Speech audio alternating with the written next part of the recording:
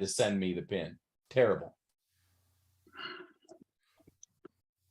Well, that's the weird thing is, like I have an email that's linked to this, and then the YouTube is under that in a 98% link, and like I don't know if they're gonna. Well, that's the weird thing is, there's gonna be something weird about it. I have an email that's linked to this. Oops. Oh, who's fucking up? That was me. No, just relax. I'm an amateur. Well, Chuck, why don't you do an introduction?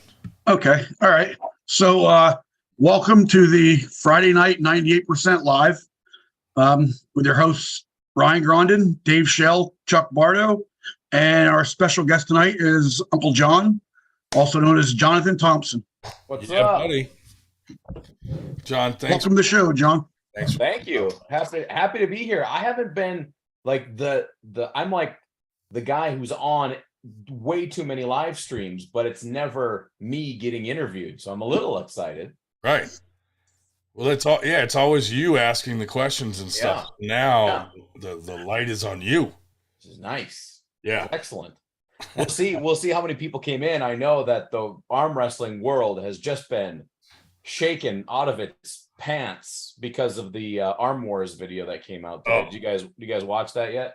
The Ryan Bowen one? Yeah, Bowen and Bogdan. Yeah, dude. Wow. Right? That shut some people up. I was right there, and it was like, won't anybody stop the murder? Please stop. I mean, it's crazy. Yeah. Somebody. Oh my God. Yeah. It was so unexpected and so dominant. I think people forget that a lot of the videos you see Ryan in, he's pulling people way bigger than him.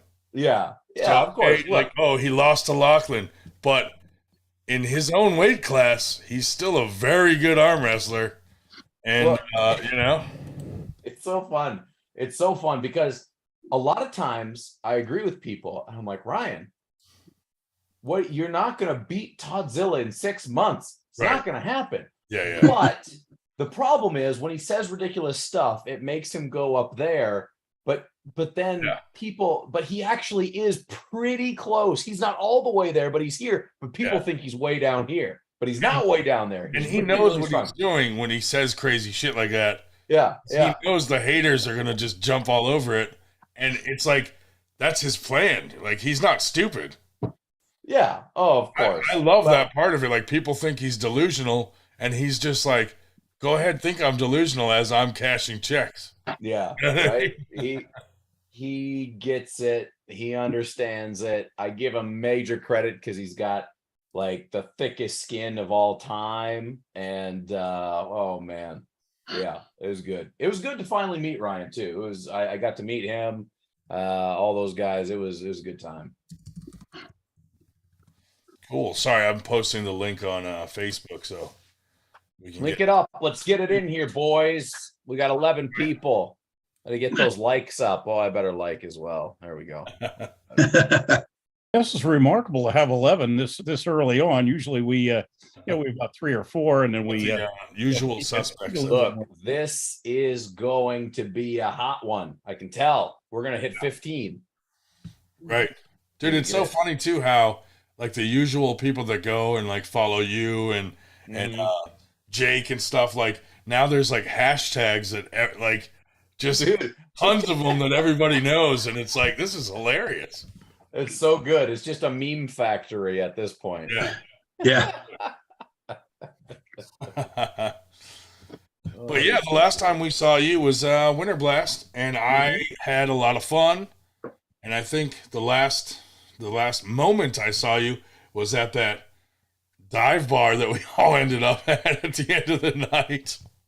The one where the guy were you there for when the guy got the glass creamed on his head? No, we walked in and then you told us the story as we walked in, and the story about the poor girl's birthday. The birthday girl who made everyone cheer for her, but they refused. Right. So she's just by herself. That's so embarrassing, dude.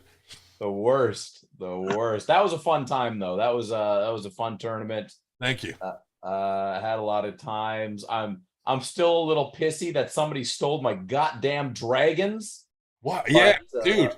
So, like we were missing like 3 dragons by the end of the night. I'm like, who the hell walks off with a dragon? Because it's not like you can now post that. Like Yeah. people are gonna be like, hey, you didn't win that fucking yeah, dragon," yeah. or whatever. It's just Oh weird. man, good stuff. Good Um, time. It was a good day for stealing things. We lost the cardboard cutout of Paul Italia. Italia got stolen. Oh no. Came back Actually, though. John Laba, the next day, he sent me a text and he's like, dude, I woke up. Well, he was very drunk at Winter Blast. And he's like, dude, I woke up and Paul Italia's in the back of my truck. He's like, I'm going to mail him back to you. So now Paul is back where he belongs. And so he had a night out, I get, Long live Paul. travel to New York. But Paul is rather lonely though. We're thinking of maybe having one made of Travis Bajan as well. Oh, for sure. That one would get a lot of play. Well, he wants to kill me at this point, which is not good. So Oh, we'll see. We'll find out at Morocco's practice next weekend. Oh no. They're both going to be no. there, and we're all going. Were you the guy that he got super pissed at that tournament not too long ago? And he was Me dropping and him F-bombs did on the live? Me and You him remember did that? get. No, that was Zach Lee. Oh, that was Zach Lee. Well, see, here's part of the thing that started us picking on Travis. Uh-huh. Like when he said that to Zach Lee, it was a huge thing because he started saying like all kinds of slurs and stuff. And Yeah, it was pretty heavy. there were women there and children and some gay arm wrestlers. And you know what I mean? He's saying this stuff to Zach Lee, and then he went on his podcast and he said, I'll punch Zach Lee in the face and his wife and his kids and all this. So we thought, hey, why don't we teach him a lesson that like that's usually you don't talk about women, children, family. There's a line. So we made a few comments about his cleft lip. Oh no. He apparently is very sensitive about the lip. So but it wasn't like we were trying to be malicious. We were trying to show him like, dude, there has to be lines that you don't. What you give, you must be able to receive. And he can't. Yeah, he's pissed off about it, and it's like, look, Yeah. sorry we did that. I wasn't trying to be malicious. However, when we brought it up, it was July. It was in July, and it just happened to be Cleft Lip Awareness Month. Oh, come on. So we were thinking, what if we had a tournament in July that was to raise money for cleft lip awareness and have Travis as like the guest referee? But anyway, so he's offended by that, and I found out that he's very sensitive about that. So we stopped, we laid off of it, but it was really to teach him that, dude, you can't be talking about punching one of our guys' wives in the face and not have some sort of retaliation, Well, he's learning about the internet slowly but surely. So, but yeah, I know that 2 wrongs don't make a right, so we're backing off on that. You don't fucking know that. You're just waiting until you can fucking figure out some other way to poke him. Well, all right, but that isn't the way that we should have went about it. But anyway, all right. Cardboard cutout is the way to go. We don't know, Well, and we did have a question on the chat asking if the cutout is going to be a super close-up of his lip. And I suppose the answer to that is we really don't know. But on the other hand, Ryan is going to go to a tournament on the 29th of October, which is supposed to be costumes optional. And he's trying to decide if he's going to go as Paul Italia or Travis Bajan. So if anybody would like to offer him advice on that, I'm sure he'd be glad to hear that, have that. Yeah, anyway. So Uncle Jon, I don't think a whole lot of people have asked you this question, or at least not for a very long time. Like, how did you get into arm wrestling? Okay. So I probably first found out about arm wrestling probably in early 2011. The first time I ever had any idea that arm wrestling was real beyond like over the top, because I don't think I thought that was just for the movie probably. Yeah. I saw on Netflix in 2011 Pulling John. Yeah. So that was my gateway. I was like, what? how is this exist without me knowing about it? Because I always, my whole life has been about being into these weird niche things that nobody even fucking has an idea about. So I thought it was awesome. I started like looking up the people, and I then found out about Josh Handeland. Josh Handeland is a long time arm wrestler, and I started pulling with him and another guy by the name of Yosef Chalby. He hasn't been around for a little bit now, kind of started a family and whatnot, but for the first 3 to 4 years, it was just the three of us and a few other guys that would kind of come in and out, and we pulled like crazy. So I was traveling an hour and a half, 2 hours to Josh's house, and we were what I would consider road warriors at that time. We would drive everywhere. We went to like Kentucky Muscle. We went to the Arnold Classic multiple times when I was pulling and wasn't pulling. We went to like Nebraska, and we were driving all over the place. You know, we were in our 20s. Just there's arm wrestling in Nebraska. Yeah, there was an arm wrestling tournament in Nebraska. I went there and got my ass kicked by Stephen Green. He was in my class. That was the first time I cut to 242. I sat in the car in the heat the whole way with a sauna suit on and my arm out the window so the sweat could drain out the side. Nice. That was terrible. But I just started pulling. And I wasn't really that great. I had a little bit of a background in, I played football. I was in the gym a bit, but I was 320 pounds when I started pulling, right? So I was big guy, but I wasn't athletic or anything like that. So just started doing that, and I don't even know why I arm wrestle, to tell you the truth. It's probably just because it always gives me something to talk about to people, because as soon as they're like, oh, what do you do? And I'm like, oh, I'm an arm wrestler. Boom, automatically most popular person at the party. Oh, guaranteed. Guaranteed. That's the only reason I do it. Challenging you to arm wrestling matches. So yeah, we did that. That's where I had a lot of, my early successes. I think like the biggest win I had was at a AAA Nationals. I don't even know what year it was, but I ended up getting second place. I beat Harold Owens.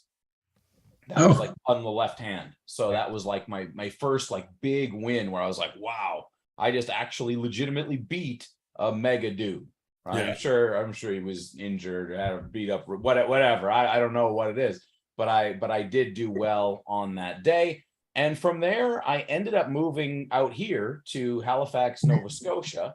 And that was like 8 years ago now, and just been pulling there ever since. We got a solid group of guys that are, there's a lot of veterans, there's a lot of new guys. And so that's been it for the last 8 years, just pulling. And then really 3 years ago when I created Uncle Jon, that was when I kind of took everything a little bit more serious. Right. So I was a very, very, very, very average arm wrestler.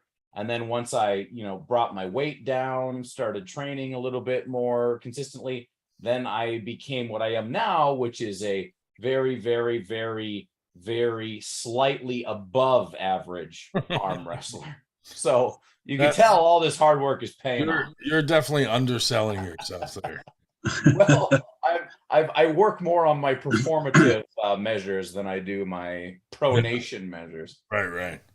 Yeah, he's probably just short of not being a 98%er here shortly. Yeah, right. I'm working my way there. We can't have you on the show anymore. So did you always, like, was Nova Scotia a place you wanted to move, like, no, for a while, or? I don't think I ever heard of it. I met my wife in Minnesota, where I used to live, and she was doing her graduate work, her very end of her PhD. And then she got her first job after her PhD in Halifax. We weren't married at the time. We'd only been dating for like 9 months. And she's like, well, this is the fork in the road. Either we can just say goodbye or you can move out to Halifax. So I sold my house and I sold my car, and a year later we got married, and by God, we're still here. That's awesome. Yeah. When are you guys getting divorced? As soon as possible. As soon as possible. No, my wife, like, I can't even really joke about it. I'm not so crazy as the Aussie arm wrestler is about his wife. Yeah. But my wife is the best. She's Yeah. the best by far. She's the only reason that I can really do any of this stuff in the first place, because she's got a good job and I'm just the guy who stays at home and makes some arm wrestling videos and mows the lawn. Nice. Hey, you can't beat that, man. Right? That's great, though. I like hearing stories like that. Yeah, like, look, outside of YouTube, I'm a very, very just calm, lame guy. I'm not outgoing. I'm not an extrovert. We moved about 3 years ago. We moved out to the country, and unless I work hard, I can't even see my neighbor. Right? I got to walk to the end of the driveway to see my neighbor. So I go most days without interacting with anyone in the human race, and it makes me fucking ecstatic. Yeah, dude. If I could, I would be a hermit my whole life. Yeah. But you know what's funny is your fucking neighbors have no idea that there's an animal inside.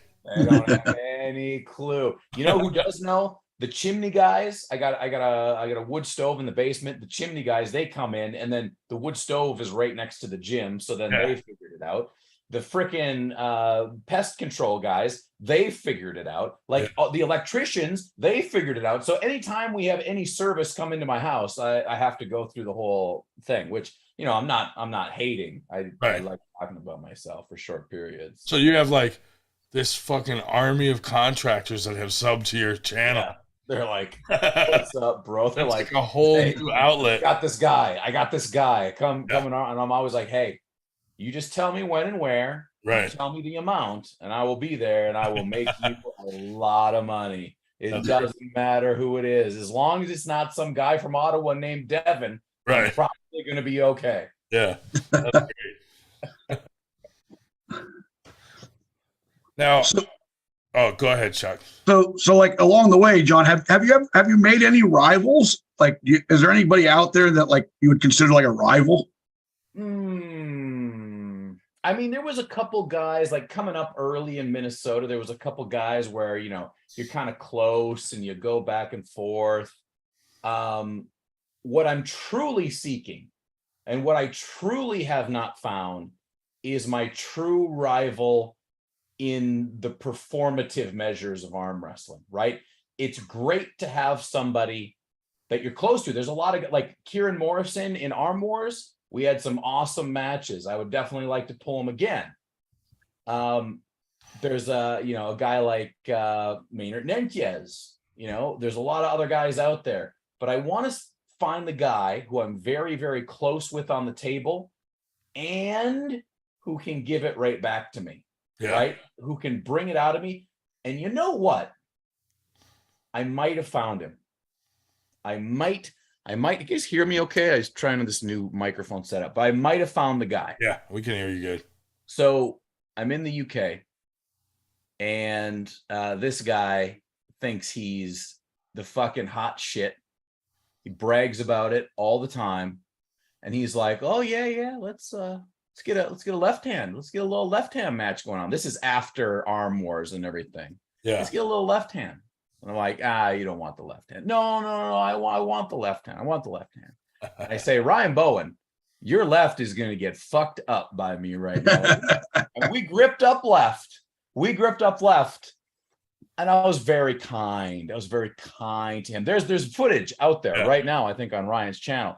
And Ryan wants the left-handed match, even after he felt like you guys are having a lot of fun with that. Yeah. He wants the left-handed match. So what I told Ryan is, I said, look, obviously, Ryan, I'm 100 levels above your left hand, but what you need to give me is some of that Ryan Bowen magic.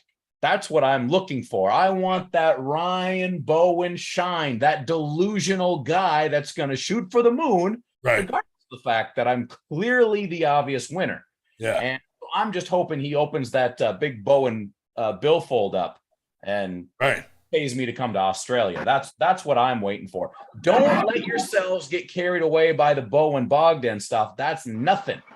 Wait until left hand with me and Ryan. That's going to be something else. That has the potential of breaking the internet, Uncle John. I hope so. Danielle when I travel him across the table. Hello. Danielle jumped on just to say hi to Uncle John. What's up, Danielle? How you doing? Saying hi. I was just out on a walk. I saw the link. Thought I'd say hello. Hello. We don't often have somebody on that's out taking a walk. This is special. Well, I have a strongman competition in the morning, so I just ate so much food I can't sleep. So I'm walking to kind of force things to settle so I can lay down and sleep. Are you at home? It's only 8 o'clock. A bit early to go to sleep. I'm in Michigan, so I'm on Eastern time. So it's 9:08 instead of the 8:08. But I drove for about 7.5 hours today, so it feels later. But that'll do it. What's the topic tonight? We're getting to know Uncle Jon tonight. Oh, sweet. So, Uncle Jon, how did you become so strong so fast? I didn't. I'm super fucking weak. I just go on the internet and pretend that I'm strong. That's how you. I don't know. There's a lot of chatter about you. People think you're bad, Uncle Jon. What do you got to say to that? Think I'm bad at arm wrestling? I'm terrible. No, I mean bad like good. Bad. Oh, you know, like bad like good. They're wrong. They're wrong. I am purely a performative being. I'm only here to perform. Feel free. You can get a super match with me for a quick $500. Fly me out, pay me some money. I'm happy to come and just lose to anybody. You know, you can have a super match with me and feel a lot better about yourself. I bet it would be over super quick. Well, I could just have a match with Robert Kelly and then really feel good about myself. Oh, you know what? I like that way better. I like that way better. Yeah. But make sure he actually makes you a good sandwich. He's in hot water lately. Wait, okay, you guys got to keep me up to date because I'm going to a Robert Kelly joint here. Jesus! In November. Oh, cool. So Robert Kelly said some not so nice things about Michelle Dugan, the Black Scorpion. Oh no! So James Reed, her husband, who is very, very protective of her, is not very happy. And the AWU guys can, in their little weird chat they have, continue to just talk about all kinds of people in the arm wrestling world, which is now, I think, starting to backfire on them because people. Okay, hold on, because I need to know, because I've been out of the Facebook loop for since February. I quit Facebook. What is the status of the 98% versus AWU? Are you guys because I know you kind of had this thing where you wanted to fuck, but then you could never quite get it lined up. So David Kotlow wants to have some sort of them versus us thing, but they continually say fucked up shit about all of us. And I'm like, that's never going to happen until you guys shut up. So if you're going to try to ruin our brand with made up lies, we're never going to fucking have a match with you ever. Right. Well, I will be in Texas with those idiots. Yeah. I'll talk no sense into them. I'm sure. Wear a 98 shirt. And I like to think that the 98 trolling, you kind of have to earn it. You have to deserve it. Yeah. Trolling from uncensored is just kind of wild and dumb. Well, it's not trolling. They make up lies and they try to make some fucking weird story out of it. They talk stuff about people who don't deserve it, like Michelle Dugan. Why? To me, it's just why? Yeah, there's no joke there. Oh, well, they were talking about Michelle and looking like another arm wrestler that's a male and saying she has a bigger penis and just some stuff that you should not say about the Black Scorpion. Well, I can say this. I did have an opportunity to hang out with both James and Michelle. That was at Winter Blast. Yeah. Yep. And if there's one person that I'm definitely going to go out of my way to not fuck with, Right. it's definitely James Reed. Dude. I don't want any trouble with that guy at all. John, I thought you were going to say level. Michelle. Well, No, her either. Right. It's a bad call either way. Dude, and James was or is still like he was like a top level martial artist. Like he will mess up someone's day in a heartbeat. Not interested, man. Yeah. Not and he's got a brother that's even bigger and crazier than he is. James Reed does strike me as a fuck around and find out kind of person. He knows, especially when it comes to Michelle. Right. Like, that's not where you go with him. And Michelle's gentle, but like she could handle her own. Like I tried to talk to Robert Kelly about this, and I'm like, dude, apologize and just put this behind you. Right. And he tried to play the whole I'm too cool and I say whatever I want when I want and this and that. And I was like, dude, wrong answer. John, are you still on that dumpster fire of a chat they have? I know they had dragged you in at one time. I think you might have escaped. I lasted in that chat for like 45 seconds. Same here. I saw it, I left. No. Like, what the fuck is this? I've never been involved with those guys. Let me be clear. All things above board. I do find Robert Kelly very funny, and I do plan to do work with him in the future, even if he is an idiot. Absolutely. Right. Well, also, working with Robert Kelly face to face is not the same as working with him online. He's very nice to us in person. Yeah. You know, we took good care of him when he came up here, but then when he's with them, it's a different story. Yeah. So I'm like, dude, that's not cool, you know? Yeah. So I just, I was like, they were trying to get like a 98 thing going with Dave Shell versus one of their guys down there in like a best of 20 match. And they were trying to make it 98 versus AWU. And I was like, absolutely not.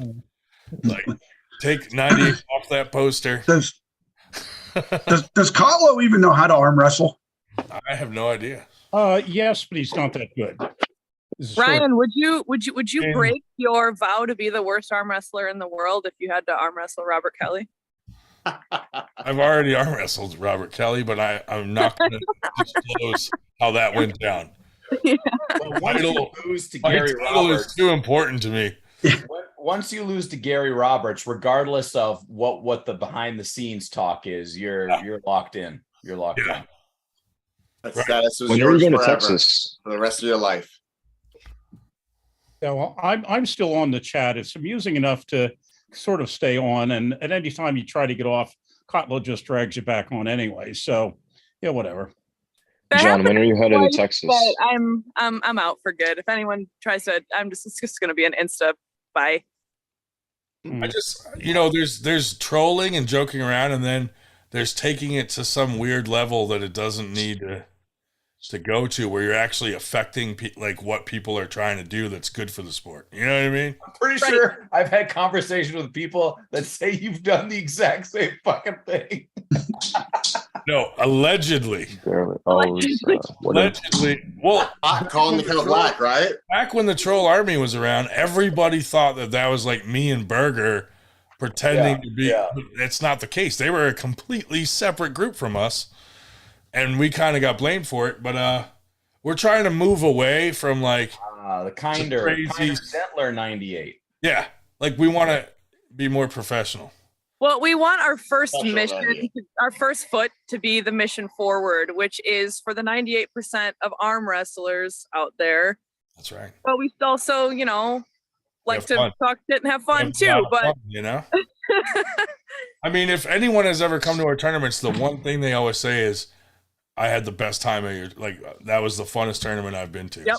So that, to me, is a huge compliment, and that I know a lot of tournaments focus on like the actual arm wrestling part of it, which we do too, which is why we always have James Reed involved, because he does a great job with brackets and working a tournament. but we focus also on the experience that people are going to have at the tournament. Yep. The best. And yeah, I mean, you could feel that hugely at Winter Blast. I did. At every tournament. Come on. Hey, Ryan. Yeah. 98% aside, have you guys talked about Mr. 44% yet? We were starting to, yes. Briefly. Yeah. Uncle Jon, that was pretty cool. This, I hope you guys watched it. It's a must watch. I got a phone call. I had a missed phone call from Michael Todd. And I had a missed phone call and I ignored it. And I didn't listen to the voicemail. And then I get a text saying, "Hey, it's Michael Todd. Give me a call back." And I thought this has got to be a prank. You know what I mean? So I call it back, and it is Michael Todd, and he wants to come to the next Winter Blast, which that's freaking awesome. Yep. So we're working out the details of that. And then he said he got my number from Paul Lynn. So I called Paul Lynn, and I'm like, "Hey, don't you ever give my number out to strangers." I didn't think you'd mind since it was Michael Todd. And I was like, "No, it's okay." But Michael Todd, he's doing a tour of the country in his RV. He's coming towards the East Coast, and he wants to win 100 first place trophies. So bring me down. I'll fuck him up. Well, there you go. Left hand. I will put a big kink in that guy's day. A few people suggested like you ought to have like Toddzilla come, Marcio Barbosa, like all these big dudes. So like they'll all start to tire him down, and eventually someone's gonna beat him. And then Uncle Jon, our dark horse. Like if he faces Marcio, Toddzilla, and then Uncle Jon has a legitimate chance. I think we need like 3 more in the 3 more. What if they have wars? And then, honestly, after that, like Paul Lynn, he's in the conversation now. Yeah. Oh God, Paul. Yeah. Wasn't Matt Mask interested for the last Winter Blast? Where you guys talked to him? Matt Mask actually might be one of our next guests on it.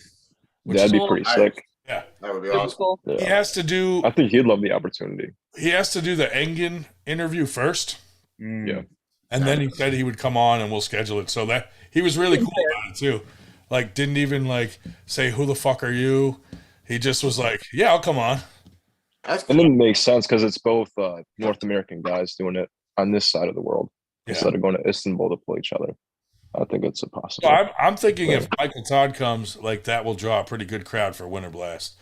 Well, Uncle Jon was saying he's like an average arm wrestler, but and talking about Winter Blast, I think his showing at Winter Blast showed he was a little more than average. I had a good day. I had He wants to shoot, bitch. He's a chump. John, there's a name for this. It's called imposter syndrome, and it sounds like you've got it real bad. Look, again, I am just above amateur. So any amateur that wants a super match, $500, come and take it from me. That's it. That's free. Come in, 500. So it's not free, but it's pretty close to free. Just sign me up. All right. Bring me all over the world. That's all I ask. That is a complete scam. Do not listen. We have this is a great sport for hustling, and you're proving it very nicely. All right. Where are you, Uncle Jon? Where would people have to travel? What state?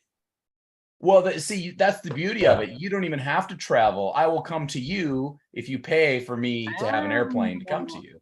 So easy. So easy. Nobody, please don't. Barely an inconvenience. A lot of people say, "Oh, just come to me. Come to me." Don't come to me. I don't want anybody at my house. I don't want to be helping anybody out. What? I hit crouch on the couch. John's neighbors would be like, "He's selling drugs." This is a drug deal gone down. All these people in and out all hours of the night. My neighbors know one thing: I don't sell drugs. I buy them. That's what they know. That's classic. Well, in Canada, you could just have fields of weed, can't you? Sure can. I can have it just delivered right to my door, no questions asked. Thank you. Oh, that's right. You're Canadian. Have you hit up Artem yet? He's in the boondocks outside of Halifax, Nova Scotia, is what he told us. So out in the woods. Back to a serious question, Uncle Jon. Yeah. So you took a break. I did. Because you got a lot of flack from the match you had. Now, I want to know, like, how did that make you feel? And, the story there behind you deciding to take a break. Mm-hmm. Like, did you feel let down by a lot of people, or no? How'd you feel? So for me, I think the big thing was it was the first time. It wasn't the first time that I got death threats. Okay, I got a lot of death threats. I'm gonna kill you. Please go kill yourself. Blah blah blah. Like a lot of that. But that wasn't the first time for that. That was. You're still here.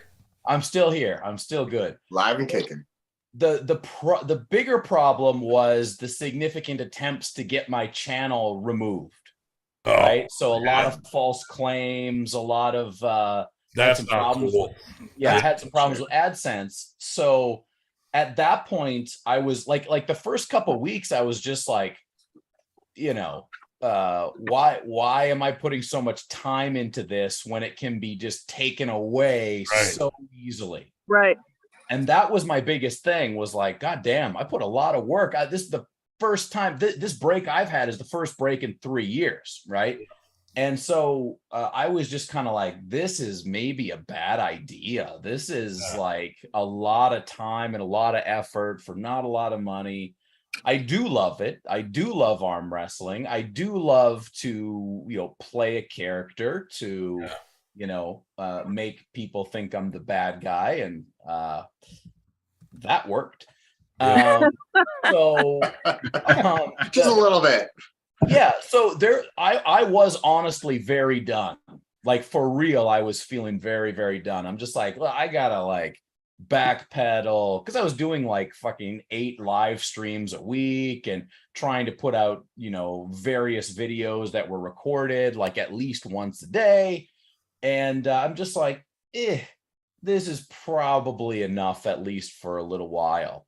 Yeah. And I would say my opinion of doing, coming back to do content remained exactly the same until I went to Arm Wars. I went into Arm Wars thinking this might be my last big event.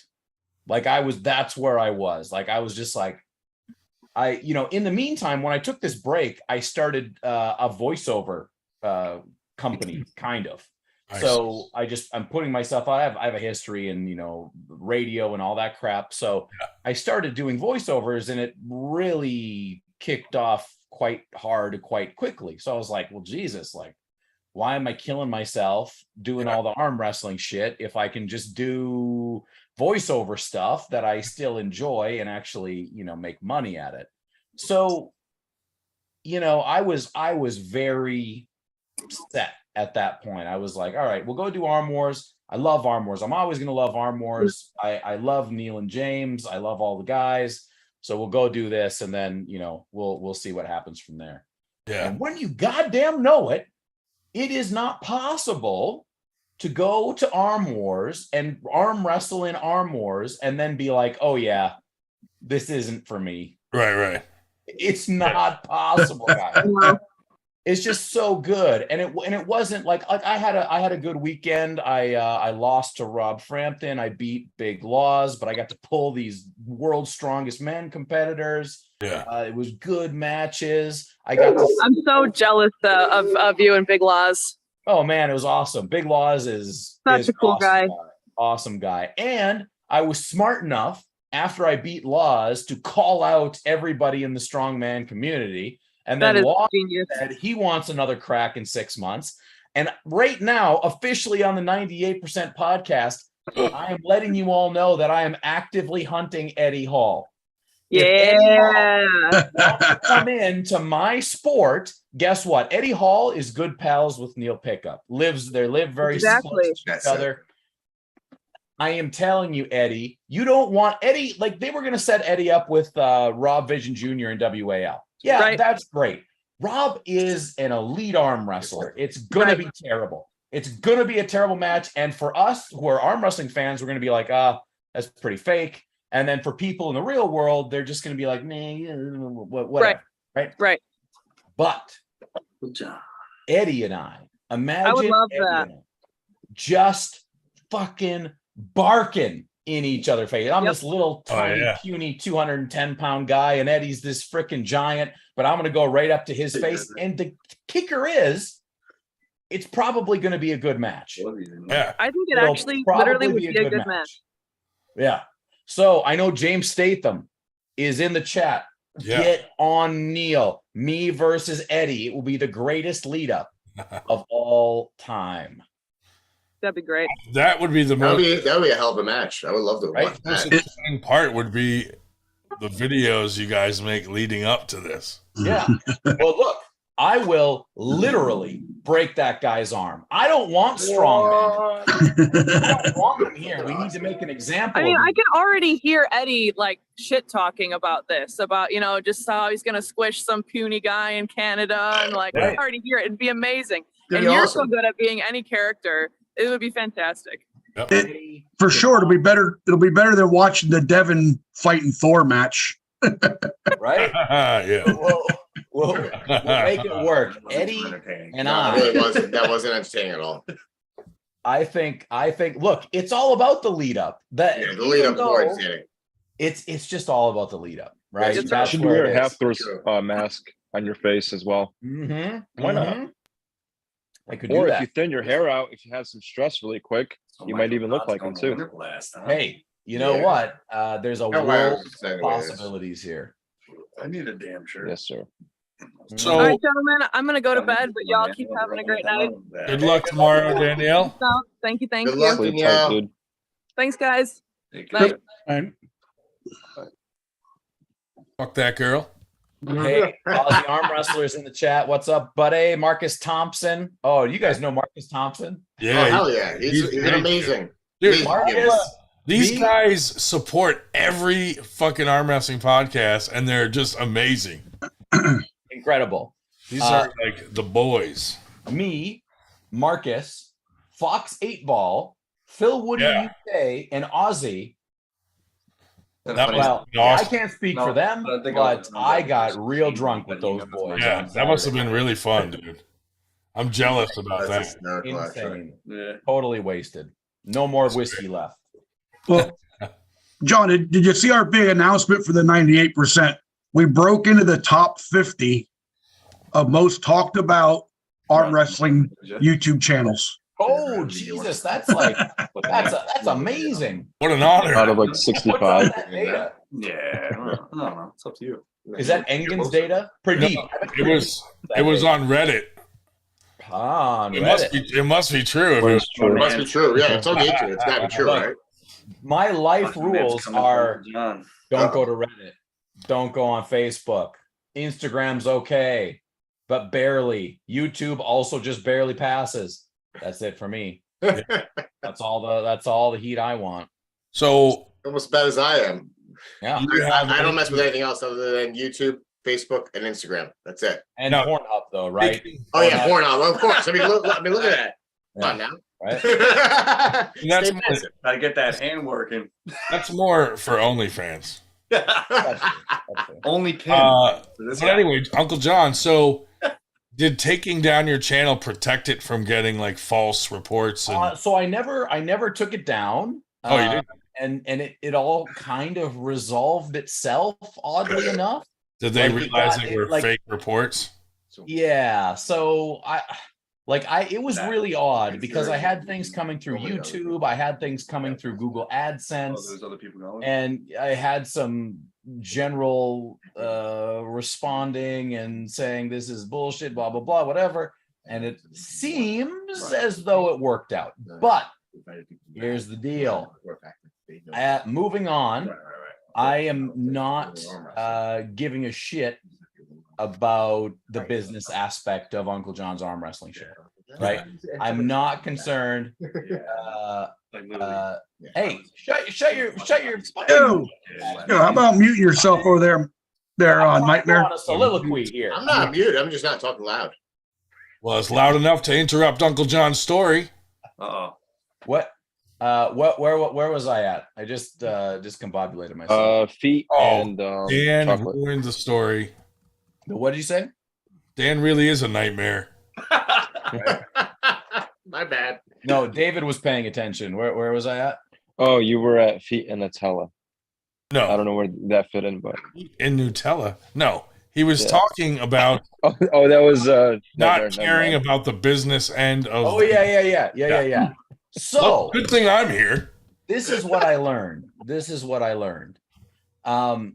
If I don't have to worry about gaining subs or getting enough money, then it doesn't really matter what I say. Right. So that's kind of how we feel. Yeah. So it's been interesting to kind of change my perspective. I just put out like my first video in a month today. Yeah. Just talking shit about Larry, that goddamn practice cheater, Larry. Oh, dude, I watched that video. That was great. Oh man. You're like, look, everybody's his shoulders. Like you went through the whole thing, dude. Everybody thinks Khaled is going to get whooped by Schoolboy. People don't remember two things. Number one, that practice table thing was cheated from the beginning. Number two, there are rules in King of the Table that are very similar to WAF rules. And Schoolboy runs a risk if he hasn't developed much more pronation and much more hand to deal with Khaled. Well, he could literally lose this match without ever getting pinned. Well, do you remember back when they had like a little match in the past? Yeah. Khaled refused to go to the straps, though. Yeah. Now, is he refusing to go to the straps in this match? Because if Schoolboy takes it to the straps, it's over. Well, that's the whole thing, right? That's the whole thing. Now, tell me this. When you think about Khaled and the way he arm wrestles, how he grabs onto that thumb and he pushes, who better to learn the javelin? I told Khaled in the video, you must embrace violence. Yeah. You must. He's only got the two chances, but they're two very good chances. Number one, you got to get Schoolboy to fall out. I think that is an incredibly high likelihood. Go to armbet.net right now. Place your stakes, ladies and gentlemen. But the other way that Khaled could do it is if he gets very, very, very violent. Because I don't think we have seen that guy on the table be as aggressive and violent as he possibly can be. How bad does he want to win? How much does he care about being the bad guy? Because if he stings Schoolboy early and often, that could be a major problem. Have you reached out to him and told him this? So I am in touch with people who are in touch with him. And there is a strong possibility that I may actually be able to speak to Khaled and give him a training session before he goes to face Schoolboy and Bowen. Like a virtual training session. I honestly think that Khaled will defeat Schoolboy and then he will lose to Bowen. You heard it here first, ladies and gentlemen. So I watched a video earlier with Giannis because he did some prediction on that. Yeah. And he just feels that Khaled is not a complete arm wrestler yet, enough to beat Schoolboy. He's barely an arm wrestler, let alone a complete. Right. He is so Schoolboy is so much better than him. So much better of an arm wrestler. But we got to remember this is King of the Table. Right. Remember that they allow some weird shit to happen. Sometimes they're really strict on things and sometimes they're not. Yeah. So I'm putting out a video about exactly how I think Khaled can win. The question is, will he? Because if you go back to that first match, which was what, a year and a half ago, something like that, with Schoolboy and Khaled, it was just in the gym. Larry was there. Khaled grabs onto Schoolboy's thumb and he isn't going anywhere. Schoolboy is just like a squealing pig trying to get out of there as hard as he possibly can, and it's just not working. Now, you got to tell me, in a year and a half, has Schoolboy gotten that much stronger where he can avoid that? Has he learned how to slip that much better? Because Devin says, you're not slipping from this guy. You know, Michael says, oh my God, guy has got the best grip of all time. Yeah. So I know he's not training for it. I don't think he has to. If Schoolboy doesn't do exactly what he needs to do, he's going to get caught. Now, you're going to train Khaled virtually. Are you going to do the same for Schoolboy? No, he doesn't need any help. I mean, the only thing he needs help in being is a school man. Because let's be honest, Khaled is a man, right? That guy, his testicles, huge, elephant size, have to be. Right. Doesn't care. He's like, oh, I'll fuck Schoolboy off, and then I'll fuck up this delusional Ryan Bowen guy too. Yeah. So he doesn't care. Obviously, he's literally kicked people in the head and gotten disqualified from a match before. He doesn't care, or he doesn't know. I don't know. He doesn't know. He doesn't know. He really has nothing to lose. Right. The guy has nothing to lose because he doesn't care. And people are going to be like if you go to this match and you're like, man, I really want to apply my high level arm wrestling brain to this match, you are an idiot. The only thing that we can look at with this match is, one, has Schoolboy really overcome and really come into the next level? Note that he was asked in a live stream just the other day. I heard this on Aussie Arm Wrestlers channel that they were asked point blank, does Schoolboy take PEDs? And Alex, the brother, Alex Toproll, he says no, but maybe in the future. I mean, do you guys believe that the 280-pound Schoolboy from the last King of the Table was not on juice? Well, if he took some, he might look more like a school man. Well, maybe he's wrong. Maybe not. But I would say, I don't know these things by fact, but Khaled's got to be on the juice, right? He's got to be on, like he doesn't care, right? He'd probably tell you. Yeah. So what is the point of this? I don't really know, other than the fact that people are giving Khaled no credit when Khaled has an extreme high likelihood of beating Schoolboy without even pinning him because of the way the rules are set up. I don't even know if we can call him Schoolboy. Like, do we have to call him like School Them? School Brick. School They? School Homie. School X. What's the correct, what's the correct terminology nowadays? Jesus. College boy? Yeah, college boy. So a little bit about Khaled. He's got a lot of things like where he just doesn't know. There's this guy that I know that lives an hour away from me that was helping him with some grip stuff, like hammers and all this other and whatnot. And he was trying to explain to him why it's harder when you hold it on the end of the hammer as opposed to like in the middle. So there's just a lot of stuff that he just doesn't know. I wouldn't think that he would be on steroids because how is he going to run protocols or anything like that? Well, don't you think like it was one of his handlers is like, look, bro, you are a beast, but this is going to make you a super beast. Yeah. I mean, that very well could be possible because he hangs out with that billionaire. One of his handlers. Yeah. I don't know. What else do you call him? When you got a guy like Khaled, you have to handle that guy, right? Yeah. He is a diamond in the just fucking coal and shit all over that diamond. They fucking chain him up at night. That's a terrible way of phrasing that. At night, they chain him up at night. It's not your blood diamond, In the morning, they unchain him and they're like, get training. Yeah. Don't get canceled. And he's happy to do it. I can tell. You can look in his eye, and that's what he wants to do. The guy just wants to fucking kill. Killer. Love it. Use it, Khaled. Khaled, violence is the answer in this match. If he goes in there and he's not violent, I'm just going to be upset. John's killer. I hope that wasn't a black joke. Because John's a killer, he can recognize other killers. Right. We speak the same language. It's like the fucking people that own Jeeps, and they're like, they wave to each other. John knows, he sees killers, and he's like, that guy. Yep. Right there. I'm telling you. It's a different thing. Khaled can do it. Khaled can do it. I'm telling you. Well, I digress. All right, we're gonna find out. We're gonna find this out. And then what if Khaled does the same thing with Bowen? He throws caution into the wind and just gets violent. So, Uncle Jon, real quick, over at Whitby, was there anything that surprised the socks off of you? How strong I am. What? How strong you are?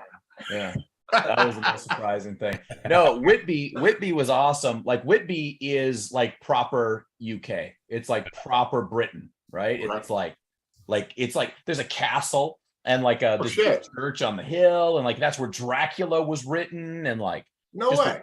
incredible. A lot of history there. Cool. Third time I've been to England, but this was the first time that I really got to see something. So Phil Woody, UK, Marcus Thompson, Fox 8 Ball, Aussie. We had an awesome time. Really, really good.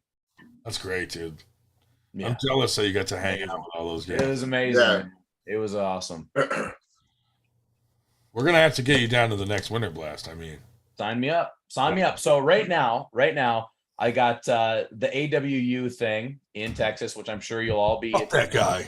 And then the weekend after that, I'm going to Ottawa because they have their. I can't remember if it's a provincial tournament or what it is. But it's a big tournament there, and hopefully, I'm going to be able to hang out with Devin and do some content with him.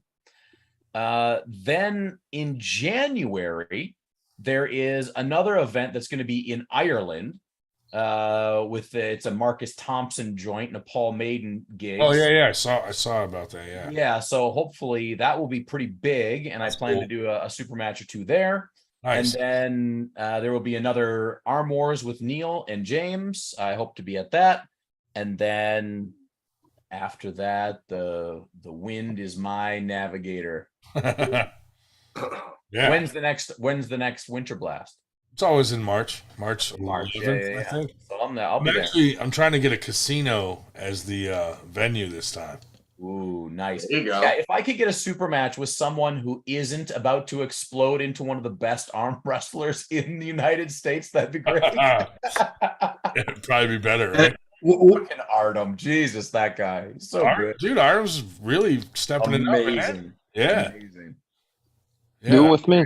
It's not going to happen anytime soon. Super match? And John don't even care what you weigh. He doesn't even care. Oh, you two lefty or both? Both? I'll do left and or right. What did we pull in the tournament? I mean, I think I was your 5th class, and we pulled right. Right, and you kicked me out. You booted me out at 242s, didn't you? 220s. Oh, 220s. You booted me out of 220s. Right, because I did okay in 98s. I got my ass whipped in 220s. I think I got my ass kicked in maybe I got 3rd in 242s and 2nd in I can't remember. Something like that. Yeah. All I know is you had nothing. You were on fumes then. Yeah, it was rough. It's going to be a whole different experience, but I'm always down to pull anyone. Yeah, and I'm not Jason Merlo. Well, just like I said earlier in the show, $1,000 cash plus expenses. You just sign the check. I thought it started out at 500. It was 500. Well, nobody rewind. Nobody rewind. It was 1,000. Uncle John, will you accept try to layer? Content, it went up. Try layers is an acceptable form of payment. Look. As long as it's not Travis Bajent telling me the check's in the mail, we're probably going to be okay. I heard maybe Paul Lynn might be looking for a match. You interested in that there, John? If I get paid, I will happily pull Paul Lynn. But let's do it untelevised and in a dark corner somewhere. That's not gonna happen. How much marijuana gets you here? Well, I mean, more than this. Like a Paul Italia size. Perfect. Maybe that could be arranged. Hey, I'm open to offers. I'm taking all offers at this point. I've peaked. I'm peaking right now with my ultimate popularity in the sport because of the javelin. So yeah, might as well get what I can out of it. Well, we'll see. We'll see what we can do. You know. Mm-hmm. Mm-hmm. But yeah, it would be fun to have you come again because last time was a blast, man. Man, I had a great time. A winter blast. Great time. Yeah, Winter blast. I mean, it was a real winter blast, dude. Yeah. No pun intended. All dad jokes here, huh? Only dad jokes. Only dad jokes. That's how we roll here on the 98%. Oh, Sir Fatty says I took 3rd in 242s. Yeah. 3rd in 242s. And incidentally, we're up to 28, which may not be a record, but it's damn close. Call your grandmas. Tell them Uncle John's here. Yeah. Yeah. So James Statham just said, Marcus Thompson, let's go on tour. F Arm Wars and Arm Wars. Let's travel the world attend the events. Why don't we just make Arm Wars a traveling event? Well, I think it's very possible. You know, it was traveling. But I think it's, at this, I don't know for sure. I do talk to James and Neil quite a bit, but I think it's just a matter of the regulations that still exist to bring a production like that to a different country. It was everywhere before. Canada, on the beach, here, there, and everywhere. So I hope it turns into that again. I certainly hope it does. I would love, because look, here's the other thing. Jet lag is real, ladies and gentlemen. Like for me on the way there, it wasn't even that bad, right? It was 2 hours to Toronto, sit in Toronto for 3 hours, 7 hours to the UK, blah, blah, blah, whatever. Yeah. But it really messes you up, with the time difference and whatnot. So I would like to not have that once. If they did something in the US or somewhere close, that would be awesome. Hey, John. Do you notice the jet lag's worse when you go there or when you come back? Well, it was definitely worse when I came back, but that's probably because I arm wrestled 9 days in a row and drank gallons of whiskey. And it was. That can be rough to recover from. Hey, John, would this do it? Well, that's a fine starting point. What would it take? Wherever that is, I'm going to be we there. We can negotiate that later. We can. It sounds like we're about to have a beautiful friendship here, I think. For the record, that is not my basement. Yeah, okay. Sure. Allegedly. Sure. Allegedly. That is not my worst arm wrestler banner in the background. Not at all. Somebody else. Anyway. Definitely. All right, I might catch you guys later. Later, Dave. Hey, Dave. He's out of here before the FBI hits his house. Fuck that guy. IPs are getting traced right now. Uncle Jon, we're actually going to start a knockoff podcast that has nothing to do with arm wrestling called Fuck That Guy. Yes. And we're going to interview like flat earthers and like bizarro people, Yes. Get those conspiracy. We have to make sure we interview Pastafarians. They're the best. Maybe you can come on as a guest host and help us.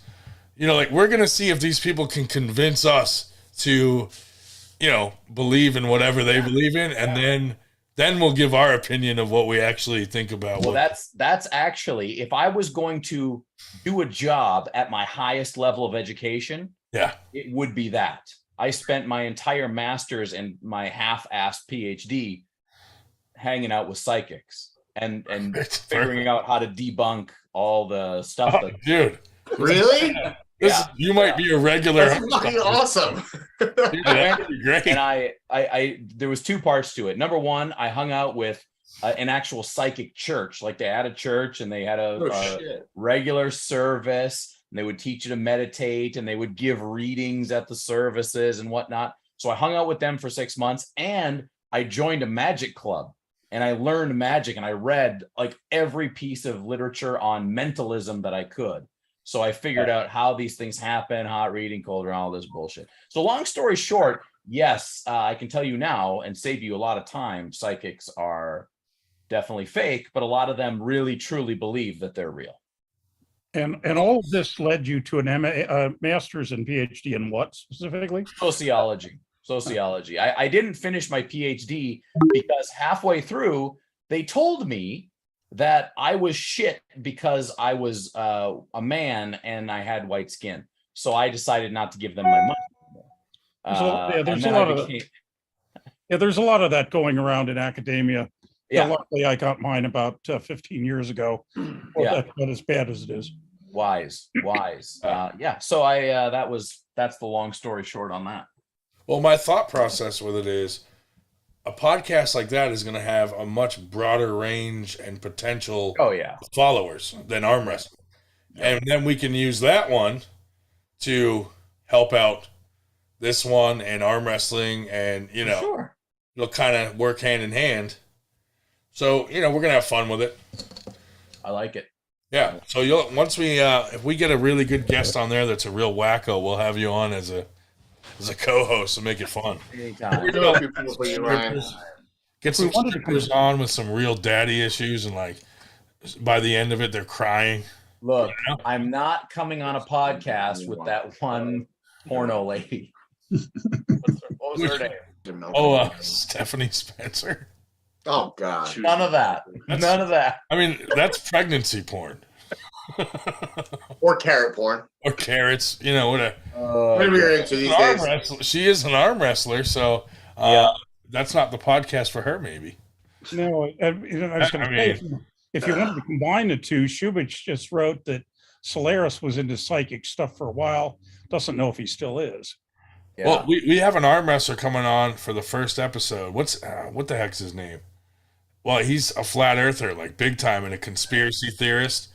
So we're having him on, and we're gonna let him try to convince us that the Earth is flat. See, he's watching this right now, though, and he knows what your goal is. I doubt he's watching this. Flat earthers know what everyone's goal is. If you're a flat earther and don't realize that everyone thinks you're crazy, then you are crazy. Someone would have walked off there'd be a lot of missing people from people walking off the edge of the earth. Look, I am a hardcore believer that everyone should just be left alone to do their own shit, right? If that's what you want to believe, that's awesome. But don't you fucking dare come and try to shake me out of my monkey tree, okay? If you try to bat me on the head with that bullshit, I will fuck you up. I will annihilate your life immediately and make you rethink everything. So that is like the same temperament you have at the table. Yeah. Right? Now, would you I could see you and Gary Roberts really having a fucking showdown. Oh man. If Gary look, Gary and I, my only worry about that would be that Gary would break his own arm. That would be my only worry about the whole thing. I mean, and that's the level of intensity he would bring to the match. Oh, no doubt. No doubt. So, Gary, I did talk to Gary somewhat recently, probably in the last month or so. I mean, in all seriousness, though, the Earth is actually sat on top of the turtle's back. You know that, right? I mean, that is known information. Thank you very much. It's a fact. But anyhow, where were we? One of those big turtles from the Never-Ending Story. Yeah, one of those. Yeah. So I think here's what I've been thinking since the last week. Yeah. Arm wrestling is changing a bit. And I think that more than ever, the characters of arm wrestling are showing themselves.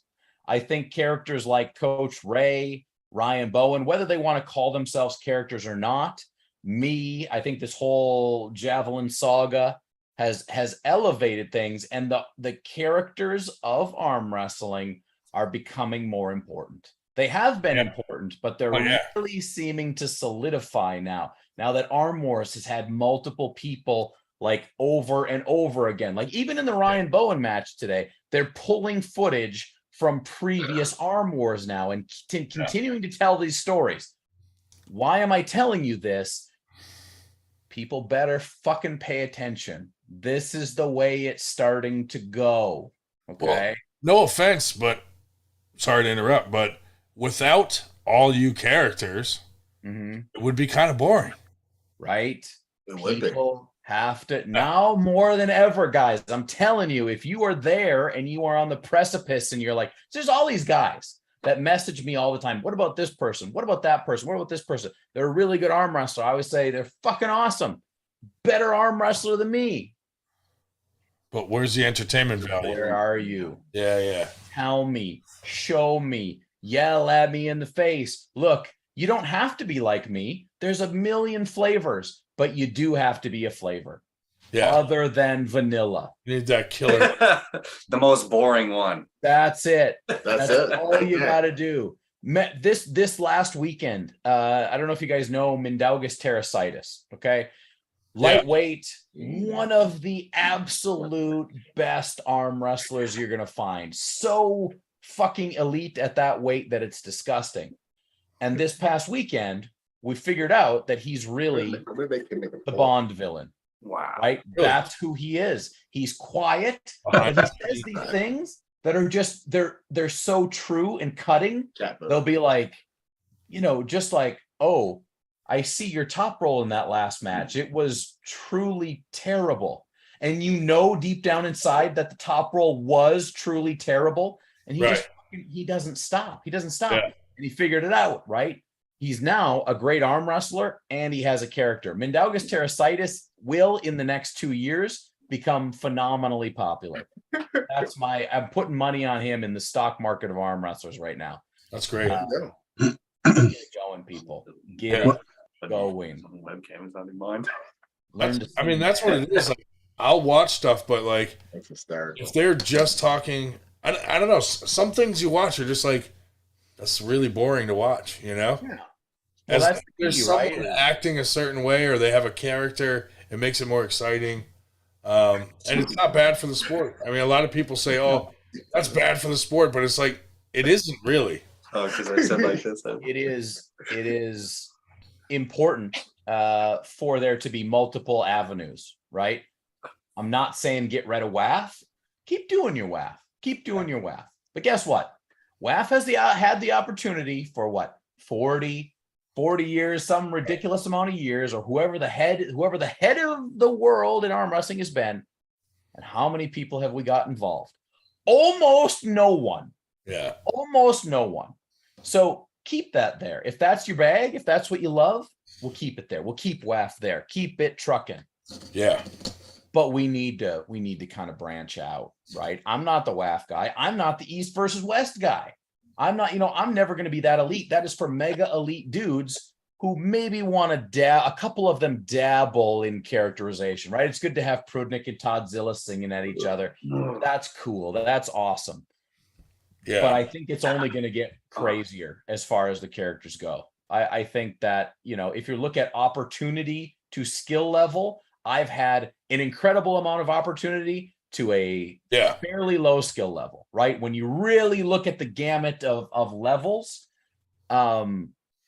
this is how you're going to do it, right? And you out there, if you really want to know how to do it, you send me $49.99 and I will send you a very brief pamphlet on everything I know. And you too can become as cool as Uncle Jon. Now I know two authors, Artem and now Uncle Jon. Right? Yo. My pamphlet will change your life. I used to write for a lot of magazines when I was a young one. That's what I heard. Yeah. It's a good time. Like Hustler. In another life. I'm lucky I know how to write or read. Gay porn fanfic. Yeah. No, isn't Maddie Craig's the one who writes porno and sends it to the women and tries to fantasize about them weird. What? Oh, yeah. That's a thing? That's a thing, dude. That's a creepy. It's a creepy thing, and it's even creepier that you know this to be a thing. It's common knowledge, apparently. A lot of people know it. I mean, everyone else looks equally as surprised as I am. You're the only one here who knows it. There's nothing common about you. He's just another person that's going to punch me in the face when he sees me. I mean, there's a lot. So he's going to impale you with his sword. Maybe that's my character. Is everyone just is going to beat me up when they see me? And Uncle Jon, just for the record, I have never told Ryan Grondin that I like him. That is true. That's good. That's very good. Never. You're on the path. Yeah, I'm not quite certain that he does at all, to be honest. Do people actually go around saying that stuff though? Oh yeah, Chuck told Matt Glazer that he liked him, sorta. Well, Matt Glazer thought I hated him. Yeah. And I never hated the guy. Sure. I like Matt Glazer. Matt Glazer's okay. How do you feel about Travis? Fuck that guy. This is not. So Uncle Jon, you probably haven't seen it, but there was 2 episodes of Travis's podcast, and he actually said he hates me. Yeah. Why does he hate you? I did some. It is deserving.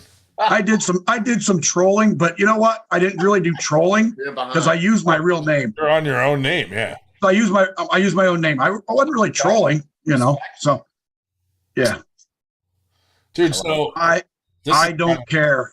This is kind of funny. So we went on the Evan Burgoyne. Dave Morocco was supposed to go on Evan Burgoyne's show, and he was 3 hours late. So we went on instead to fill the time.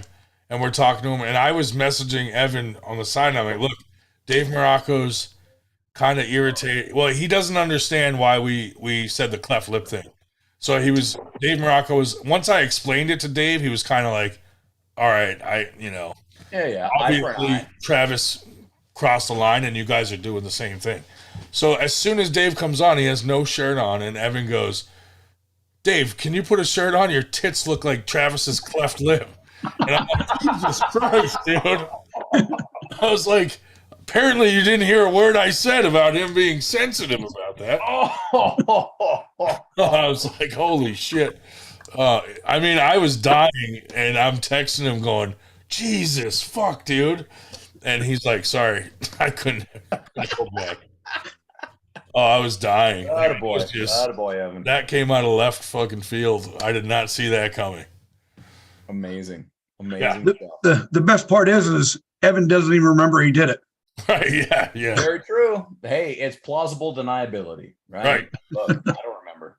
Like I said, like, we don't really have a problem with Travis or Paul Italia. It's more like they dish it out, but then can't take it, and that's what, like when you can't take it like that, but you dish it out like you just feel like you got to do it more because they're being sensitive about stuff that they shouldn't be sensitive about. You know what I mean?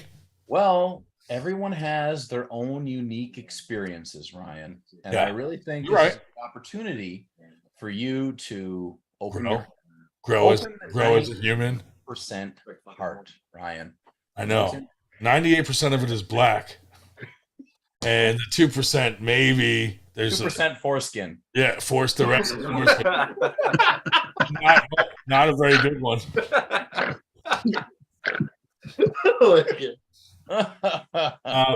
Yeah, but I mean, I'm not even considered an arm wrestler, so like, who really gives a fuck what I say? You know, got the power, man. You got the apparently power. a lot of people. You have a lot of power, man. I don't know who gave it to you. Who in their right mind would give this man any level of power? I don't really have. It's not power. Seized it. It's I don't even know what it is, but nobody is like, oh, that arm wrestler Ryan. You know what I mean? Like, yeah. They're just like, oh, this fat buffoon over there. That's about it. Look, I've had a lot of go-arounds with a lot of arm wrestlers online. Yeah. And every single fucking time we see each other in real life, and it's like, oh yeah, hey, what's up? Oh, hey, kiddo. Hey, buddy. Yeah. Got a little fired up on the internet, didn't we? Hey. Yeah. But we'll see, if you he does have enough power though that on occasion in the past he has gotten these texts saying, hey, please call off the dogs. Yeah, it's true. That they were afraid that he was going to unleash all of his fans on them. I did get a call from Travis and Paul Italia back when Barry Bourne was a thing, asking if we could just leave him alone, and I'm like, why? Barry wants it. Barry wants that attention. That's what I was thinking. But my question is, why do you spend so much time attacking people at home when there's perfectly good idiots overseas like Pradeep that you could be attacking? That is true. Well, every time I try to troll him, he blocks me. Oh, of course. It's like he'll say something and then get the last word and then block, and I'm like, what the fuck? Ingen is his best friend, though. That's how. Dude, Ingen. Listen, this is hilarious. I complimented Ingen once on a training video he did. Yeah. I don't know how he fucking read it, but he fucking blocked me for my comments, and I'm like, what the fuck did you not understand about my comment? Like, and so now I'm blocked for absolutely no reason. Yeah. Look, people going to do what people going to do. This is a lot of cyclical stuff in arm wrestling, because I remember when I first came in, we had the Northeast board, right? This big message board. Right. And John Brzezinski was on there. Engen was on there. All sorts of people were on there. And one by one, they all left because the trolling was the same fucking thing. It was the same fucking thing as it is now, just all written down in furious, sticky keyboard. You can picture them like typing extra hard. Yeah. Cracked fingernails. So Uncle Jon, I'll admit I have taken my trolling to a new level. and went after somebody. And you'll think this is funny, but I targeted Neil Pickup. Uh-oh. Oh, Uh-oh. no. So back when they were trying to make matches between people that we didn't want to see pull against each other, we started making our own matches. Hey, how about this match? How about that? And then I posted a meme. We all know Wizard of Oz, right? Yeah. Yeah. So it's a picture of Neil standing next to the WAL sign, and the caption was, "Don't pay attention to the man behind the mirror." So he called Paul in, he called Storm Chelino, and he's like, "Listen, you might want to call your boy off." So like, what was he mad? What was he mad about? Because like I thought people kind of like Neil being involved. Yeah. Like, you know, he's the matchmaker, right? And that's not really an insult. Nah. But what we were doing was we were trying to make matches to separate people from other matches that we didn't want to see pull. Yeah. So there was a certain match that was being made between two teammates. I see. Oh yeah. Yeah. Who wants to see teammates fucking? Right. Yeah. And then like the big question I put up there was, how long do you let two teammates train separately before you put them in a match? Right. And that was the question that started the bonfire. Started the bonfire. Well, look, it's interesting in arm wrestling. There's a lot of ways that, you know, arm wrestling consumers are struggling to kind of grasp what's going on with arm wrestling, but also arm wrestling producers are struggling to figure out, you know, where to go, how to go there. You know, I was like, what the fuck am I even doing here 2 months ago? You know, and then I kind of, you know, saw the process. I saw, you know, how people reacted to it and interacted with it and tried to figure out, you know, how I can capitalize on it. Right. Like it's like, I tell the truth all the time. I'm like, yeah, don't fucking listen to what I say. Right. For God's sake, I tell you I'm lying to you, and then people get mad at me when they find out I'm lying to them, right? Like, yeah, this is the type of stuff. So now it's more of a game for me of manipulation, and a game of, okay, what can I do that will, you know, be interesting to the people who actually do enjoy the content that I create, but will also be enraging or infuriating or, you know, hate clicky for people that hate what I do for whatever reason. Like, they hate us guys that like know you. Yeah. Like I see you post something sometimes and I'm like, I know exactly what he's trying to fucking do right now. I know, like, you know what I mean? But I see these people posting under it and they're like fucking enraged. And I'm like, how did you fall for that? Right. It's just very bizarre, but hey, it's working. It's what you're doing is working. Yeah. You have to move forward. You know, for the first, you know, year and a half, I was just like, hey, like people were like, oh, Uncle Jon's show, that's like the family friendly show. And then that's when like all the trolling started and a lot of the hate and whatnot. So I fully crossed from Mr. Rogers over into, you know, Jack the Ripper territory now. Because honestly, it's been so nice to have a perspective of, oh yeah, I truly don't have to care. I can say absurd things. Right. And, you know, if my channel gets taken down, it's really not the end of the world for me because start a new one. I'm doing other things now. Yeah. And I can just go and rely on the fact that I'm Uncle Jon now. I can twist the knife a little bit every once in a while, keep myself in the news, and I'll go do this event. I'll go do that event. I'll whatever it might be, and that might be the way forward. Now, is that something? I mean, it may not be specifically him, but like in watching Ryan Bowen and how he does things, have you learned from that and like, oh, look, yeah. Like, well, you know. So I'll tell you the truth about me and Ryan. I'm very close friends with Ryan. Yeah. We talk quite a bit.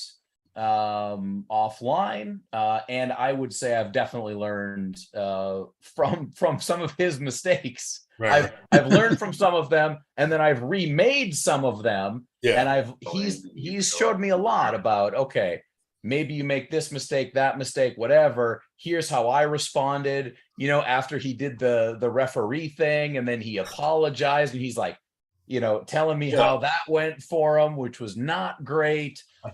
So, there's a lot of things to learn, because people tend to think, oh, Uncle Jon, I see him all the time, but I'm just some dude that fucking hates everyone sitting in my basement, and I like arm wrestling, so I talk about it.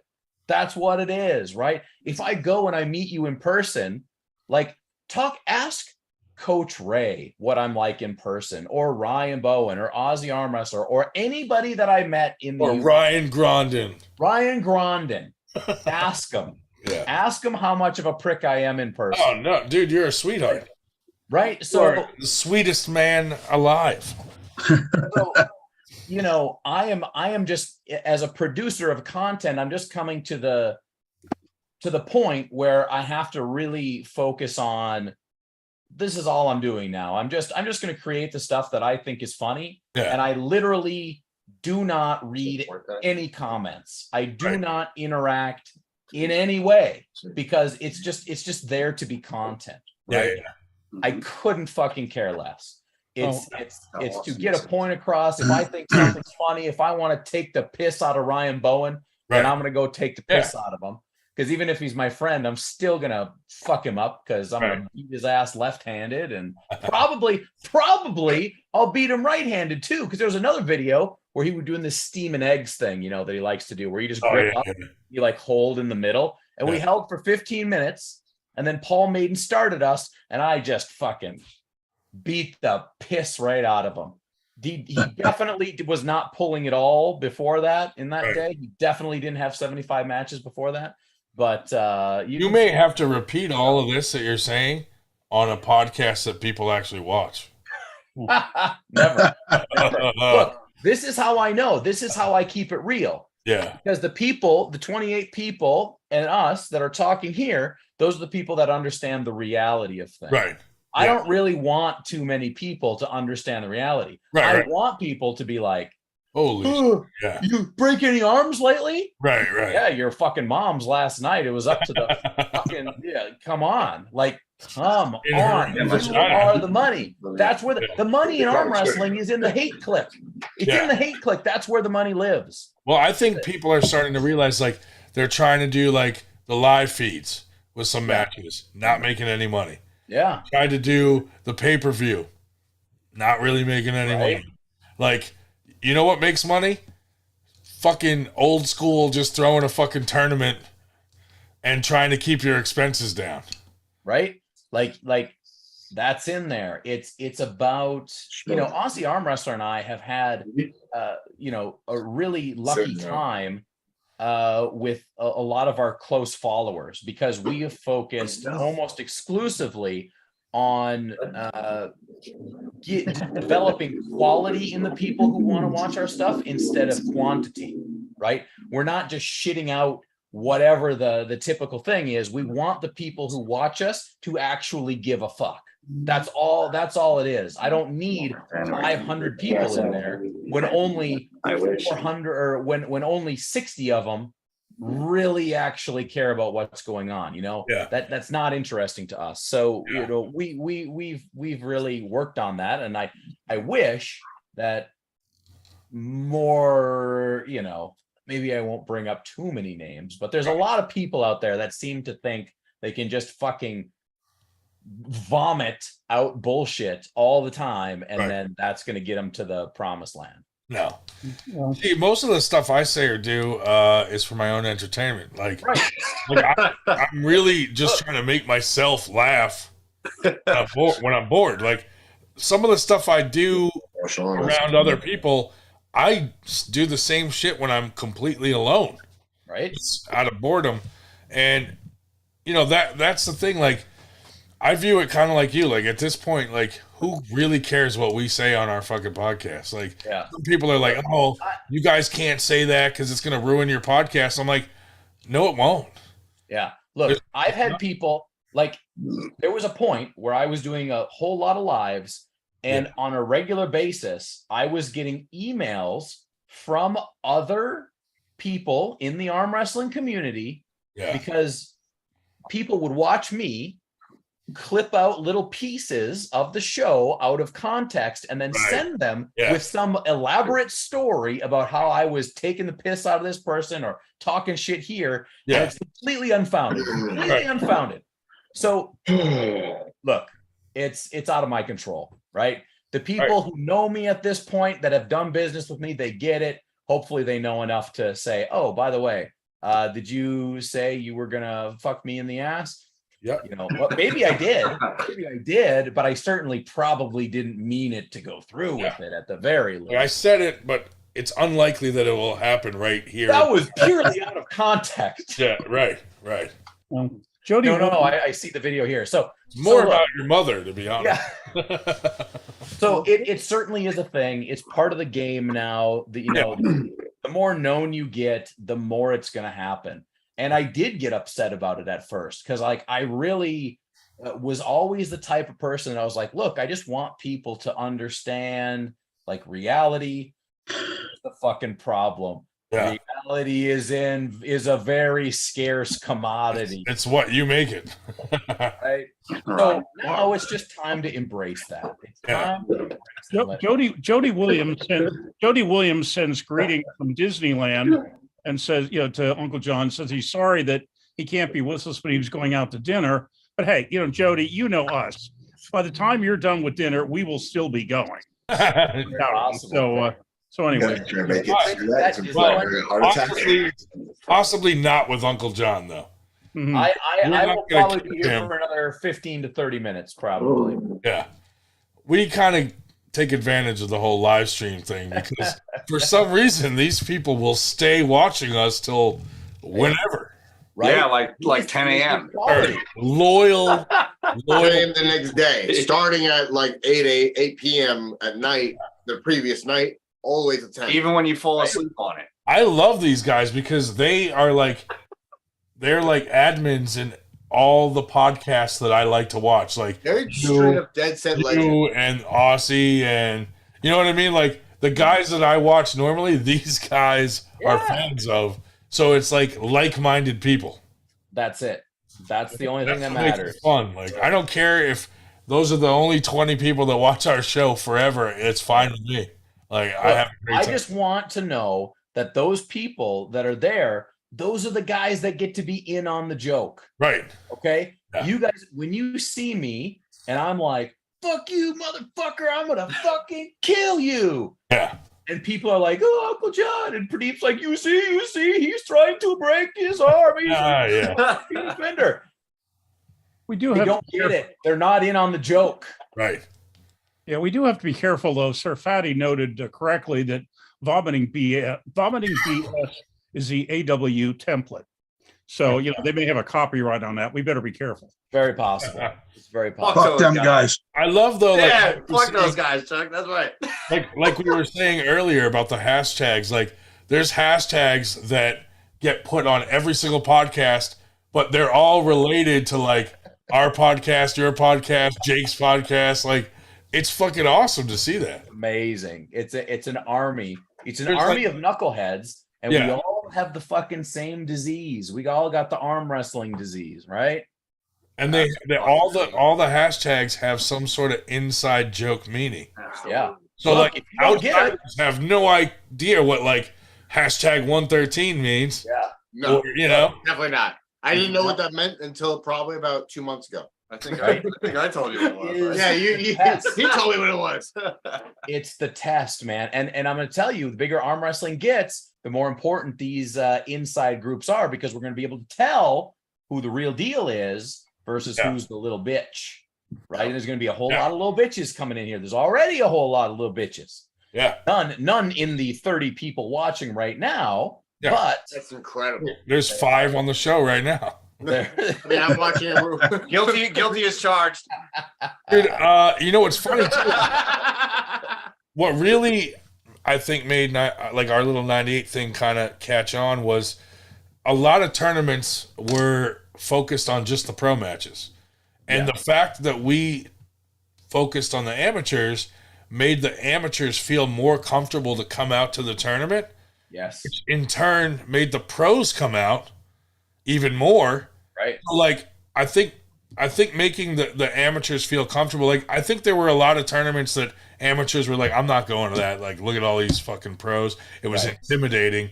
And I think we took the intimidation out of it to try to get these amateurs like, hey, we're the 98% and fucking, you know what I mean? And I think that's what really helped us to at least make our mark in our little area of the world, you know?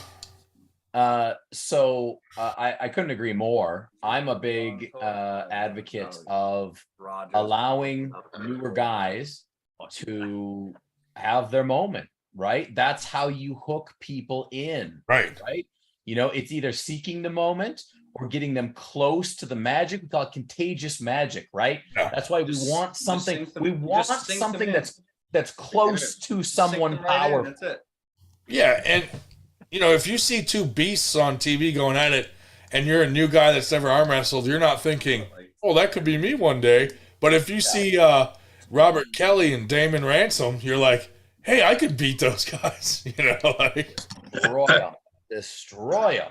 Yeah, but those kinds of matches, I feel like, are more intriguing to people that maybe are thinking about arm wrestling or haven't taken that step yet. Mm-hmm. They'll be like, "Oh, if that guy can do it," yeah, you know, like it just seems more attainable. Look, it's that is important, right? It is important because whether it's right, wrong, or otherwise, I think that notable people in arm wrestling will become more notable, right? Look back 3 years ago. 3 years ago, arm wrestling was a completely different thing that it is now. Yeah. You know, it's getting more difficult. You know, we've got a guy like Devin who's got 500,000 subscribers. He's very, very well known. I thank God, like I knew Devin before this whole thing happened, right?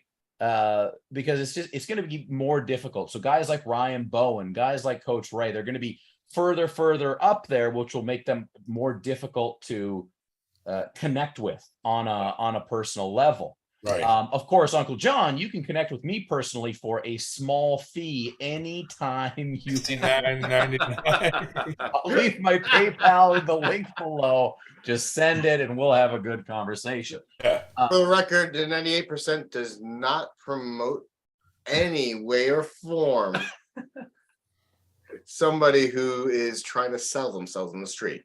Well, that's a new rule we're coming up with today. It's the John Thompson Fund for not funding others who don't need it. Well, there you go. There you go. Like we're like a church, you know, like they want you to give 20% of your paycheck to the church. Well, look, we're just asking for 98%. Send me that PayPal, and I will send you guys a check from Travis Bajan's house. It'll be in the mail. Well, and hey, I'm Exhibit A for It's Never Too Late to Start. We actually called him from our show. It went to his voicemail, and I said, "Hey, Travis, it's Zach Lee's wife. I heard you want to punch me in the face." And just left him a message. I don't know if he got it. Oh my God. We get kind of out of hand sometimes. Look, it's a perfect time to be new in arm wrestling. Everything is taking off. Everything is going to be more accessible. Never, you know, in 2011, when I started, there were 0 arm wrestling channels. There was hardly any arm wrestling videos that existed. So everything that you learned had to come from someone at your club or someone you see at a tournament. Right. And that was, you know, now that is not the case. You can Northeast message board. Yeah, that was out there. But then you know, you're then it's getting a little bit weird. But it is a little bit weird today because you got a guy like Coach Ray and Giannis who like are legit. It doesn't get much more legit than those two guys. They'll tell you something. Yep. Then you got some other jackasses that are out there going, "Nah, do it like this," you know. So you do have to comb through it. But as the things, you know, spread, voice of arm wrestling will keep going up and up. Ryan Bowen will keep going up and up. And you'll be able to see it really, really clearly, and ways to train and different modalities of training will become more normalized. So if you want to get strong, like There's no reason if you're like 21 years old right now and you've got a good base, Yeah. and you just go into it and you find a club and you start hanging and banging, within a couple of years, you can get to my level, right? I've been arm wrestling for 10 years, but it was a long, slow road. Yeah. I took a lot of time off. I only came back to hit it hard within the last 3 years, and my body is literally falling apart as we speak. Right. So it doesn't take that long anymore. All you got to do is put in the time. See, and I'm the opposite. Like, you have to take time off to get to my level. Right? That's it. And that's important. You quit the sport for like 10 years. Hey, we have to have both ends of the spectrum. That's right. You just have Levon. We got to have, a Ryan Grondin somewhere down there to let us know where the bottom is. One of these days, you and I will arm wrestle. Mm-hmm. Well, maybe I'll arm wrestle you. Did you see my match against Fox 8 Ball in Whitby? Yes, I did. Old Fox 8 Ball. Yeah. So I will arm wrestle you for a small fee, and I'll see where you're at, and then possibly we'll set up a match between you and Fox 8 Ball. I mean, it's already a loss in my book. Right? I think you might go well together. What if I'm willing to allow you to break my arm, and we have a match where you javelin me? It's wow, an interesting type of heat. It's an interesting. I'm not saying no. I like the reaction. The facial expression was right there. There's no chance that's happening. Uncle Jon, are you good at poker? Because that face is telling that you really enjoyed the prospect of that. I mean, I'm willing to take one for the team and just make it maybe my left arm. Yeah. Look, I am always interested in a work, right? I always relate things back to pro wrestling, and you have a shoot and you have a work, and a work is where there's a plan. Something's planned out. A shoot is when things have gone a little too serious, and maybe somebody ends up with hard feelings. Yeah. But I love to fool people. I don't know if you guys saw it or could hear it at Arm Wars. After my first match, Neil was interviewing me, and I took the microphone from Neil, and I'm like, Neil, can I just talk? And I gave this very inspired speech. I talked about my spine, which is legitimately, I have a degenerating spine, and I have all these back problems and blah, blah, blah. And I started to almost cry. And I said, so with these things in mind, I have to announce today, and this is in front of a live crowd, the live stream, right? So today I have to announce that I will never retire. And I went on this huge rampage about how I'll never stop arm wrestling. And that's great. That is where the power lies, right? That is where I enjoyed that moment more than all the arm wrestling that I did. Yeah. That is what people on the inside understand and what people on the outside don't understand. I could give a fuck less about wins and losses. Right. I care about creating moments. When you watch Arm Wars, in every opening, you hear, ladies and goddamn gentlemen. Yeah. That was the moment, right? Lost my ass in that match. Fucking also became the most hated person in the world in that match. Yeah. But that's the moment. It's funny because like Winter Blast, all these great matches, all these great people, and every time we have a tournament, my favorite moment is when we give away a free table and see the person's face. Right? Because a lot of times they tear up, like not expecting to get a table. They're new, or maybe they can't afford one. And I love that one moment when you see they're like, me? I don't deserve a table. And then they're just so humble and come up and they're so grateful. I love that moment of all our tournaments. It's emotion. It's what it is. It's honest emotion, and that is what puts the butts in the seats. Yeah. This body that is falling apart is how old? 38. 38. Thank you. Yeah. Scoliosis. Yeah, you're not much older than me, man. So you should literally tune into my podcast about all the different recovery services that I use. Do not. I feel like mine. Yeah, That don't do that. Look at this guy going to bat. Whoa, This guy- Jesus Christ, savagery. Wait, Anywho, you know anywho, that I'm doing a I podcast feel like like I degenerative could spine run disease? around my 18-year-old self. Okay, I'm Throw him 35 off. years You're gonna be old. like, so, Uncle John, I've got these sets of crystals. I No, think no, they're no, really fuck gonna that. help you out. It's got to Fuck put them that, on your no. nipples at night. Fuck the crystals. I don't talk about no fucking crystals. He's a it's psychic. commitment, and it is a financial commitment. I will admit to that. It is. There is nothing cheap about what I do, and there's nothing easy about what I do. But it gives my body that fervor that I want. Fucking A, I need Ron. to keep up with what I'm asking you to do. If we pull Ron, the rip plug your on chain them, off and fucking hit him with it. if we pull the plug on them, you'd be the youngest person on the podcast. That is true. I'm So 30. I'm Oh, the youngest one here. Yeah. Yeah, he's younger than me. so Well, I John, said, realistically, if how you much pull them, longer you notice can you the put this plural there. abuse in your We body? pulled them.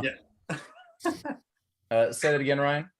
Realistically, how much more of this abuse can you put on your body? Like, do you see yourself? Well, so it's interesting. I've had like scoliosis for forever, but I grew up in a super poor place where apparently the doctors just don't diagnose you with that. So whatever happened, nothing ever was diagnosed. I had a significant lifting injury that happened to my lower back in my early 20s. Yeah. And so the scoliosis combined with that injury just kind of started over a long period of time, started messing with my back, and the scoliosis got worse, the kyphosis got worse. So, it's all of that stuff. And then I'm not trying to have that. my spine actually is slowly degenerating.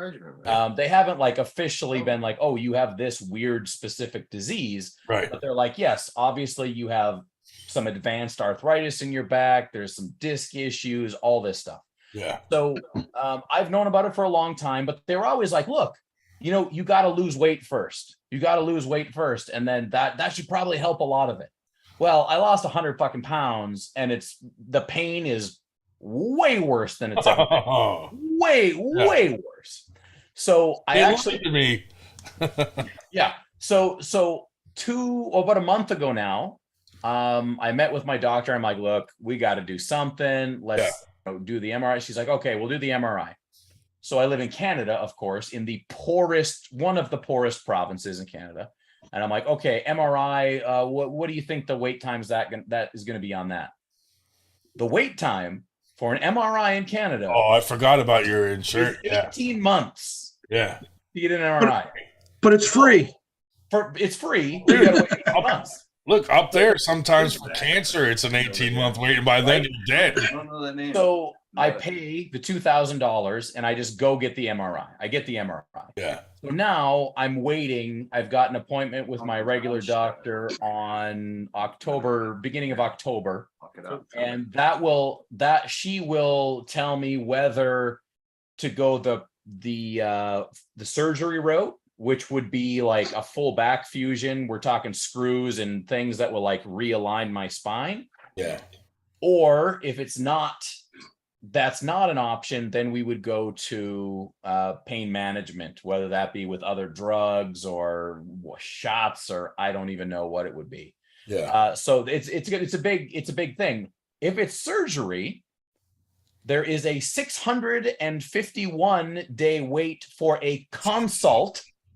Oh my God. And once you get the consult, you can wait another 362 days to have surgery. Yeah. See, I forgot about the. 3 years. Next 3 years, you gotta be dealing with this bullshit. Yeah. So what will likely happen if it's the surgery route?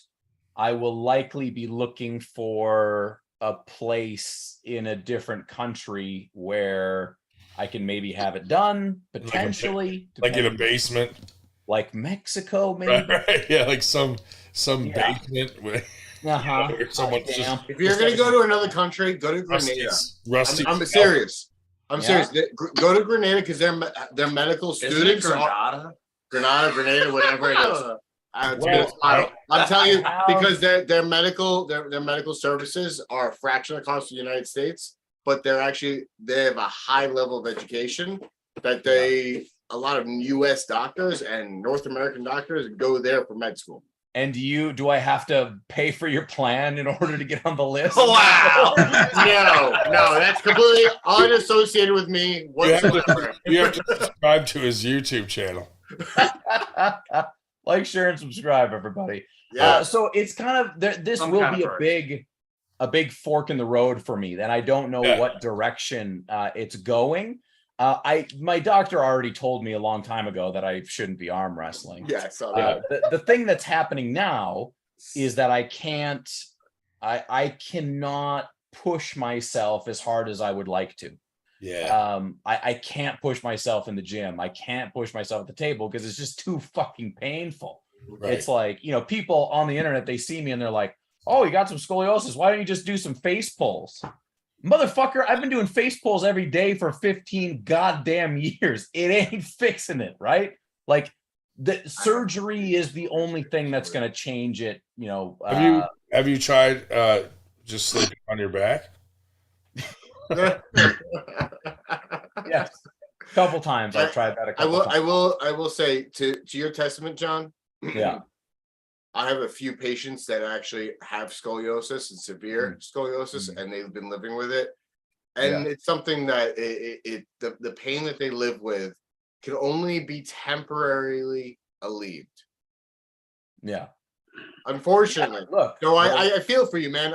I've treated multiple people with your similar condition.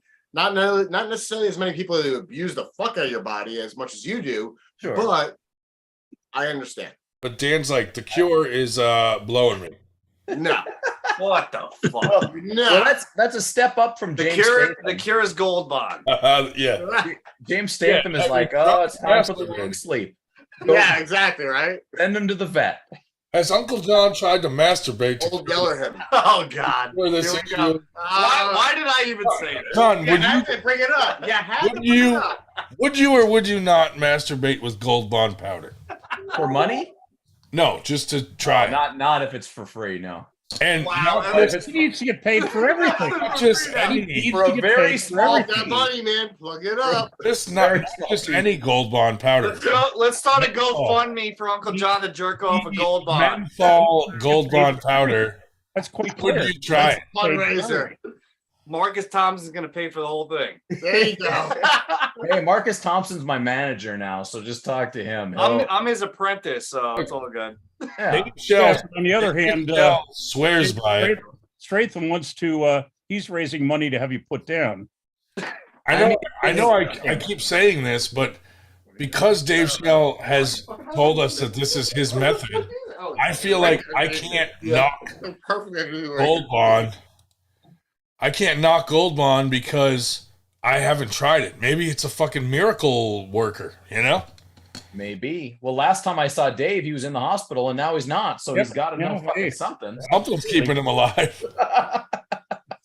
It's the menthol in it that's tingly, Hey, I'm not only alive. I'm going to drive 3.5 hours tomorrow to go up to a practice at Dungeon in Connecticut. I'm sold. He needs the menthol to feel it. I feel like the menthol would like burn your urethra or friction burns. I don't know. It just doesn't sound like it's a good mix.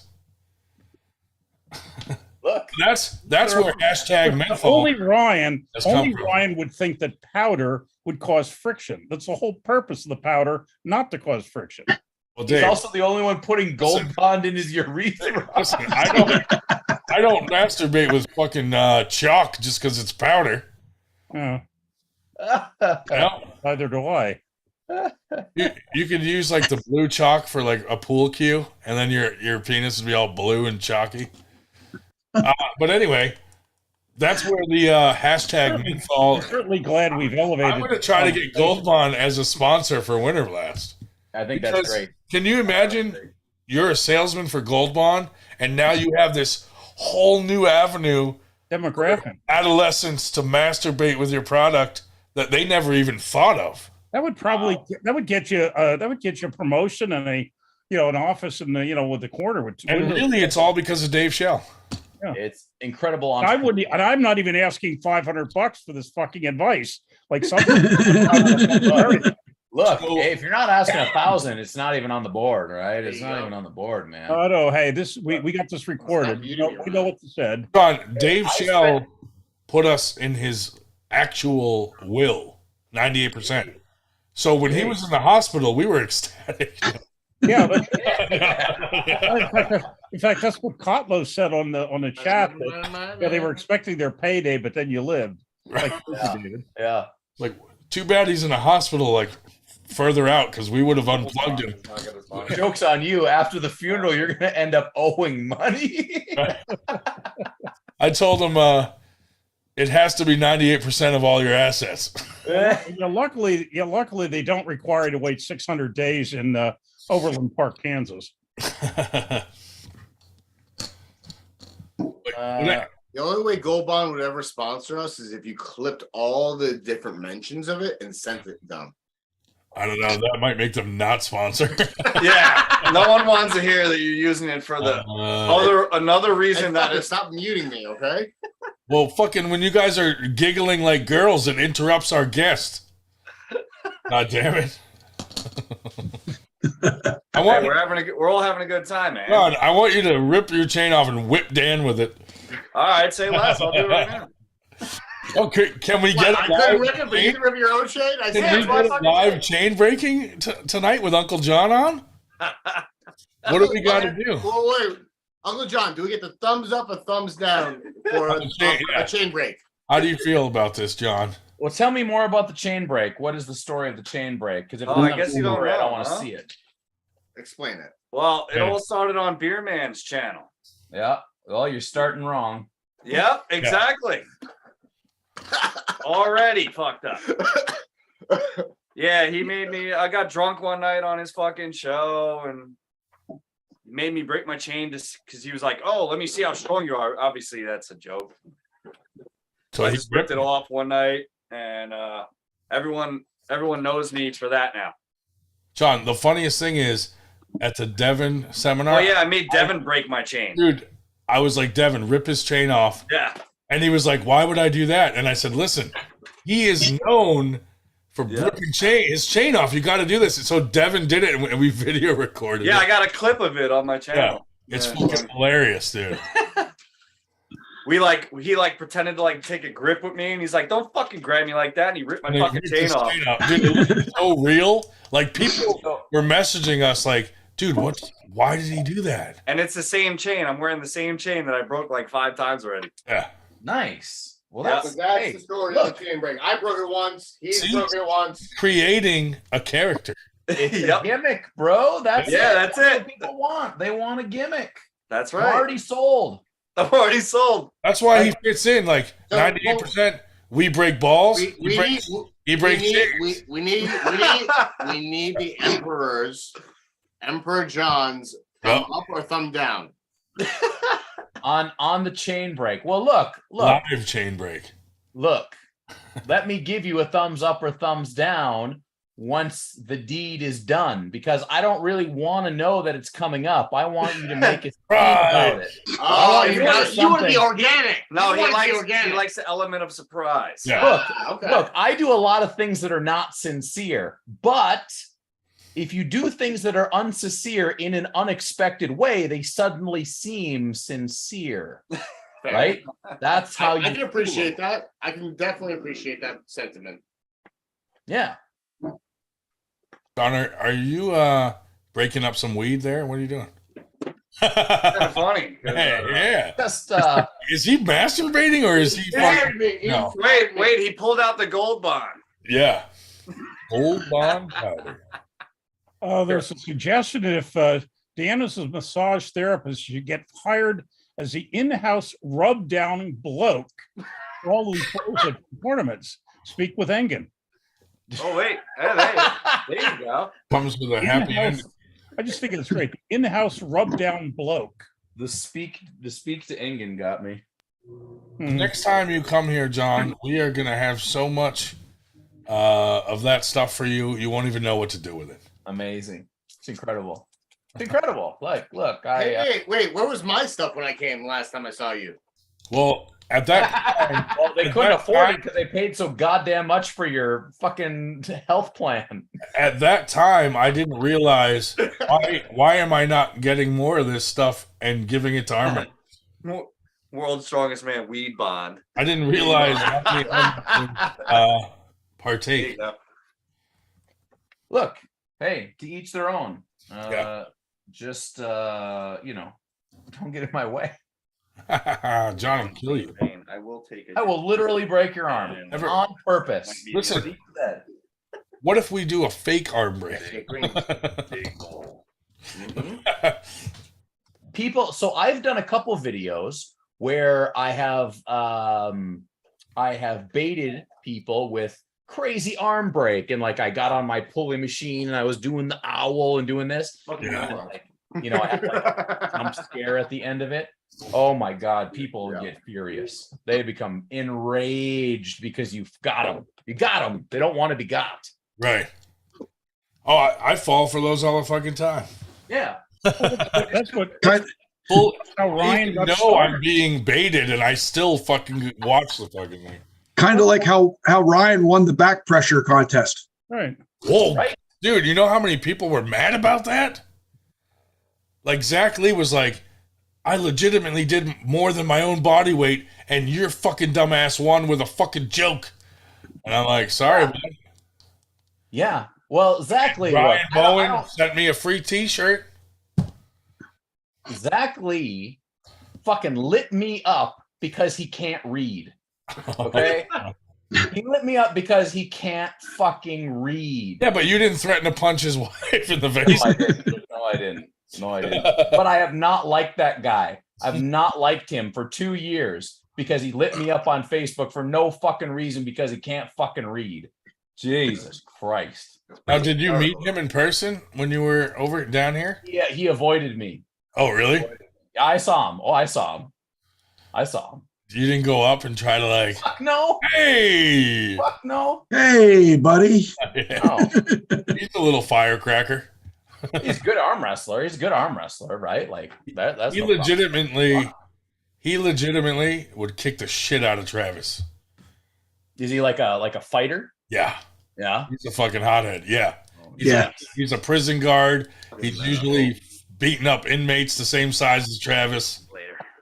So like I was saying, that guy, great guy. Never had an issue with him. Like, I regret not saying hi to him when I was down there, but we just couldn't hook up. Yeah. Couldn't get together. He's a good dude though. He means well, but he takes arm wrestling very serious. So I think he just wanted to. He is strong as hell for a little dude. Super strong. I've seen him pull before. But again, it doesn't matter how fucking good you are at arm wrestling. You can't read. It doesn't matter, guys. Unless you're the best, it doesn't matter. So just stop it. Stop it. Learn how to speak. That's all you got to do. Uncle Jon said you can't read, but he means it in a nice way. Well, I do now. I gotta say though, as hard of an individual as he is really generous with giving lessons to people like myself. That guy, he will give me everything. He'll teach me everything I need, except for the one thing I need to beat him, but everything I need up until that. I saw him and Artem pulling, and Zach was like, "You want to go in the straps?" And Artem's like, "You don't want to go in the straps with me." But Zach is a strap master, and Artem regretted going in the straps with him. And they were just kind of playing around, but he was like, "Oh fuck." Yeah. Which is cool to see because I view Artem at like a much higher level than. Well, you got to be clear though. Is this Artem today or Artem 9 months ago? Because those two are significantly different. This is not Artem's current condition. Yeah. On his Super Artem specific diet. Super Artem, who's like going to the Golden Gate Bridge and knocking the shit over. And but dude, props to him. He's fucking killing it. Oh, amazing. He's doing what you got to do. I love to see other people succeed and do well and like watch their journey from like maybe a lower level, and then all of a sudden they're like fucking up there, and it's like, wow, look at that guy. That will never be me. Well, if you keep saying shit like that, yeah, Of course not. I'm not gonna allow someone to take my fucking title, the worst arm wrestler in the world. It's not gonna happen. Well, you might be competing with Ryan right now, the other Ryan. Ryan Bowen, yeah.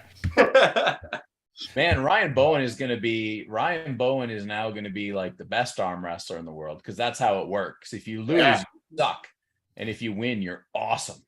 Right. Yeah, if you come off of a losing streak like that with that type of performance, you do pretty well for yourself. Yeah. Because people who don't really truly know the sport will sit there and see that, and they'll say, holy shit, this guy's amazing. He just dominated this whole entire tournament, this whole matchup. And he ran out a little bit of gas at the end. Yeah. That's what they're going to say. Well, John, look, I know some people gave you some shit about certain things, but just so you know, us 98%ers fucking have your back, buddy.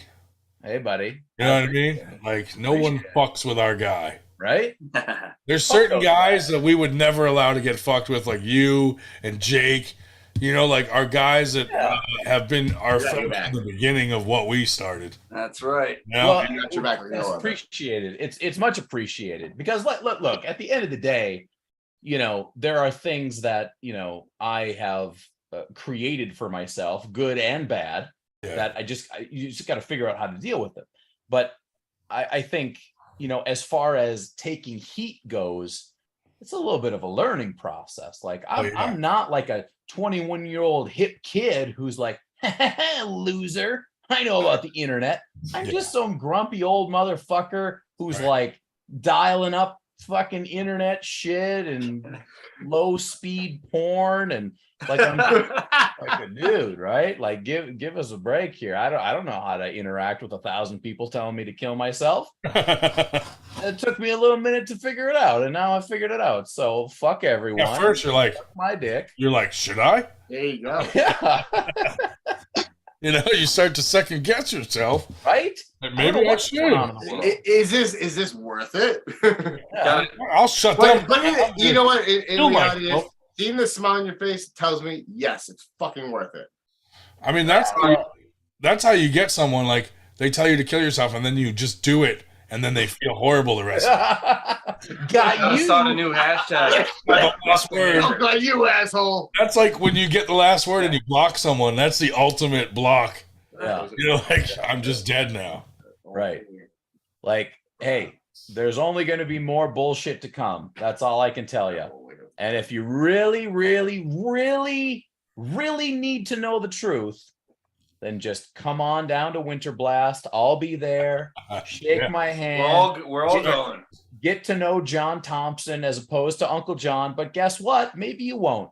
Maybe within 6 months, I'm like, you know what? Evil Uncle Jon is just taking over. And then it'll be gone. Uncle Jon will be wiped, and it'll only be the bad guy. So get it in now. If you want to know the true Uncle Jon, the nice guy Uncle Jon, before he goes away forever, this is a limited time offer for a very, very small price. You can get to know him. $69.99 live chat. Is it always $69.99? Well, as has been said from time to time. Right? There you go. Wow. There you go. There you go. Is that you, Dave, when you were a baby? Wow. I love it. Wait. Considering about the eyes, that's me and Ron right now. And Uncle Jon in a few moments. Yeah.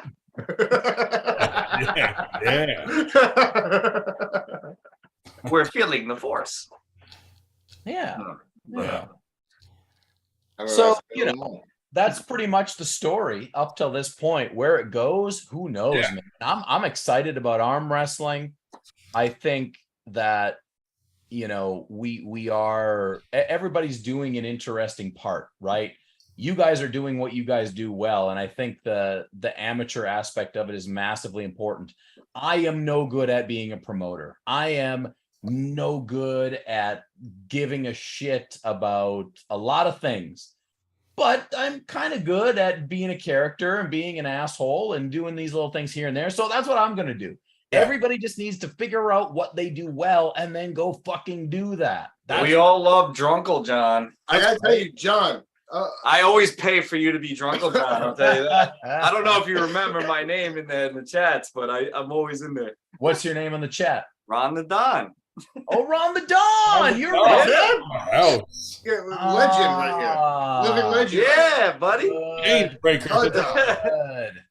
See, now it's a good thing you did that before I go outside. Hey, that would have been the ideal time to rip your chain off. Right? Yeah, maybe. That would have been perfect, Ron. Oh my opportunity. God. I don't even want to see it now, Ron.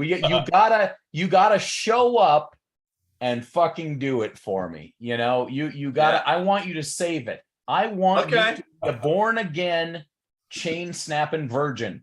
Really save it up. Rebuild. Well, I actually haven't done it in so long anyway. So right. Yeah. Yep. I really want to see your best.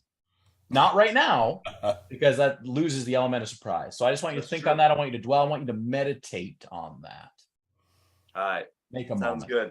Make a moment. There you go. We should show Uncle Jon the video of Devin ripping your chain off. Go ahead. Yeah, do it. Give him more amped. Oh. Get everybody amped, to be honest. It's actually hilarious. Is it on? It's on your channel, right? Dude, you're the one that recorded it, bro. I know, but Like you have it on your phone. You recorded it. yeah, it's in my phone. It's not fucking You right posted here. it on on the page too and everything. Let me see what the best way to go view that. Maybe TikTok. You posted on TikTok? Because I didn't. Fucking right, I did. You fucking bastard. Oh, You son of a bitch. Well, you did record it, so it's all good. I don't care. hey, did you guys see me get the shit kicked out of me? When you realized in Mexico they don't say trick or treat for shit. Halloween. They That's not the right video. That's definitely not the right video. they just yell Halloween. I don't know what's going on here. Yes. That was great. Oh my God. That was Awesome. racist. That was glorious. Glad we got to hear that. Ryan, are you having So trouble am I. finding it, bud? Yeah, Just go to my channel then. that's where I'm getting at. There's too many videos of too many things he's uploaded. Yeah. Who knows what the fuck this man uploads? What the hell is what's the name of your channel? Ron the Dom with the chain emojis, bro. Come on. Shit. I'm done. He's tagged in a lot of my I don't know how to do the You can chain. just click on my video. I don't know how to do the chain emoji. Damn it. Go to my video then. Go to my channel. He's tagged in the last live video. Fucking Christ. And you click on that, it'll bring you to his channel real quick. You're the one that's like. Hey, listen, I may be old as shit as well, but I can figure out some little life hacks. Little. I ain't trying to rewrite nobody's DNA, nothing, but I know how to fucking fix pain. That's the only thing I know. Where is he tagged? In the fucking description or title. Fucking Uncle Don's like, yo, He's lost you need fucking some help? interest. Just in this. let me know. No, it's not going to come up that way. No, it's in the app. No, oh, fuck. I have too many windows open. Everything's all fucking crazy. Whatever, man. God. Yeah. Son of a bitch. He failed. John, I'll message it to you. Yeah, there we go. There we go. I'll just send it to Uncle Jon. Is this gonna be good? Yes. Yeah. It'll be worth the hype. But now let's carry on and move on to another subject. Here, I'm just going to send it to Uncle Jon and see what he thinks. Oh, you found it? No, but I can send it to him. Oh, directly. Gotcha. Just directly. So, Uncle Jon. And then he can watch it and tell us what he thinks. So, last week's Zoom, there was a debate, and I really want your input on it. And I'm going to take this as neutral as I can because this is about me right now.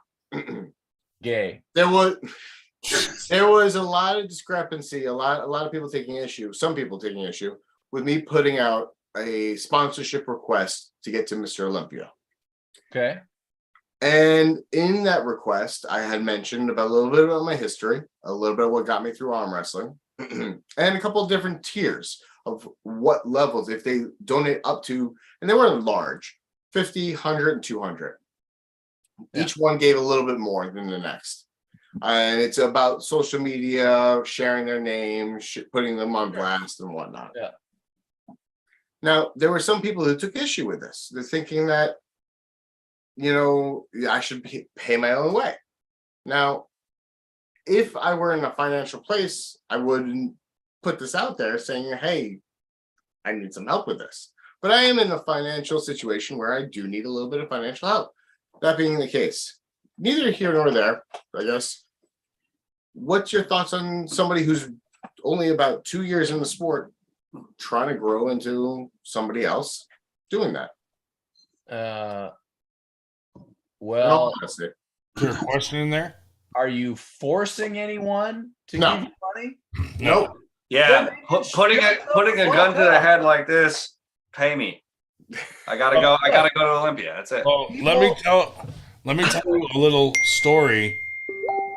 So I tried to help an arm wrestling couple out because they wanted to also go there, right? Yeah. And this is what happened to them. Now, I'm not saying that's going to happen to Dan because Dan went about it in a different way. But what happened to them is they asked for a little help to go to Mr. Olympia, to Vegas. But then, you know, they'd post videos of them going to other tournaments and stuff like that. And people freaked out and they were like, oh, if they have money to go to other tournaments, I want my money back. And I was like, fuck, that's kind of shitty because just because you're asking for money, like there's a difference between having to spend a lot of money to go travel far than spending $50 at your local tournament. And so they kind of got discouraged and just decided to give everybody their money back. Yeah.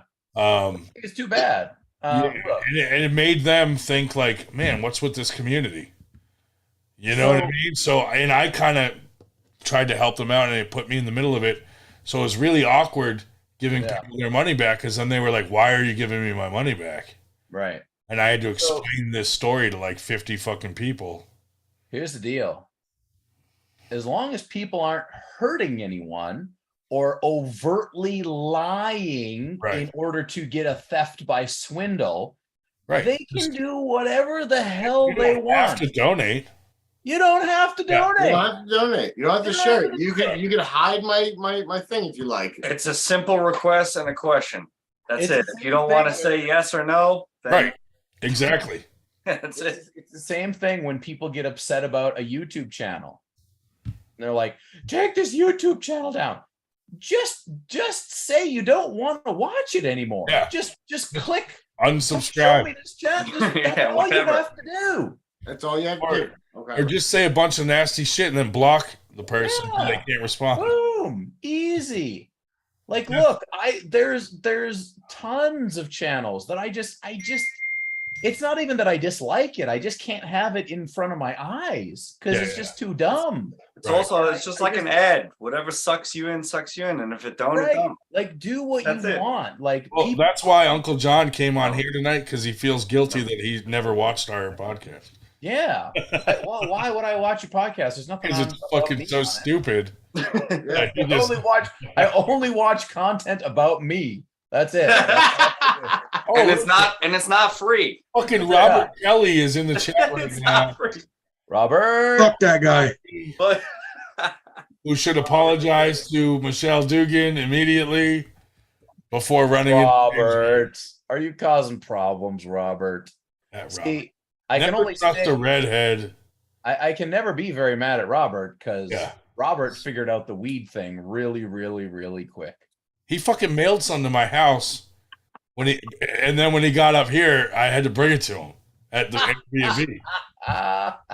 He didn't even wrap it very well, so you could smell it. It's lucky it got there. I could smell it from my front porch as I'm walking up, and I'm like, how did my fucking mailman think that it was like this was not a fucking weird thing? And but yeah, so next time I hope if he mails something to my house, it's a little more well wrapped. And Artem did the same goddamn thing, and we're driving around, and Artem gets a fucking an alert on his phone, and he's like, "Hey, can you go to your house real quick?"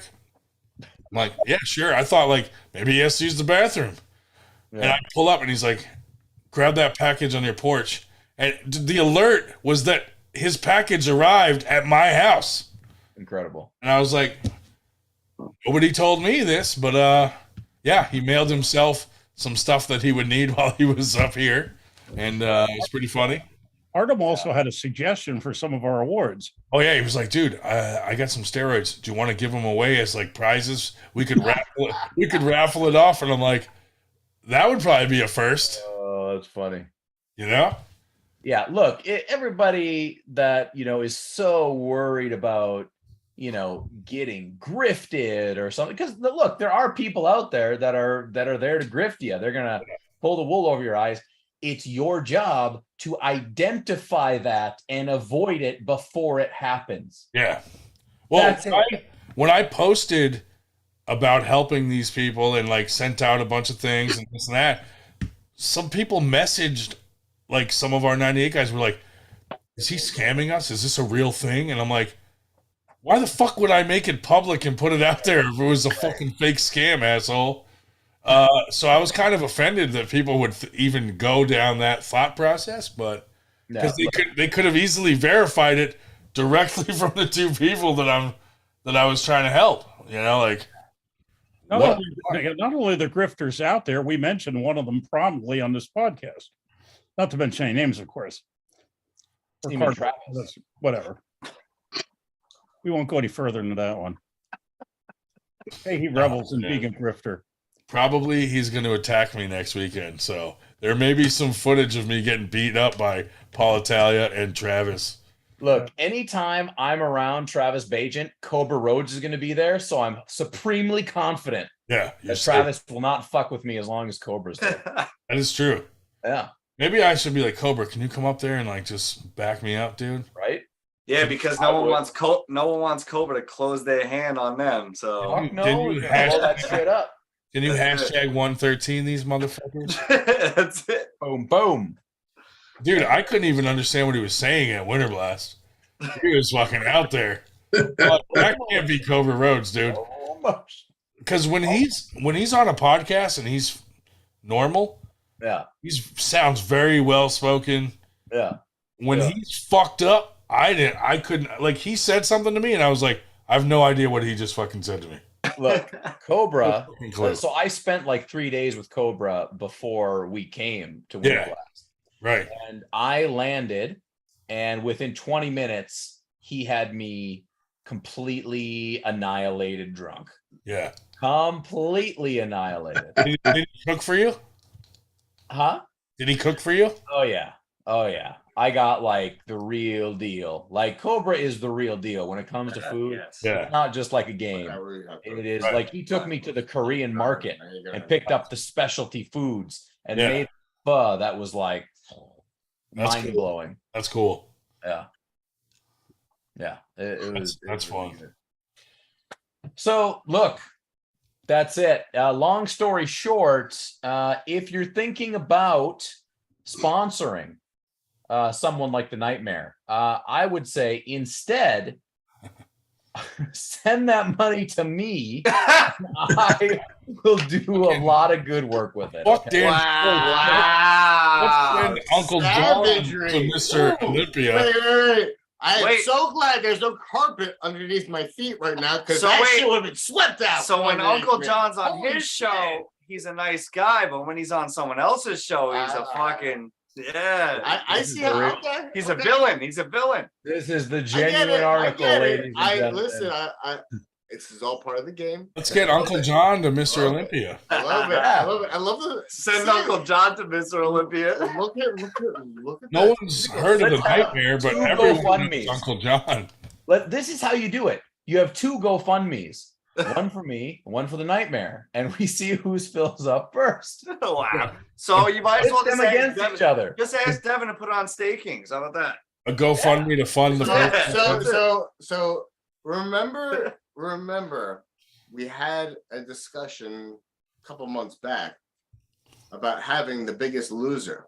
You lost about 100 pounds, correct? So have I. So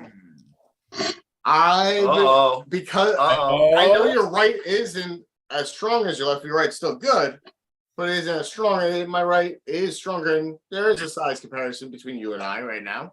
Regardless, you're what? You're 210. Yeah, I'm a little heavy. I got a little heavy for the world's strongest man guy. I'm like 220 right now, but I'm coming right back down. Okay, that's fine by me. I'm at 172 and right-handed. Maybe we can have something at Winter Blast. Well, because of the weight difference, I'll be very, very generous. Like what you said earlier, yeah. Instead of $1,000, I will come in for the very, very low price of $949.99. That is US, but not Canada. I can't do Canada. Wait, maybe Marcos will sponsor this one. Maybe Biggest Marcus Loser will, but Marcus is my set this manager. up. Ryan, you gotta set this up, man. Biggest Loser match. I will pay him in lots of green stuff. There you go. Look, all I have to do is make sure, because this is one of the big come to Jesus moments that I kind of had with the whole, am I going to continue on or am I not? It's like I can't go to events and lose money anymore, right? Because it's like, I usually, if I go to an event, I'm taken care of very, very well. And a lot of people, they'll pay for the flight, or they'll give me a place to stay. Yeah. But and that's wonderful, and I love that. But at the end of the day, I still have to get food and all this shit, and I still end up losing money, right? Even though it's an awesome time. Yeah. So it's just economics at some point. Right. I'm not saying I can't be coerced, but it would be a match for the ages, just for the storybooks, because of the weight loss thing. It would help out in different realms. It would. How is a 6-0 loss for you going to help your career, though? What? 6-0 loss? What's the point of going to Olympia? That's the funny thing is, I think a 6-0 career for me would be amazing against someone like a name like Uncle Jon. Well, yeah, that's what you're paying for. You're paying for the name, right? Yeah. Right. You don't get Nike shoes for free, you know what? You may not get it for free, but you work hard for it. Hey, it's easy money. Well, I suspect they're probably not paying for your good looks in Houston on November 5th either. Wow. That's just a guess. Wow. Ouch. Nobody has ever paid me for my looks ever in the history of time. That's why I have to pretend to be funny. That's why I had to learn how to I don't know those towards you or me, but it was great. I suspect that no one on our show has ever been paid for good looks. Definitely not. You know what's funny though, John, is when you get off here, I'm going to message you and try to coerce you to come into Winter Blast. Let the games begin. Wheeling and dealing. Yeah. The thing, and here's the thing is, 98's new to the whole tournament game, and Winter Blast was only our third tournament. Yeah. So, but as we're growing, and people are buying our shirts, and we just got monetized. Yeah. That's when now we can do some cool stuff and pay for people to come. It's gonna be awesome. Like Winter Blast, everyone wanted to get paid to come, and we had to see what we had at the end of the day and let the dust settle. Yeah. And then if we could send some money to some of the people that came, that's what we tried to do. But in the future, I'm hoping that we have more money where we can make those things happen a lot easier. Yeah, me too. Because I feel like having some like guys like you and Artem, and it made the tournament more fun. I had a blast. That was my, like, I've told the story before, but that was my first tournament that I went to, like, post COVID. So it was like the first tournament I went to as Uncle Jon, and it was like, awesome. So you don't know if it was actually fun or it was just because it was your first time. Well, I had an enormous erection the whole time. That's all that matters at the end. I mean, we didn't notice the erection, but I'd imagine that there was one in there somewhere. You know, I had it heavily taped. Yeah. Well, Cobra was always in front of it. Yeah. But yeah, hey, listen, I don't want to hold you all night, but I want to say thank you so much for coming on, and you've always been super supportive, and we appreciate that. And if there's anything that we can ever do for you, but I'm pretty sure our 25 followers also follow you, so there's not a whole lot we can do there. Look, guys, the best thing that anybody can do is just send you money. After sending me money, thank you very much. After sending me money, seriously, fucking figure out what you're good at and do it for arm wrestling, right? I believe that this is what I'm good at. That's why I'm doing it for arm wrestling. A whole fuckload of people do not agree with me. Yeah. But look, whole fuckload more do. Yeah, and that's what I hope. And I hope it grows. And I hope I grab people who don't know. I hope I grab somebody tomorrow that didn't know what arm wrestling was today. Right? Yeah.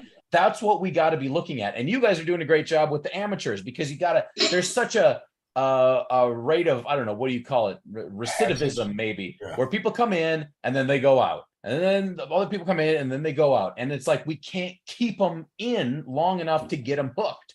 Right. And this is the type of shit. So figure that out. Do your shit. All 25 people. This is like the Jesus thing. What is the Jesus thing where you got to like bring it to your fucking brother or whatever. Go speak the word on the mountain, high atop. Be the prophet. That's what I'm saying, ladies and gentlemen. I will. You heard it from Uncle Jon first. You heard it from Uncle Jon first. I am like Jesus in arm wrestling. Thank you very much. Yeah. But hey, if you ever do come to the Winter Blast or whatever, we'll be there. I'll cover the drinks like Marcus. Boom. Boom. We're getting better as we go. I'll cover the weed. All right. You will cover the gold bar. Yeah. And the Nightmare is paying $949.99. We are set, ladies and gentlemen. That's a bet. That's what the promoters pay. That's a bet. Now he's going to start a sponsorship. The promoters pay. Oh man! Next, he's going to post pay the fees. The Schmo and Marcus will sponsor it. He's posting. I will tell you, man. I would look forward to the day I group up with you, because we didn't get to group up the last time you were down. Right. I was too drunk. We were probably too fucked up. And he was. That's going to be the case again. And he kept asking me, "Who the fuck is that guy?" Yeah. It's going to be Uncle Jon versus the Dreamcatcher. I'll be ready. I'm always ready. You have yet to beat the Dreamcatcher. Hey, okay. I'm not just saying. I apologize for their behavior. I remember my first podcast.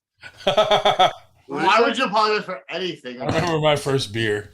Wow. First beer. Wow. Savage. Oh shit. All right, boys. Thank you. Thanks, John. Keep on rocking. Later, John. I'll talk to you soon. Thank you for coming, man. Details. Sounds good. All right. It was a pleasure. Fuck that guy. Fuck that guy. What a sweetheart John is. He's a good guy. Coming on and giving us all. I mean, he gave us some hours there. Yeah. Yeah, he did. Yeah. What a nice guy. So hopefully we can get. And now everybody's going to leave. Now I did send John some money after Winter Blast. You send him some money after this, right? Oh yeah. He's billing you by the hour, right? If we had money, we would use it for good. But hopefully, when this gets fully monetized, that will bring in a couple bucks here and there, and that it would. because if we let it build, I'd be donating to you too. if we let it build up, like that's how we can fund bringing in people or paying for matches or better trophies or whatever it is we got to do with that money to like everything we get 98% goes right back into the sport in some way, whether it be buying the table that we give away for free, trying to make the event more fun. Because to me, it's the atmosphere of the event that makes it fun for me, not just the matches. You know what I mean? Some tournaments don't have super matches, and you go there and it's still a fun tournament because of the atmosphere. So I try to focus on like how are people going to feel while they're there. The experience. I don't know. If you love arm wrestling, I just feel like you just love the environment automatically anyway. But I guess you can't assume. You can do things to right. The experience. You can make it that much better and that much more different and more like a more enjoyable experience. And that's Ryan is actually quite the master of doing that. Well, I think having the different guys from different parts of the country that like you see these guys on Facebook and you may interact with them, but having a lot of these guys from different areas of the country come and you feel like you've known them forever and show up and like we had Jamie Sheldon, we had Aaron Yearsley, David Hobbs, Artem, Uncle Jon. Like I feel like all that just contributed to making it a way more fun because everybody was like walking around like talking to each other and joking around and like because you don't see these guys very often. Right. I really feel like our Zoom meeting is what really kicked off 98% because having us on here talking and chatting and hanging out, we all became friends. And then when we'd see each other at tournaments, it was like, hey, like these are my friends that I talk to all the time. And the funny thing is that we kind of knew each other without even meeting each other at first, though. Yeah. Right. For the record, I've never said that about Ryan. Chuck Bardo pretty sure hates me, but he hates everybody. But like he secretly likes a portion of people and bits about people, but he hates everyone else. Where the fuck you going with this? I don't know. Okay. He frequently texts me and he's like, "Hey, I do like you." But on the show, I have never. That is accurate. He has never texted me. Most of the time when he texts me, it's saying, "Shut the fuck up." Yeah, I could just go take a walk. You want to just take a walk then? What do you guys think? Does anybody here think that I might possibly be attacked by Travis and/or Paul Italia next weekend? They're not going to do shit because there's going to be so many live streams. They know that they're not going to do shit to you. They might do fake shit. They might do something that's going to be like flared. Hold me back. Views. Yeah. They're going to do some bullshit, flared up bullshit, possibly. I don't think I don't think anything real is going to be. Tell me real. Yeah, exactly. I don't think it's going to be for that. I don't think either of them realize that I'm a ninja anyway. You know what? If one of them does that hold me back bullshit, do me a favor. I'll be like, let him go. You should say let him go, jump up, do a fucking roundhouse kick, fucking kick some bullshit. Yeah, and then be like how graceful you really are, and then like you're gonna be like, oh fuck, I'm not fucking with him. They don't know that I'm nimble for a fat guy. Show them how nimble you are. Yeah, if I do that ballerina, if I do that spin kick, they're gonna be like, oh fuck. Be the fucking ballerina. You're meant to be like, that could have been my face. Jack me nimble, Jack me quick. Yeah. Jack me Ryan on a fucking pogo stick. They'd whisper to the guys holding them back, like, man, I dodged that bullet. Oh, chain snap coming. Oh yeah? Where? Oh, be careful. Ooh, I'm pulling, I'm tugging, it might break. Has it ever accidentally broke? No. Nope. No accidents. Let's see if Uncle Jon watched that fucking video. What's that? Did you actually send Uncle Jon the video or not? Oh yeah, I did. Oh, you did? Yeah. He probably went right to fucking smoking, and he'll watch it while he's high and be like, "What the fuck?" What happened? Oh, Uncle Jon watching Oh, yeah. the Devon snap. Oh. Josh Musser said, "Who would win, Ron versus Glacier?" I'm sorry, Glacier, but Ron has it all day Glacier. long. Razor. Matt, I'm sorry, Matt, but Ron has it all day long. Schmo said he's too big for Glacier. That's probably true. Right?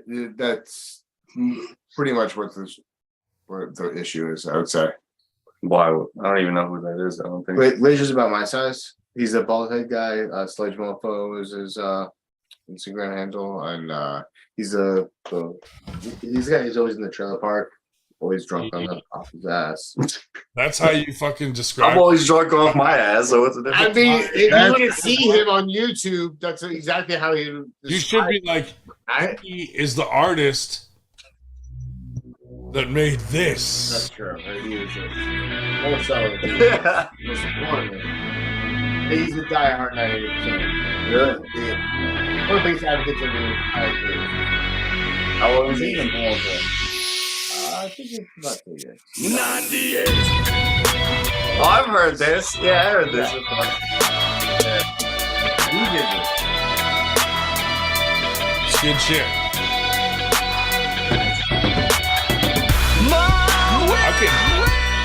I play this all the fucking time. I've heard it before, for sure. I can masturbate to this song with Gold Bond. Really, bro? Nah, but Matt's a cool kid. I appreciate him and his dedication. I just want to play it till my favorite part. No talk, we always push it through the fray. Hand on the table, smashing the I mean, he crushed this thing. We didn't even ask him to do it. He just was like, "Hey, I made a song for you guys." On the road, wherever competition goes, bringing home the pain to the arms of That's right, Captain. He's off experimenting with Gold Bond. As you tread, and brother, I'm not done. I won't return until the title's won.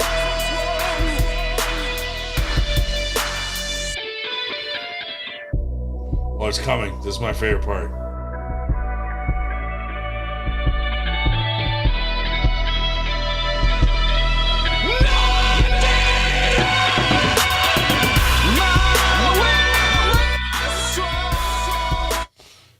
I fucking love it, dude. I've heard that a million times, so. Podcast. I haven't heard it a million times. I've definitely heard How many groups have their own song? Fuck that guy, you know? Shit is great. Yeah. Thank you, Matt. If you're watching out there somewhere. Dan Schwartz calling you out on your trailer. Way to make him feel good about himself. Hey, you know the guy that's I suck, man. What can I say? I'm sorry. I don't have a way with words right now. I'm not the wordsmith. Guy who's always in that trailer, that shitty trailer, and he's fucking. Wow. Hear you back right now, bro? I feel like a complete asshole. So I should, as I should. You should start a GoFundMe to get Matt out of the fucking trailer. God damn. Dude, I used to use GoFundMe as a way to troll people. Like let's say Travis, for example. I'd start a GoFundMe for like fucking facial reconstruction or something. Oh my god, bro. You know, nobody would donate, but I just put the link out there, and in the description I would write like, you know, this fat. I do not endorse this. I'd be like, this fat bastard needs fucking liposuction, and you know, donate. It was like a way to troll people. You got to think outside the box sometimes, guys. That's the ultimate troll level right there. There's trolls, and then there's that. It's way above a troll. So what else is coming up with 98? We're still working hard on Winter Blast. We're still trying to find a venue. I think Actually, you can't. we might be at the Valley Forge Casino, possibly. Oh shit. Chuck Bardo may start his own segment, possibly doing 2%ers, which would be cool. And then we might have Matt Mask on soon. He just has to do his Engin Terzi interview first, and then once that's done, he said he would come on. You know, I'm still waiting for my East vs West T-shirt that I freaking donated for. From Engin? Yep. Well, fuck that guy. Well, how long can it take? I don't know, but it's been. When was the East vs West freaking thing? It was like a month and a week or so ago. I don't even remember. I wrote something like, "Hey, that was a great video, very fucking, very instructive or whatever, constructive." I wrote something really nice to him, and he fucking blocked me. I'm like, the fucking language barrier must be the fucking factor. No, he understands. Fucking cocksucker. You must have said something fucked up. Fucking hairy motherfucker. Wow. So yeah, see, you definitely said something that he didn't like. No, dude, I honestly wrote something like he did a training video, and I was like, "Oh, that was really good. I like that video," and fucking blocked. or he clicked on the wrong fucking person. I don't know, but he blocked me for that, which is funny because that's hysterical. That's back when he was training Jacob Bevel. Oh yeah, yeah. Yeah, Jake got mad at me when I told him maybe he needs to get his money back, needs a refund. Hey, whatever you're doing with Engin, it's not working. You fucking lost to Dan.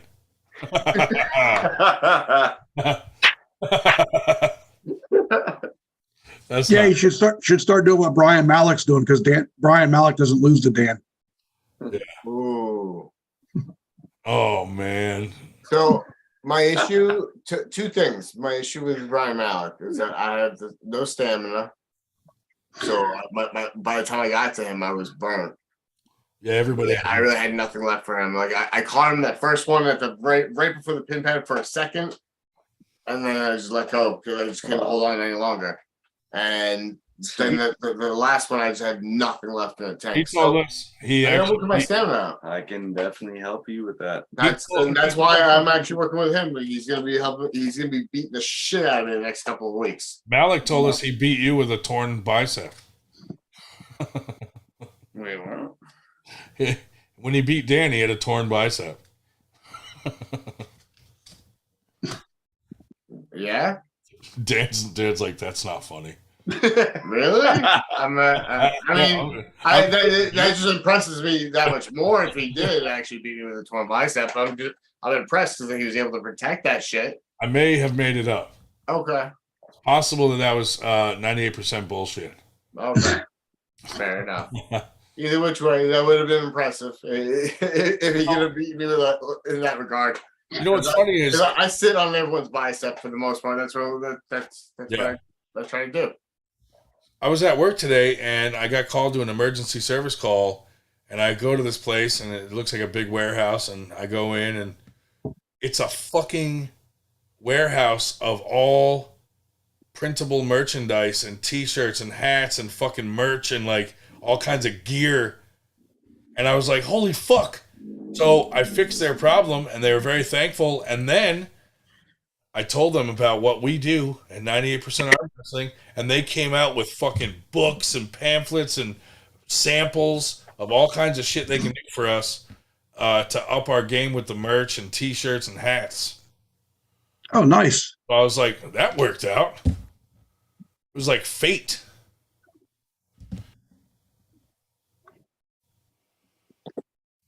Hey, what's up, Sonic?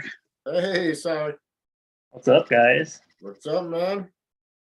How's it going? It's going, man. You missed Uncle Jon, dude. Are you going to go? Are you going to crush everybody at the Iron Kings practice tomorrow? Oh no, I can't make it. Are you going to Morocco's practice? The reason? When is that? 25th, September 25th. It's like what the next fuck? weekend. On Sunday. I can. That's It's the day after my daughter's birthday, so I'm celebrating with my family then, and I'm celebrating with her friends the day before. I was hoping you'd protect me from Travis.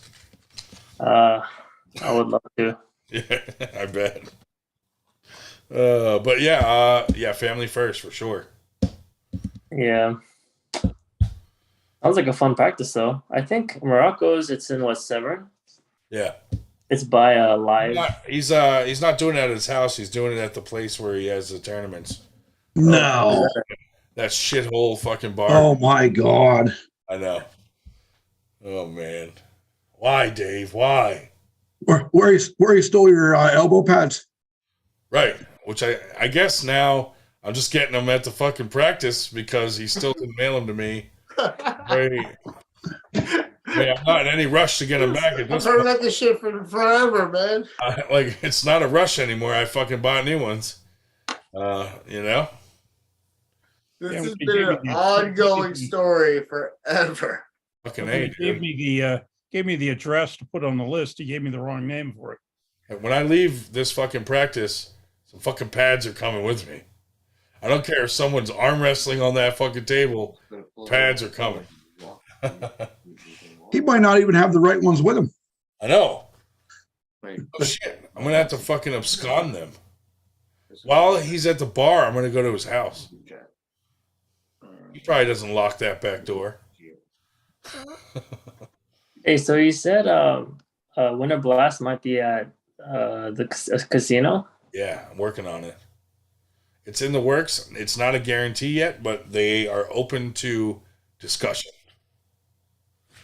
So they have like a bunch of like rooms where they have like big trade shows and stuff, and they can section off sections and customize it to our size. The part we have to work out is how we're gonna go about food and alcohol and how like they make their money on the back end, you know? Mm-hmm.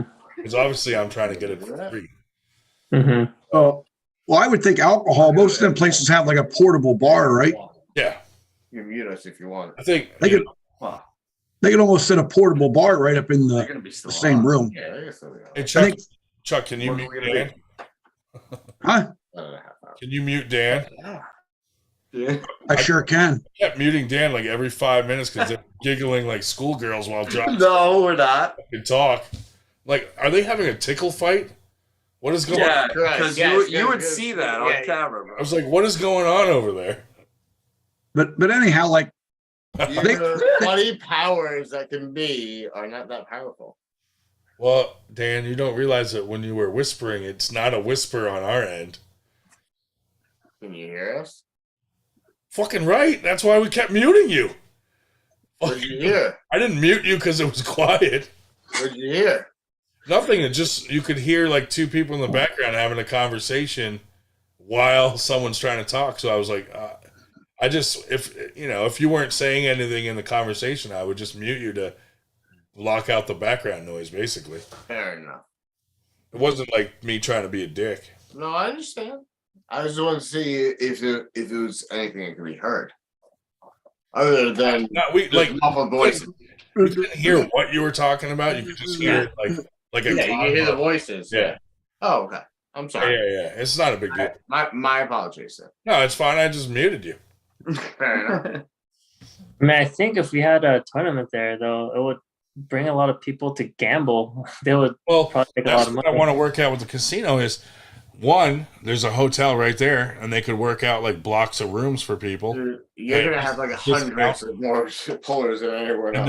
And then if they give some sort of discount, or they have like some fake cash or whatever they can give out for people to go gamble, like that might get people fucking staying there for the whole weekend.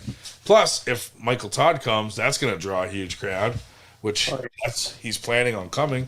Allegedly. We got to get Uncle Jon there too. Uncle Jon would be nice to come again. Hell yeah. He was very fun the last time. I know Evan Burgoyne wants to come. Daniel Urich said he's going to come. So I think Jamie Sheldon was saying about coming too, right? Oh, Daniel Urich's coming? He's coming for Ron, right? Urich is coming to pull Ron, the Don. I don't know. Is he? I don't know if he means pull in arm wrestling or just like pull off, like jerk you off. What the fuck, man? Yeah, I don't know. Or is he gonna pull Well, the if you're chain? sponsoring Gold Bond, I guess. Or is he gonna pull the chain? He is a bit of a meth head. No, but you know, we're gonna try to make it better than last year. You know, that's all we can do. The next practice we have, dude, instead of hard hats, we're gonna go with Paul Italia cowboy hats with a 98 on it. With custom sunglasses. That would have been hilarious, dude. The big emphasized one, Just a like big the- emphasized cowboy hat, Yeah. 98 on it, with sunglasses, maybe a fake cigar, or a real cigar that just says like "It's a boy." Oh yeah, Jody Williams wants to come. Aaron Yearsley wants to come and have a super match with Roger at Winter Blast. Oh. I'm sure fucking David Hobbs would want to come again. The thing is like a lot, you know, it's hard for people to travel. So it's like, I wish 98 had enough money to like fund everybody coming, but we're just not at that point yet. Not yet. Yeah. I think it can still happen between now and then, though. Yeah, you never know. You never know. You never know. You know. We have some things in the works. With the YouTube getting ready, like we might actually be able to get in a situation where it can. Or people might start buying pounds of weed from me. I'd rather go the more legitimate route. I mean, but whatever works. We could go down to Colombia and score some cocaine and fund Winter Blast. You want to go? Hey, what if the theme of Winter Blast was cocaine? It would make sense, like Winter Blast, like snow. No, just a thought. I mean, No.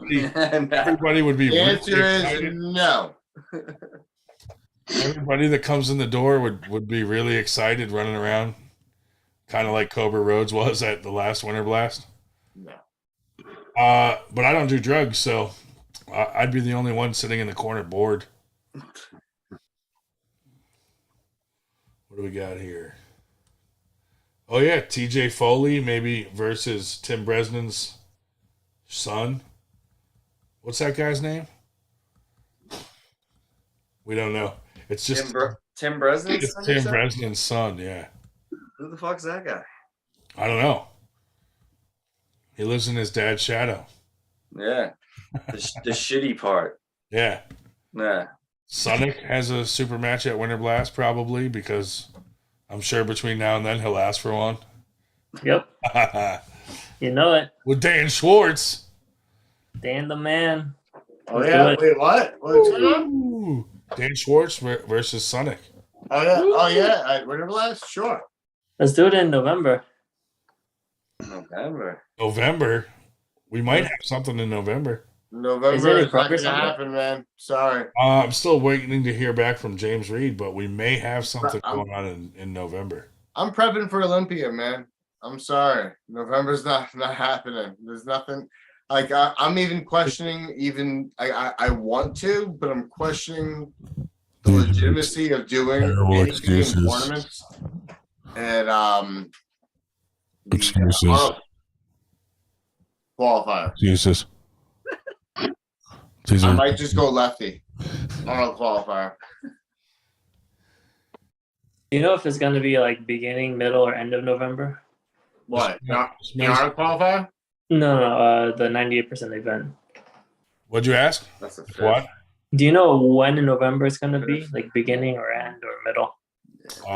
November 11th. 11th? Well, whatever the weekend is after the what is it, the qualifier. no, you paying any attention to 12th. 12th. There we go. Thank you.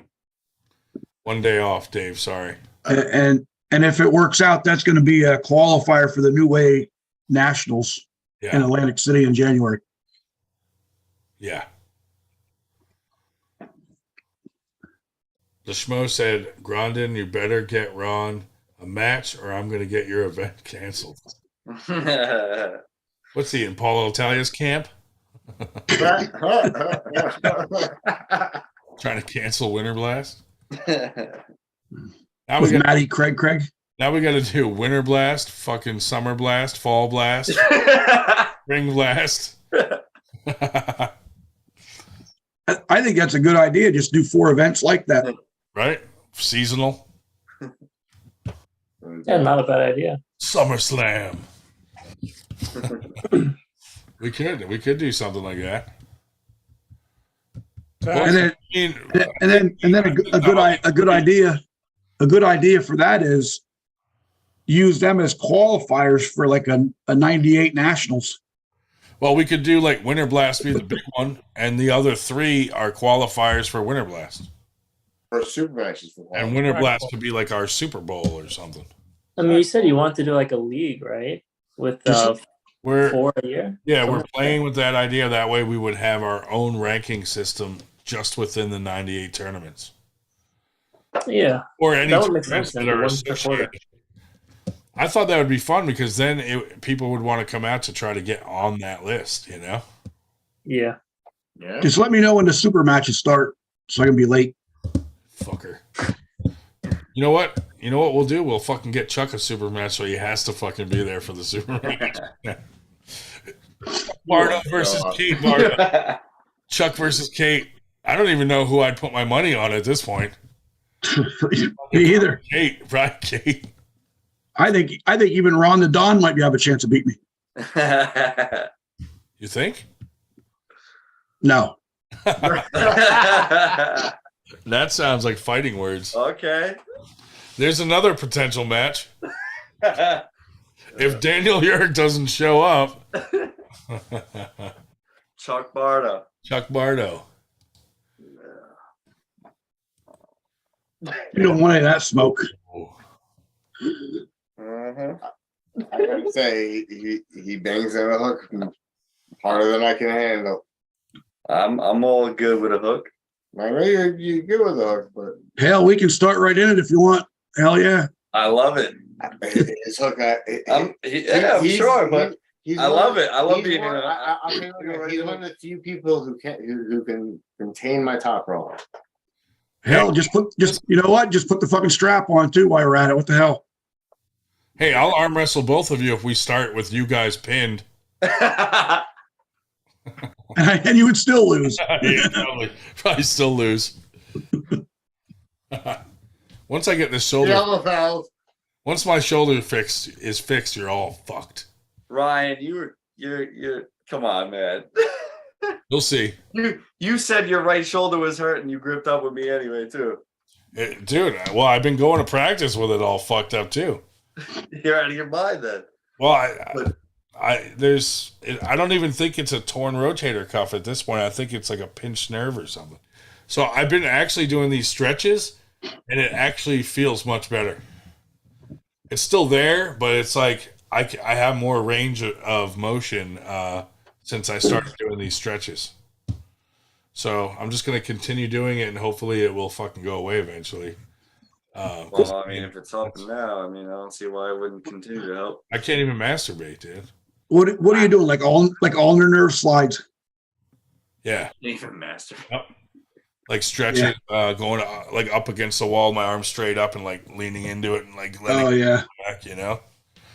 Because dude, before I couldn't do this. I couldn't raise my hand straight up like that.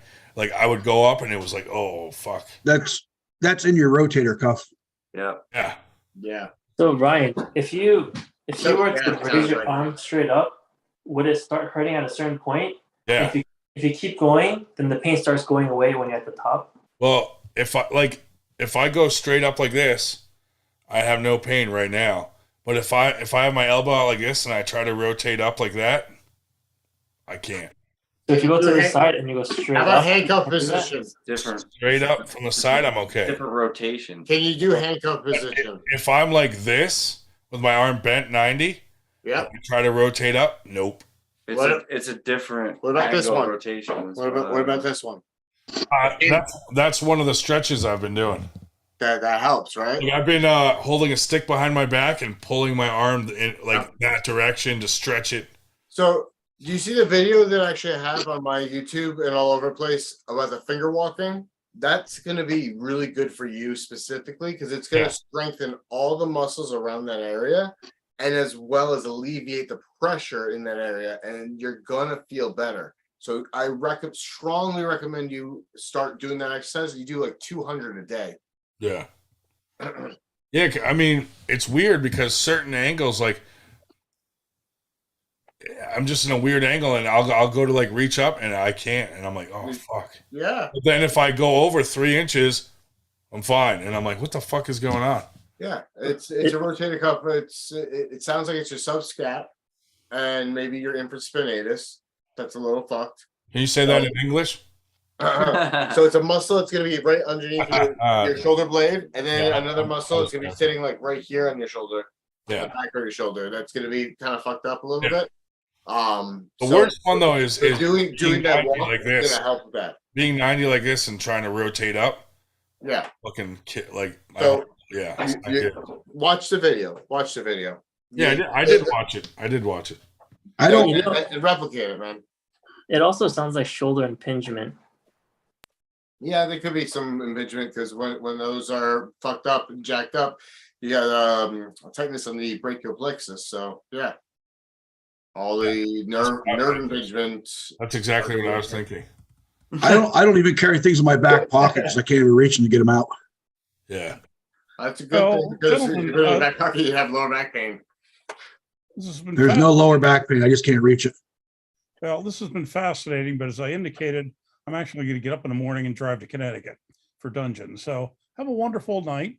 And if you come to practice on Sunday, Ryan, I will see you there. I will be there Sunday.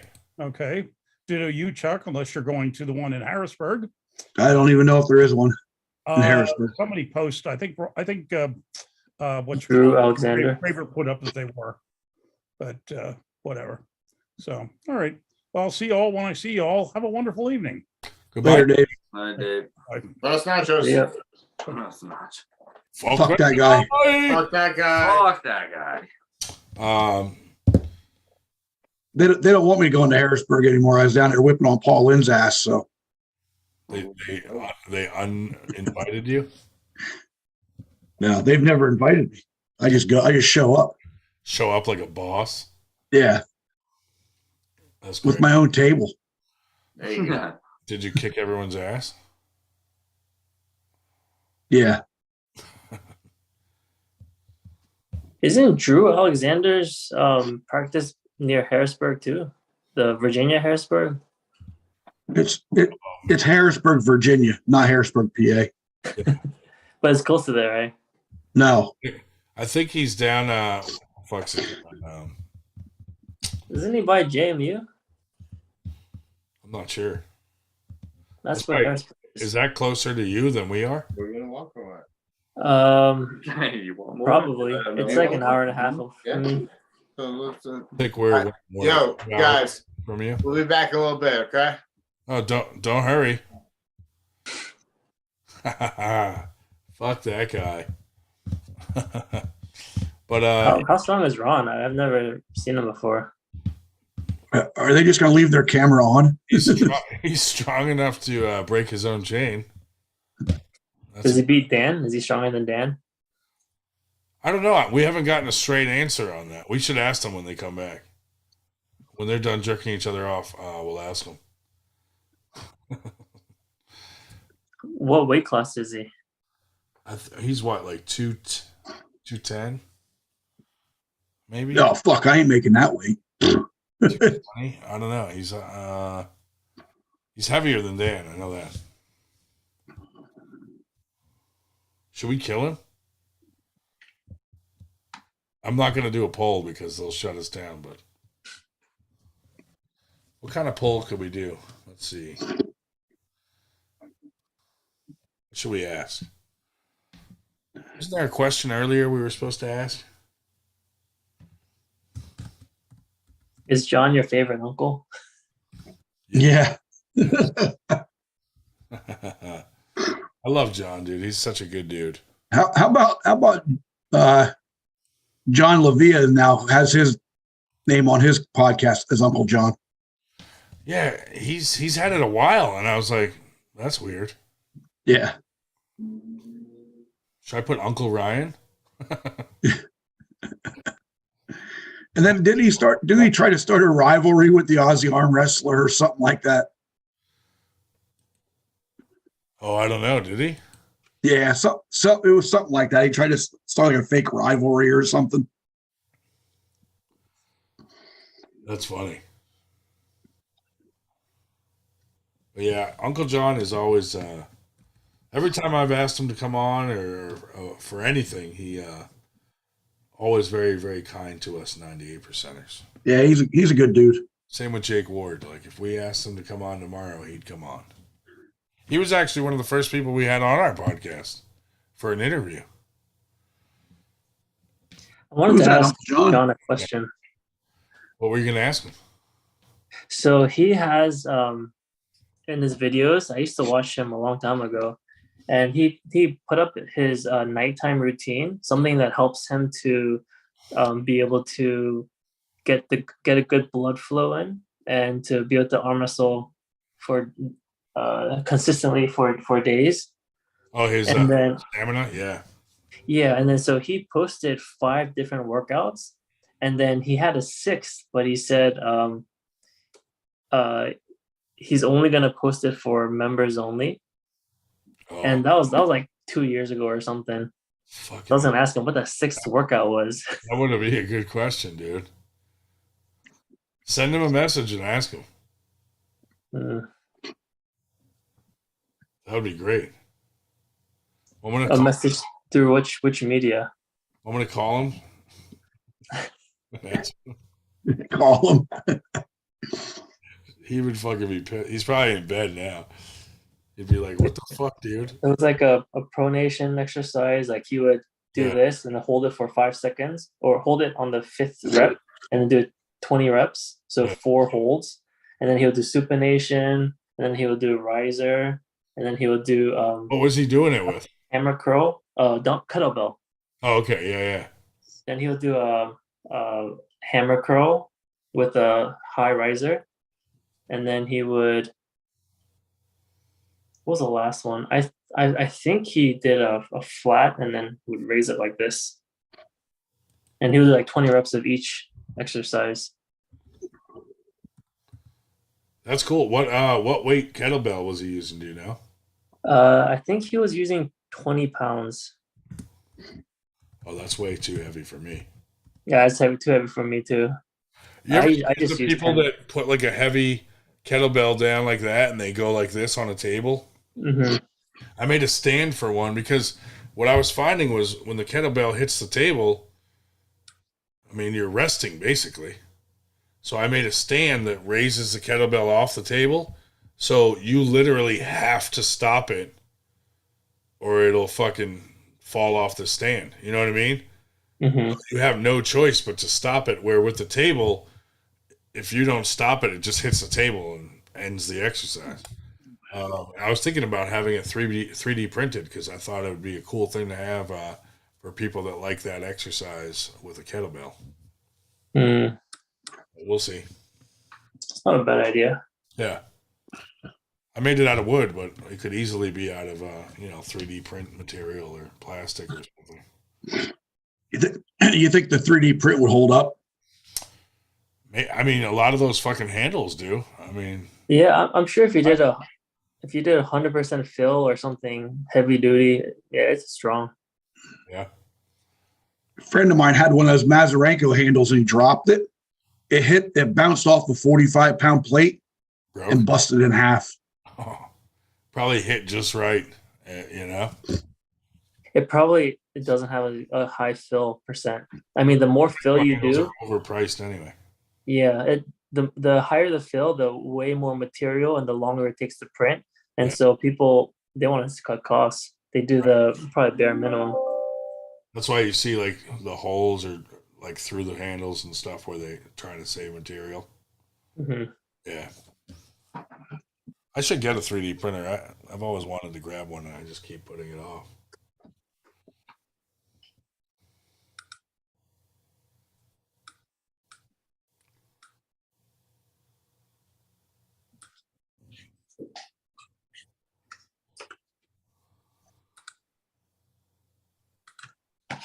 Oh, the Schmo said Ron has lanes that Dan can't beat, and Dan has lanes that Ron can't stop. So whose lane is stronger? Pretty Or much. who has the, Like is it like 50-50? I don't know. We'll have to do a poll. What's that? The Schmo said that Ron has lanes that Dan can't beat, and Dan has his lanes that Ron can't stop. But I mean, that's really any two arm wrestlers. You know?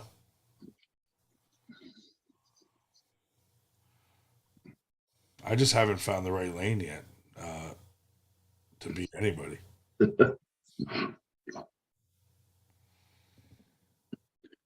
Oh, Nanya might go to Allentown practice tomorrow. Oh, the fuck. Sunday. Sorry. Maybe I'll stay home. I mean, he hasn't been very active in the last few days, so it could just be bullshit. Because I think he was saying it to try to get under Dave Shell's skin. But who knows? He may show up. He did show up the week before at 12:30 when everybody was packing up to leave. So he didn't get to arm wrestle. So like, listen. So I've been trying to tell people this. I don't have a problem with the guy. Yeah. I really don't. Like. So my only run-in with the guy was I was reffing a match that he was in down at Harrisburg. Yeah. And he punched the pin pad on my table. And I said, dude, don't fucking do that ever again. And he was like real polite and apologized and stuff about it, you know? So I don't have a problem with the guy. I could care less. You know what I mean? Yeah. Because like, I really don't get involved in much of the other stuff that other people do. I you know. I guess I really don't care. You know what I mean? Yeah. Ron and Dan's spot is looking very Canadian. Air slappers. Air slappers.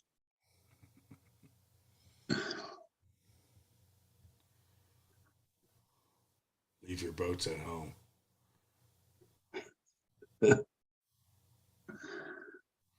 Sonic left. That son of a gun. We didn't even get to fuck that guy in. Fuck that guy. Fuck that guy.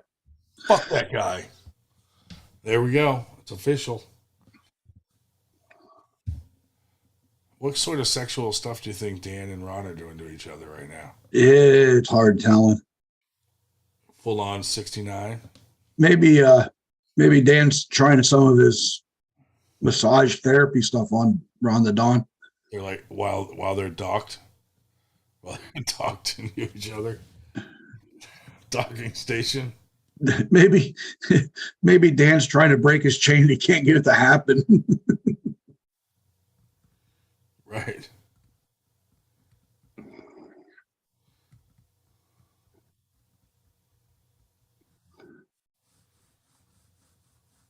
Discord. Oh, there's a bunch of people on Discord. Do you go on Discord at all, Chet? No. Like I need something else I got to worry about. I know there are a lot of people on it though, but I haven't really embraced it.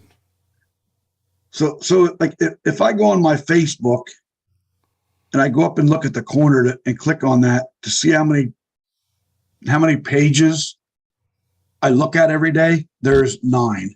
Yeah. So like I'm like a moderator or editor or something for 9 pages there already. I don't need anything else. You know what I mean? Right.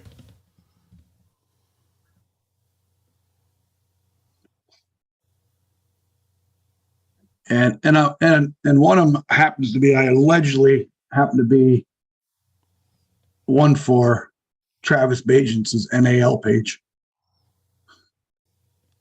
Well, that's pretty fun. Oh, here's Sonic. Left without saying bye.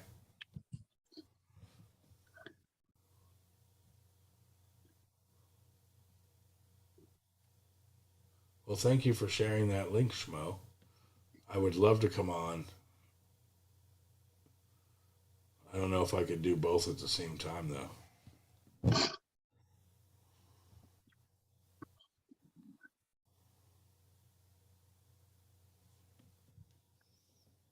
Welcome back, Sonic. Hey, I got caught in a work call. Sorry, we still fuck that guy, do you? You have a no work call, so they called you not to come to work? A no work call? Yeah, is that what you said?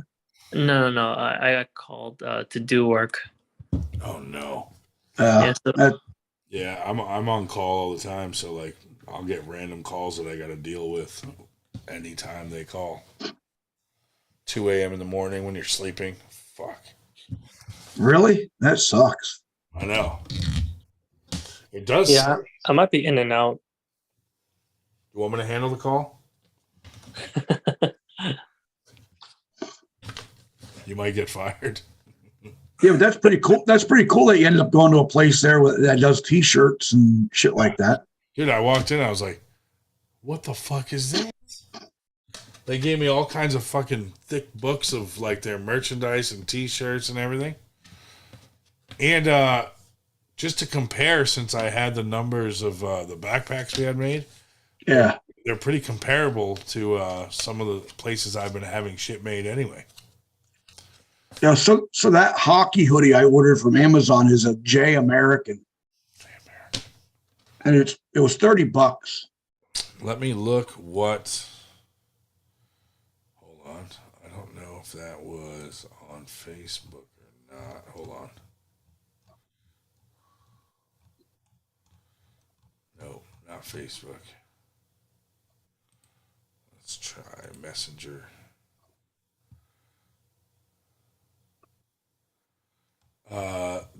The brand of the hockey hoodies.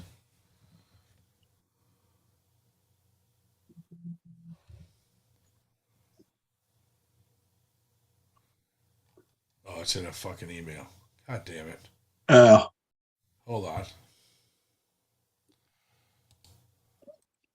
Because I hit up our shirt people with a picture of like some hockey ones.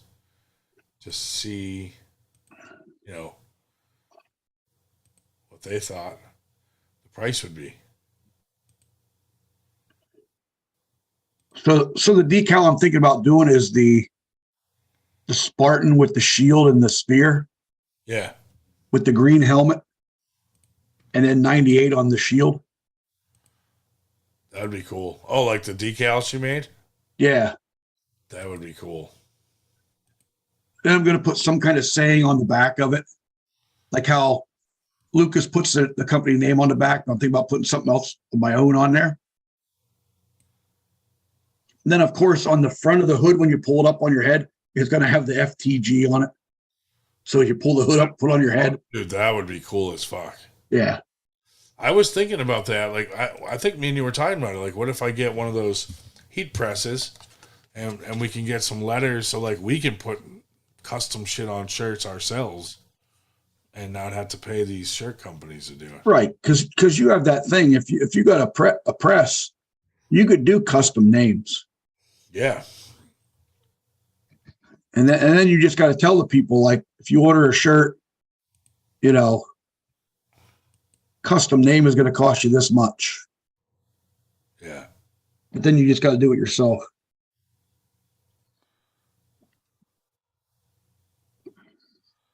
Okay, hold on. I got. Yeah, these are made by J America. Yeah, they're the ones you want. But the pricing here is fucking crazy.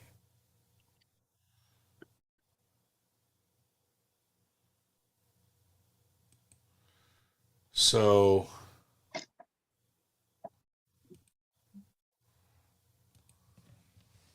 what up, motherfuckers? Says MSRP like $42.30. So But that's not our price. But and is that printed one side? No, that's just the MSRP, like the manufacturer's suggested retail price. Yeah.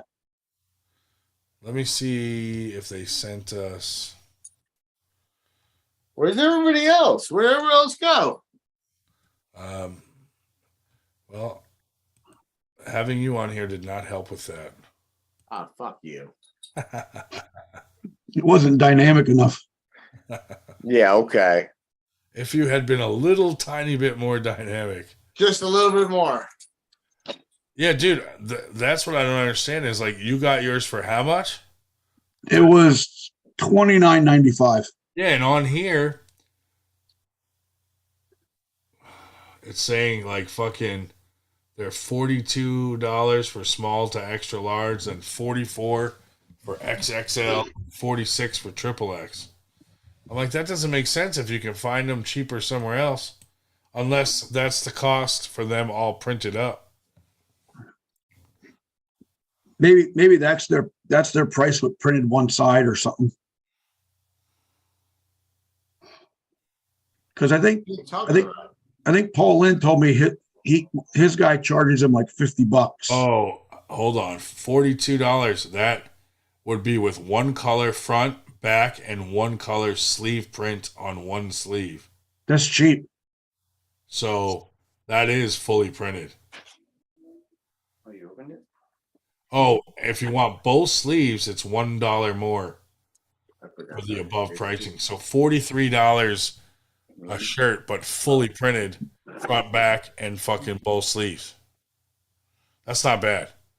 No. I mean, yeah, you probably could sell them for $50 and make $8, $7 off each one, which is not a huge profit, but it's still a cool thing to offer. But you're going to need to sell them for $55 to cover your shipping cost. I know. Well, unless if we put them on the website, they pay for shipping. Yeah, but then you're going to eat a certain percentage of the price, right? Correct. Well, it's like, if it's like, if they buy $5 shipping, if they get $5 shipping and it's supposed to be $7, like we have to pay the difference or something. There's a percentage of it that we got to pay, but we get a huge discount on shipping going through Shopify. So it's cheaper than if you just went to the post office and tried to mail it yourself. Right. Yeah. But then if you sell a T-shirt for $25, how much do they take off of that? If what? Say you sell a T-shirt for $25. Yeah. How much does Shopify take off of that? Oh, not much. It's hard to tell because they don't take it off in the initial sale. You get billed at the end of the month. So if we sell one shirt, it's a small bill. If we sell 100 shirts, it's a fucking big bill. You know what I mean? Right. They don't take it off the top of the price. They just bill you for that. Yeah. So it's like you usually make out okay. You're not losing money. But really, I look at the shirts as not really a moneymaker, but more we're spreading our brand out there, Right. I want to get into hats and all that, but like I said, I might buy a heat press so that we can actually do a lot of shit ourselves. I think the one I seen on Amazon was $225. It's a 12 by 12 press, and it comes with the hat press and like a coffee cup press and something else. Let me see Amazon.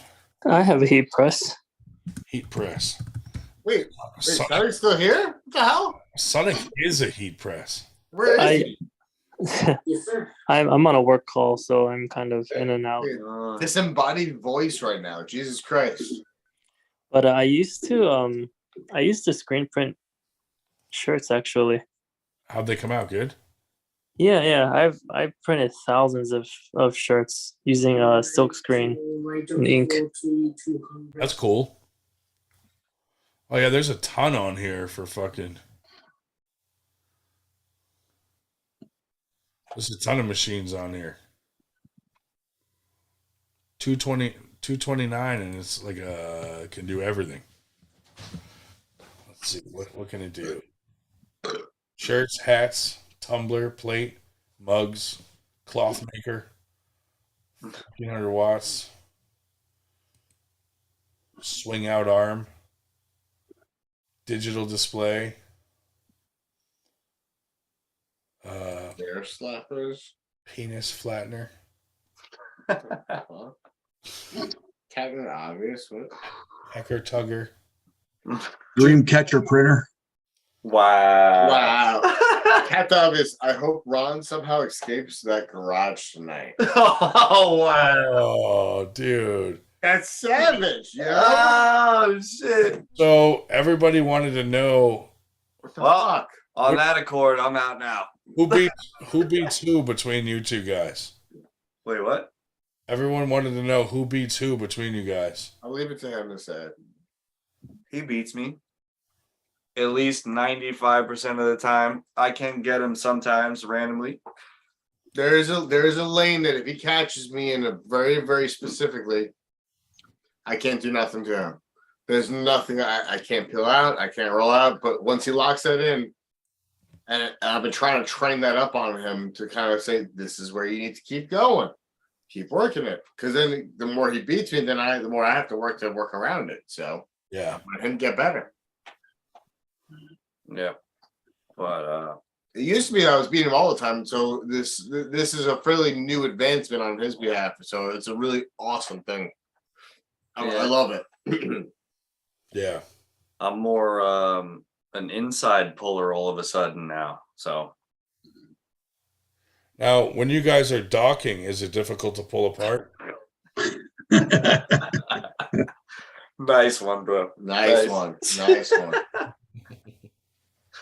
Glad to know that all of our listeners know what arm wrestling really is. So, hey, if they know what docking is, they came to the right place. Has this quickly turned into the FTG chat that you're trying to create? That's what this says 98% arm wrestling. Oh wait, it does say it right there. Arm wrestling podcast. It turns into the FTD chat at midnight. Ah, so you gotta change your screens then. Yeah. Oh yeah, Burger did make FTG backgrounds. You gotta change the screen. Oh man, he's got to send them out. Yeah, you gotta send those shits out, man. Well, when we start the FTG podcast, then we'll be interviewing like flat earthers and like conspiracy theorists and weird, odd things. I would love to play with a flat earther. Oh, that'd be fun, dude. Oh, I have so much fun with them. Like we just I've jumped into their groups pretending to be one. Yeah. Just so I could play with them. Because they're so much fun. Let them try to like convince us for an hour, and then at the end, it's like, you're a fucking idiot. Oh, it's so much fun. Why don't you go walk off the edge of the earth then? if the earth was flat, there'd be a shitload of missing people that have fell off the edge. Well, ask all the people that like in the beginning when Pokemon Go came out, when they were like falling fucking off cliffs and shit. Fucking walking into fucking pools and shit and fucking weird shit. I'm trying to catch a Snorlax. Oh shit! Oh, I got stitches on my forehead because I walked into a telephone pole. You know what I mean? Like shit like that. That was hilarious. Oh, the fucking. What about those kids that got robbed in fucking Chicago? I walked into a dark alley that I probably had no business being in, and I got robbed. Dude, people were setting people up like they come to find something, and people would wait there to rob them and shit. Yep. How brilliant! They set up a lure or some shit. Oh look, this Pokemon in a dark alley has a lure. I remember when me and my brother owned a tattoo shop. This kid called up and he's like, "I have 10 pounds of weed, dude. Do you know anybody looking?" And I was like, "Yeah, I'll take it all." So I went and met with this kid, and I was like, "Hey," he tried to get in my truck, and I said, "Look, I don't want to have the weed and the money in the cab at the same time. can you throw that bag in the back of the back of my truck? He goes, yeah, no problem. And as soon as he threw it in there, I just drove off. 10 pounds of weed. See ya. What's he got to do? Call the cops? Yeah. Dude, he came to the tattoo shop with his dad. And his dad's like, you guys better give that back right now. I know martial arts. And we just all started laughing. We're like, all right, get out of here before you get hurt. Although 2 guys came to the shop the next day, these 2 black guys, and they said, is Ryan here? And I was out back in the office, and so they come back there, and they're like, hey, you owe us like 50 grand. And I'm like, for what?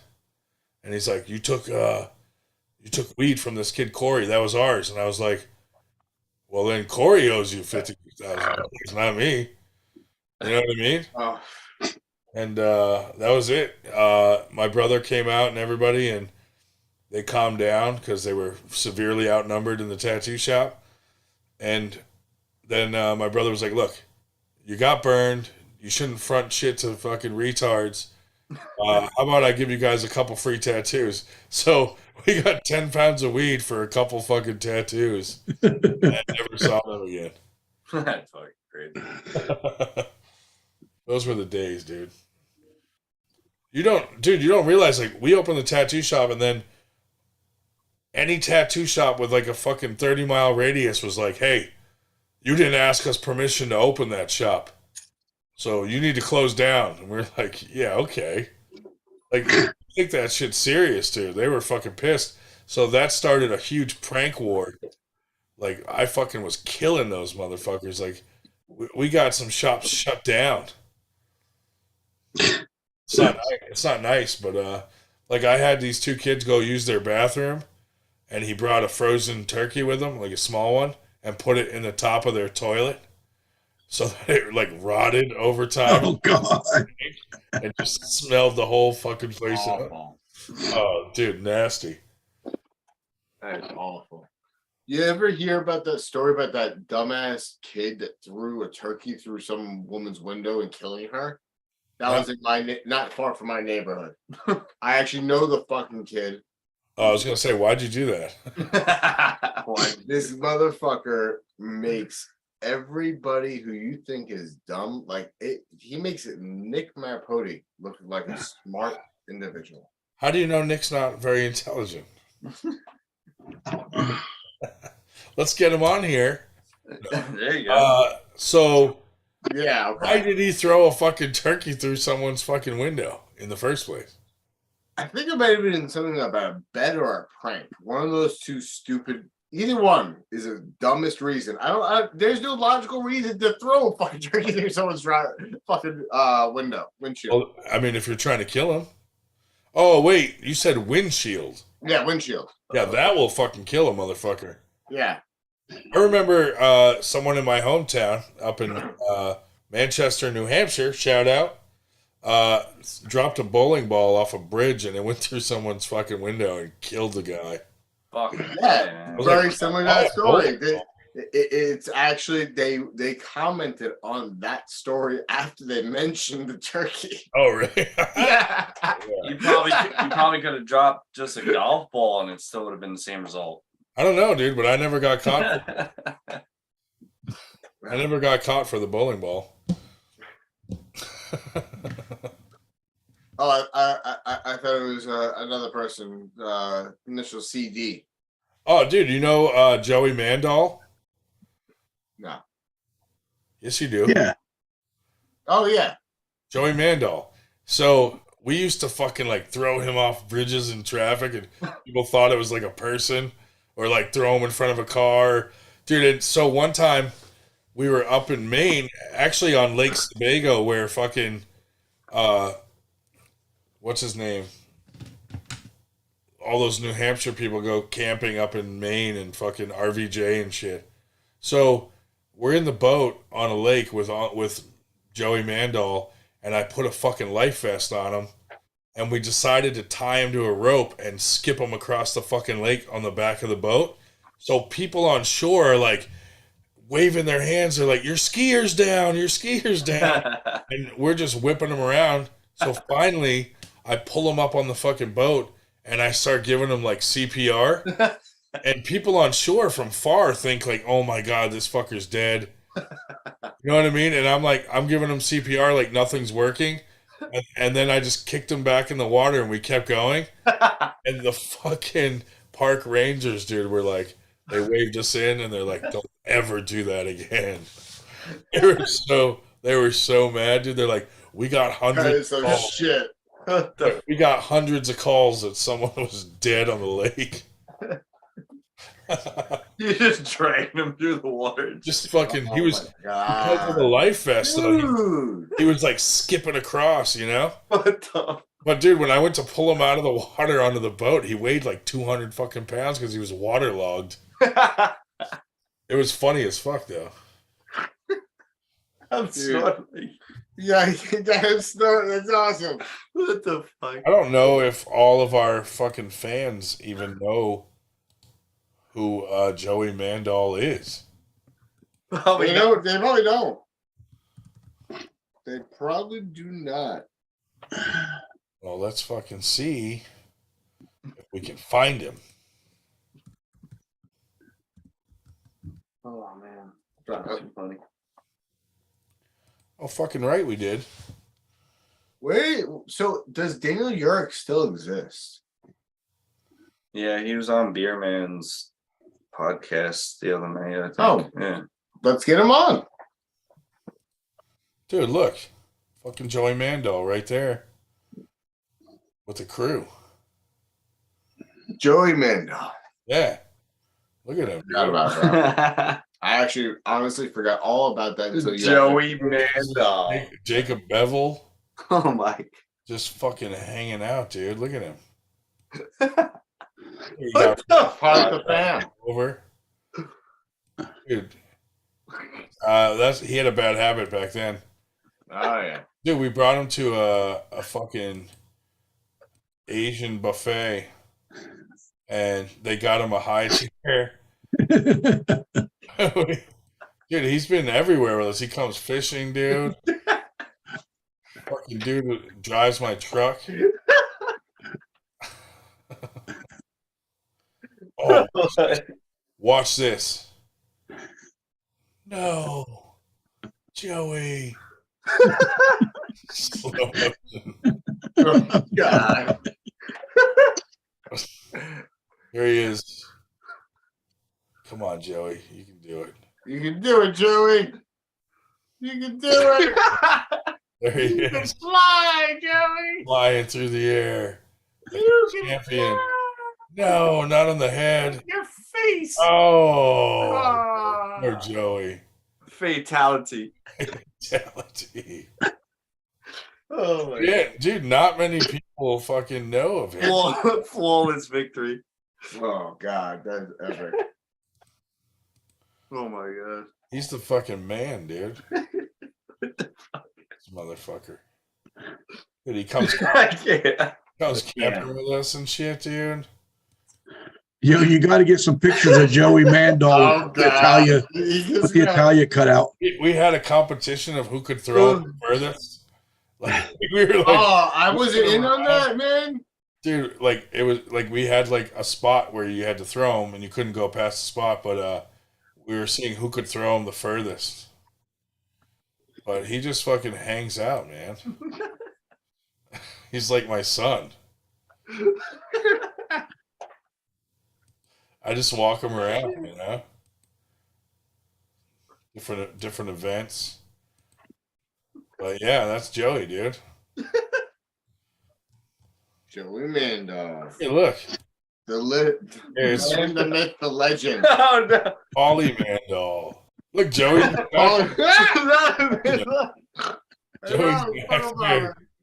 Joey's back there watching him, dude.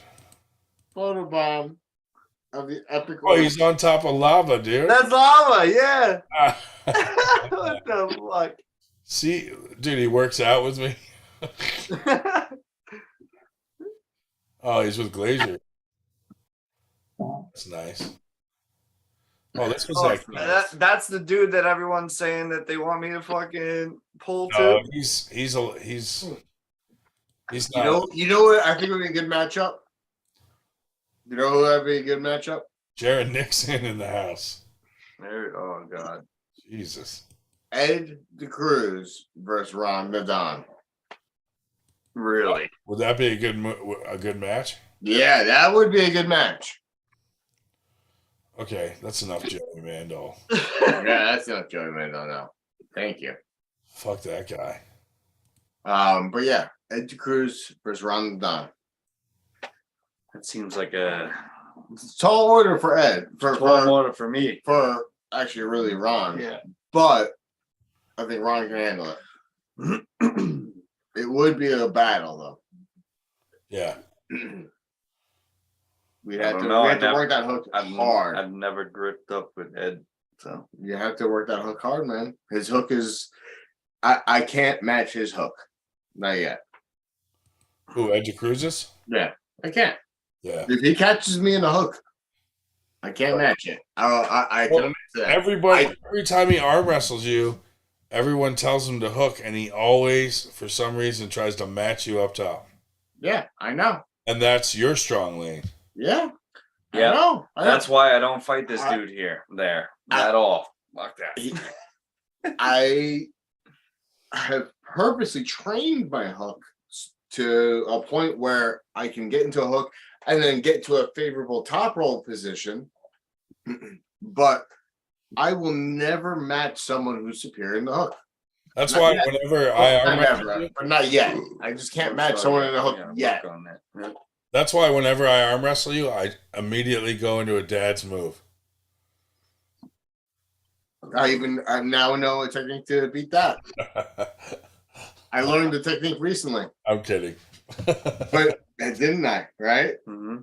I learned a technique to beat dad's move. No, but hey, remember when me and you were arm wrestling at one of the practices, and I kept trying to go high with you, and then Vinicor walked up and moved my hand like literally a half-inch lower. Yep. And then I got a pin on you. No, yeah, absolutely. And I was like, how the fuck? It's But I was brand new then. Small increments Yeah, of fucking movement. Well, that's where I learned that makes it's crazy. Yeah. It is crazy. If you look, that's what I'm saying. Like with him, there's like certain pullers that I have a find very a little specific bit- technique that can beat me fairly easily. Yeah. I like you guys said in the podcast last week, I am fairly beatable at this point. I am working to not be so beatable because I know exactly where that is. And I'm strengthening that. But up until recently, that was the lane that I am my weakest at. I'm trying to not be weak in that lane anymore. Well, yeah. Simple. You practice with the guy that hits you in that fucking spot all the time, you know? Exactly. Yeah. And I happen to have 2 to 3 guys that do hit me in the spot for the most part. Dude, when I'm actually one of the third. I'm one. Look, Ed's coming on right now. Hey, let's get. Yeah, I love that Like, guy. Is awesome. when I'm healthy, I am okay in a hook. There he is. Oh, he's in a green room. Ed. What's up, Ed? You fucking Going Ed. stud, you. Ed, you want You went Hulk on us. Ed, you want to buy some weed? You wanted a green room. Definitely the next event I will. You want to do a drug deal right here on the podcast? Wow. Are you going to New Jersey next week? That means. Oh yes, I will definitely be there. Yes. I'll bring a bunch of shit in. Oh, nice. Other people already fucking were like, hey. So I'm gonna bring some cocaine. Nice. We'll talk. I'll hit you up on the side. Oh, you dabble in the cocaine?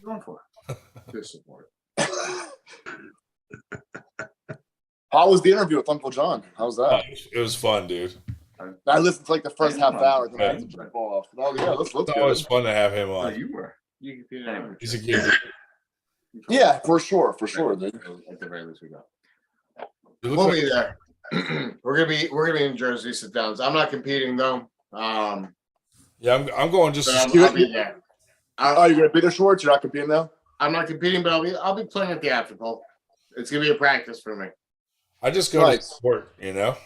Nice. You go to their tournaments, they come to yours, you know. Yeah, I unfortunately can't afford the money, and B, can't afford the possibility of risk of injury from a hit. So I'm just going to use the after pull as a practice.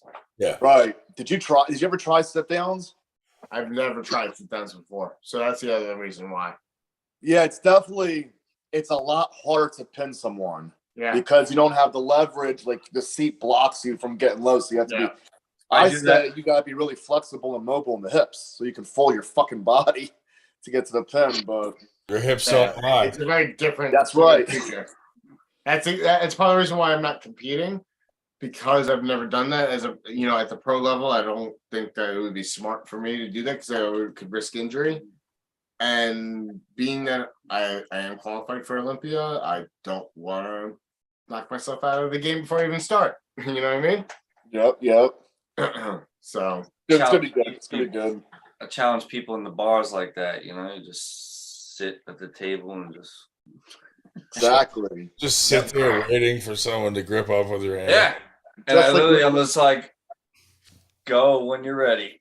Same things like when you grew up in school. You arm wrestle in the cafeteria, bro. Yeah. Sitting at the lunch table, just. I may not beat a lot of you arm wrestlers, but I fuck up the guys that don't arm wrestle. There you go. Exactly. You'll fuck up non-arm wrestlers all day. Non-arm wrestlers all day, dude. Yeah, they're fucked. I even struggle with some of them. Fuck. You know what's interesting about sit downs though? Mike Mignogna, I can't pronounce his last name. Mike from New Jersey, whatever. He was saying how if you get really good at sit downs, because it's harder to pin someone in sit downs, it actually transfers to stand up, so that your stand up finishing power is a lot better. That's makes sense. Yeah, dude. Mike's using a lot less. wrist is more muscles in the back and the arm and the upper body than you are. And I mean, not for nothing. If you notice how I pull, that's exactly how I pull. I use a lot upper body, and I just bow over. I lock everything into place, pull anybody out of position, and then I just bow over. This just stays as tight as I can keep it and lock it. It's very rare that this opens up. It only opens up this way, not that way. Yeah.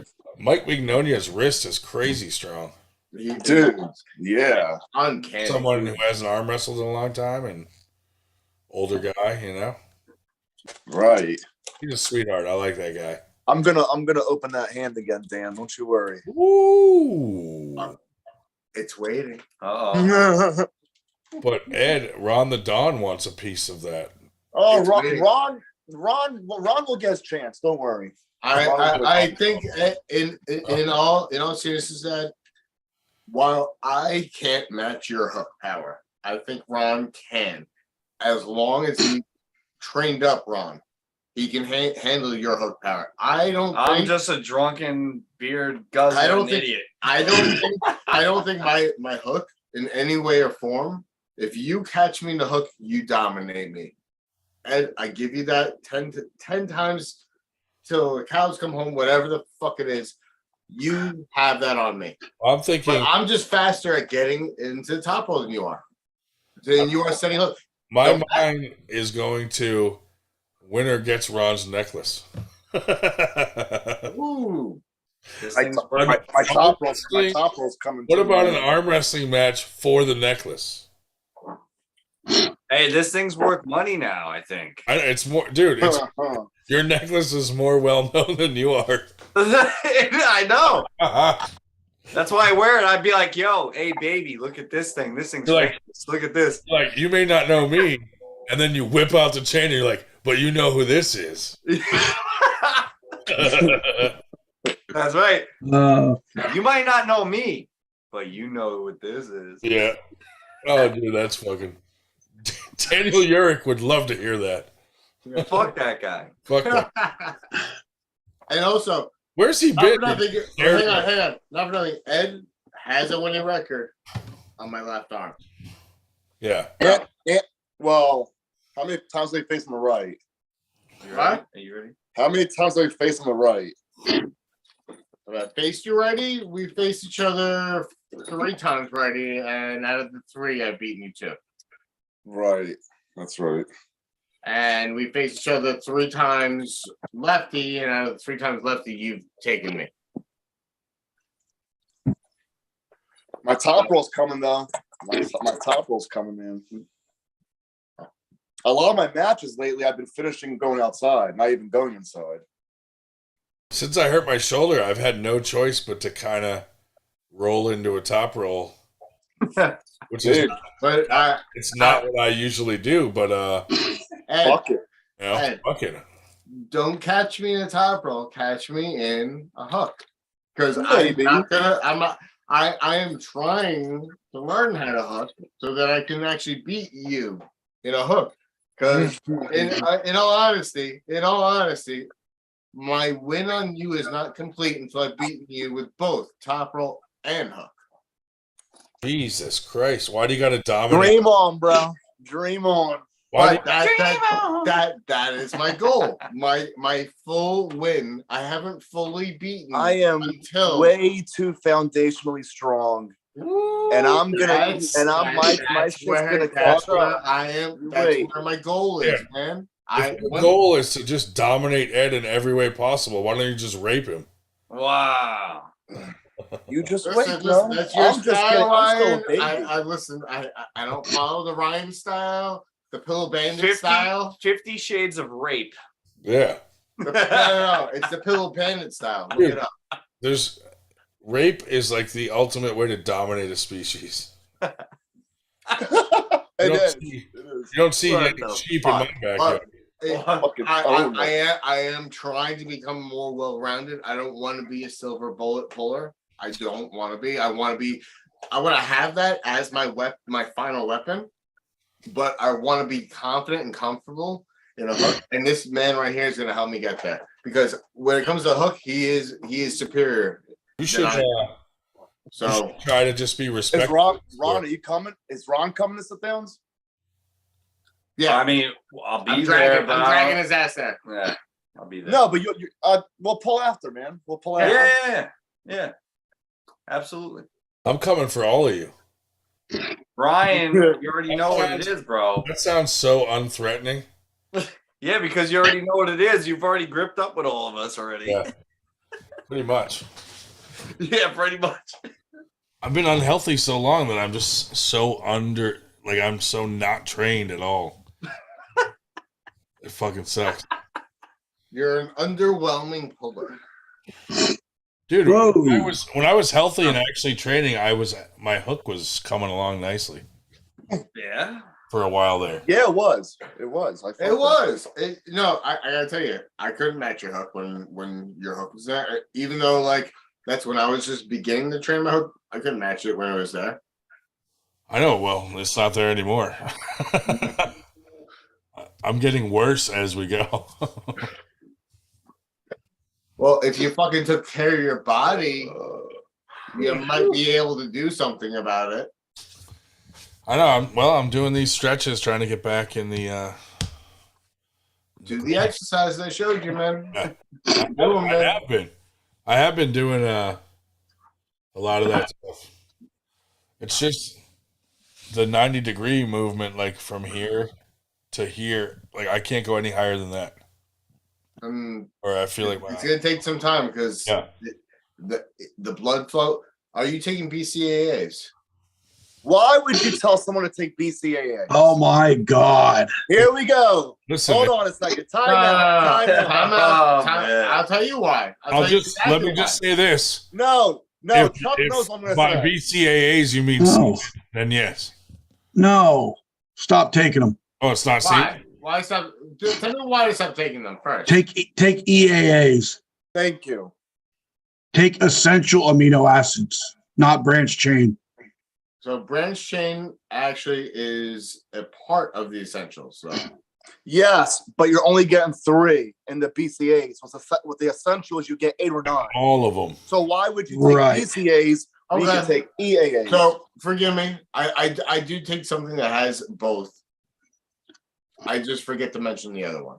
No, just yeah. I'm just saying, dude. If you have if you just I have do. NCAAs It does alone, have it's an EAA and a BCAA supplement. If by EAAs and BCAAs you mean semen, then yes, I am taking it. Where? EAAs already Wait, in every orifice. Although every open orifice. Oh man, he takes it in the ear. Hey, including the dead end ones like the belly button. Belly button basically is a dead end orifice. Yeah, fucking Christ. Well, that's where it's all started from, though. Yeah, That's where you take everything. right. Wow, ridiculous that they close that off. What the fuck? Right? How dare they? That's essential. Imagine Talk about. You're right. Imagine if you could fuck a chick in the belly button. Oh man! All right, like another hole. That went like another option. Another hole is another goal, bro. And wow. All right. Yeah. All right. I actually like that one. They could still get pregnant in that hole. Justification is legitimate there. Like fuck it. Oh, not again. I have herpes on my belly button. What the fuck? Well, not going. That hole is off limits. Yeah. It's too tight, dude. Hey, if you get the girls my size, you can just pick a fold and fuck it. Yeah, Jesus Wow. Christ, dude. That's fucked up. That's wrong. Oh, That's wrong. I mean, if you think about it, Wait. you could fuck someone in the armpit. Vagina. How do you How do you find the vagina? Pick a fold and fuck it. Put it on a. What the hell you drinking tonight, Ed? No, you just throw some flour in and you find the wet spot. Oh, nice. Jim Beam. Nice. Black. Ooh. Nice. Oh yeah. We're not Chug. No. We're not as classy. Take it steady. I already had like 3 It's earlier. Modelo time. Modelo's good. I like Hey, Modelo. Ed, your hair looks beautiful today. Oh, Oh, my thank you. Put on the back hair, right? Oh, Wants to see God, that, dude. Dan. oh my God, back here. No one wants to see that. Dan makes Ron comb it. Fuck no.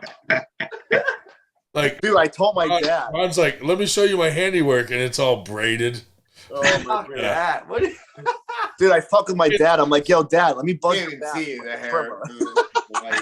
Dude, his hair, You don't want to see it. Dan's back hair is all braided, but in the same chain, like your chain, the same braid as your chain. Wow. Oh, the Figueroa or Figaro, yeah, whatever it is, yeah. That'd be hilarious. Yeah. Dude, it'd be cool if, like we were saying last week, if Dan grew his hair out like Ed's, but then braided his hair, and you just kept going right down the back hair. Like just a whole braid down the whole back, like following his spine. Unfortunately, Like the Tom back hair Poe. doesn't grow that long. What do you mean your hair doesn't grow? Listen, it has gone unshaven for a few Bro. years, and it won't grow Go any get more than it is. Listen, go get back hair extensions. Oh my God. If you pay for them, Listen, you got to do that for Halloween for TJ Foley's turn. I'm just gonna buy a gorilla suit at that point. Ryan, Get back hair extensions. Ryan, if you pay for it, I will fucking wear it. Oh, this is something I would spend money on. Are you going to TJ Foley's event, Ryan? No, Oh, I'm you not. know? Are Yeah, you going, Ryan? of course. Yeah. I don't miss those. I I know. wish I could. I can't make it down there. It's too far. Well, he's in the chat right now saying, "Why not, Dick?" I'm sorry, too far. I might It is far for you. have to hop in with you, Ryan. Well, yeah. I You have the last 2 times. know, right? But then the following weekend Listen. you got the high five tournament. Yeah. Which I'm gonna still do, but Do not bring Mike Gower if no, he fucking be no. sick. no. The whole last time I had to keep pulling over so he could throw up. I'm actually curious, Ed. What do you do with Mike Gower? Are you competitive with him, or does he just smash it? Sexual. With I can't really touch his left. His left hand and wrist is retarded. But with his right, I can fuck with. Yeah. Really? Yeah. Oh, okay. But that dude, he's fucking sob. That guy. Oh, he's strong. No, he's strong as fuck. And I remember he was complaining about an injury or something, and then he was like, "Oh, we'll go easy," and then all of a sudden, I'm just like, and he just like destroys me. I'm like, yeah, I know. Like, wrist dude, what the fuck are you talking about? His hand wrist is next level. Yeah. He's like, go easy, and then all of a sudden, it's Next oh, level.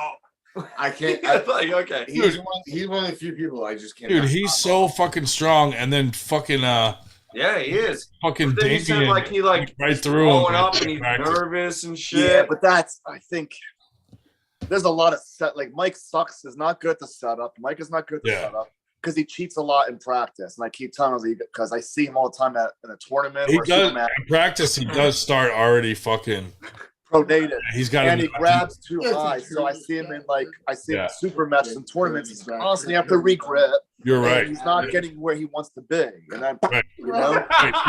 He practices in the cheat position, which is not good. Yeah. Right. So if he just lets it go, it's like, dude, you're strong enough to just start straight, man. Just let it go a little bit. He'll get that. No problem. Yeah. That's because even love you, man. It was his weak part.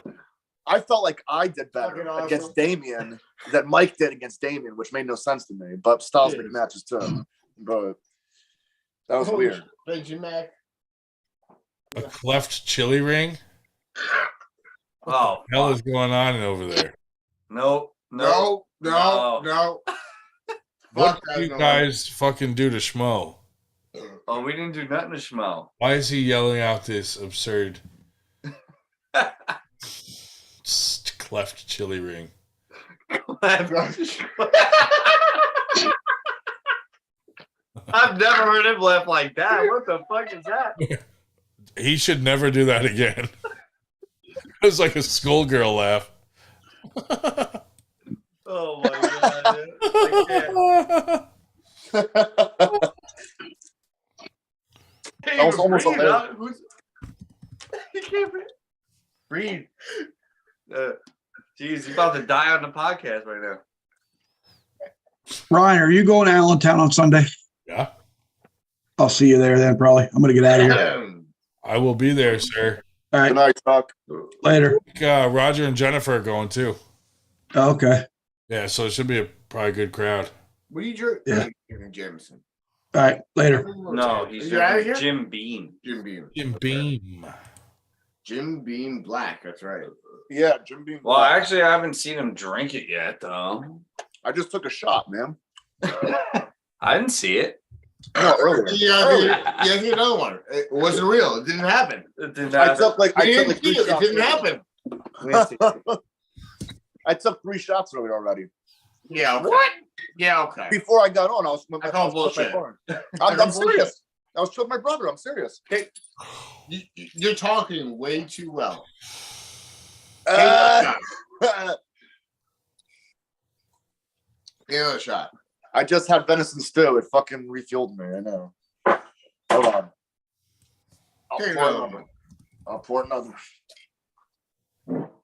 I'll pour another. What do you want me to do with these? Over here. Oh, Right by the box. No. Well, yeah. There you go. Well, chug that shit. Come on. Fuck that. I don't chug. You already know that. Everyone knows that. Let's see. I don't chug. 1, 2, 3, 4. I'm gonna get fucked up. I can already see it. 2, 3, 4, 5, 6. Well, the high five tournament, I'm hoping to qualify for the Arnolds at that one. Yeah. Okay, so you're only like 1 year behind. Yeah. That's cool. I'm hoping. It's okay. I won't ask for sponsorship. He's 1/4 year behind. You can't talk shit. I don't hang. It's not that I don't hang. You can't hang with the weed though. Dan, if I'll do that. Dan, if you get enough sponsorship money, will you sponsor Ed to go to? Yeah, sponsor me, bro, please. To go there. Did you qualify? Well, at the high five tournament in Jersey, I will qualify. Oh, for Arnold. For Arnold's, yeah. Well, that's a whole different tournament. Dude, Ed, if you qualify for Arnold's and I qualify for Arnold's, I'll pick your ass up. We should actually probably then have to. We should actually probably go together because I'd rather go with a group of people than by myself. Fuck that shit. You know how I roll. Shit's cheaper and everything, bro. So I decided that because I qualified right-handed for Olympia, my left arm, I can actually focus on all the tournaments that I'm going to try to do. And the only tournament I really want to truthfully do is the qualifier, Arnold. Yep. So I mean, I'm gonna train. I'm gonna train both of them at the sit downs, so you'll have me fresh. I can't wait. I'm gonna fucking kill it. You'll have me kind of fresh there. I'll still have a Wednesday practice behind me, but you'll have me fresh-ish. I can't wait till we. I'm gonna be fatigued as fuck though after sit downs, but I can't wait till we pull though. Because are you okay to carpool? I'm telling you, man. I'm not trying to be cocky, but I'm getting fucking strong right now, bro. Well, I wanna. I look forward to it. Because it always sounds weird from arm wrestling perspective, but I want to feel what that is. Oh yeah, you will, Ron. You will. All right. I look forward to seeing you and Ron in a hook because Ron's hook. I don't want to oversell it too much, but it's you look like right now, but it's fairly nasty. It has like potential to be. Ron looks like he's got that Tom Holland lock. Like that lock hook. That's what he looks like. You're actually exactly right. That's actually fairly on point. It is very similar to how he holds it. He holds it like the chop sideways, like right. Ankle it. He goes into because he's got that long ass wrist. Look at this thing. That space that he has right there. That little pocket. Yep. That little pocket. My hand rests right in there for him. I love straight, and he just bone to bone. When he gets, I'm excited. I love that shit too, Ron. I love it. Right, bone to bone. Let's go. Let's Dick, get in there. Can you rub his wrist again like that? That was hot. Ooh, wrist to wrist. Wait. Listen, I'm not giving you any. Right here. Look how long his wrist is. Look how long it is. Hey, Ed, will you carpool with me to TJ Foley's? Yeah, I'll go with you. I am probably not going to after pull at all because despite my whole vehicle being full of drugs. All good. I'm not the one driving, so I don't give a shit. I don't know. I'll just say, I have no idea. I don't know this fucking guy. Oh shit. Hey, we got to raise money for 98 somehow. Yeah. Are you dressing up? Are you dressing up at all? Yeah, I'm gonna go as myself as a pedophile. That wins, bro. Right there. People are like, "What are you supposed to be?" And I'm like, "Pedophile." Oh, just show how arm wrestlers work out, where they just keep going like this, you know. Right? Just go as yourself and be like, "I'm an arm wrestler." Oh my god! I like to fuck people's hands all day long, or yeah. I like to Ed, are you dressing up? Another man's hand. Are you dressing up? If I do, it's gonna be something that easy. I won't win. I don't give a shit. I'll probably make the Punisher or something because I have his shirt. I got black. Oh, Ryan Ross will be jealous. Why? He loves Punisher? Oh yeah, because Team Punisher. Yeah, dude, they're so into it up there. That is true. That is true. You should do Lobo. Yeah, I know, but I don't have that's a great idea. Lobo resembling. Like, the schmo said I should go as Nick Maripodi. I have Wolverine claws. I do have Wolverine claws, but I can see you more as Lobo than you be Wolverine. I'm gonna go as a fat guy. Are you doing any kind of Halloween special for this shit or what? Ron, are you coming down? Oh no, that's TJ Foley, his tournament. The tournament out on the 29th in Maryland. October? Yeah, October 29th. Oh, but I'll see you next weekend, right? Yeah, he's coming. Yeah. Dude, it's too bad you guys can't come the next day for Morocco's. with If Jerry. Ron wants to drop the money for a hotel room, Dude, Jerry he'll stay out. there. What am I, Marcus Thompson? Fucking number 2. Your boy Did Paul I Italia. drop? I do. Wouldn't Paul Italia sponsor you guys to stay there? Well, fuck that. You know how much Paul hates my guts. He can't even carry the money's bigger than him. How does he? He doesn't like me. I just got a message from Dave Morocco. He said you guys can sleep at his house. Oh, well, say less. Sure. I'll supply the booze. As long as I don't I'll supply the owe him a booze. kidney later in life, then sure. Someone go as a priest, and I'll be like a molested altar boy.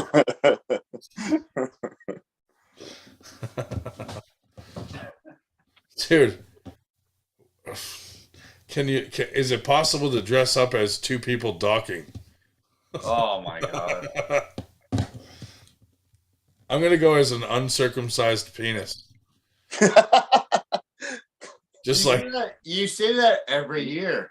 just put a big sleeve. I'm actually gonna play. I'm playing Pennywise this year for Halloween. Ooh. Oh, nice. That would be cool. I hate clowns, man. Dude, you got to be one of those guys that like go. Yeah, I got someone doing the makeup for me. I'm going all out, and I could do the voice very well. Do it. Do it No. right now. I'm not doing it right now. Schmo, thank you very much. You We gotta get him more drunk. Me? No, we have to get Ron more drunk so he can do the. They want to get me more drunk. I'm gonna go as a long.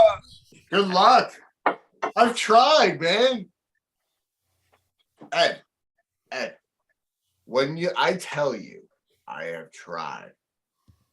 Believe me, this man is not human. His liver is not of human origin.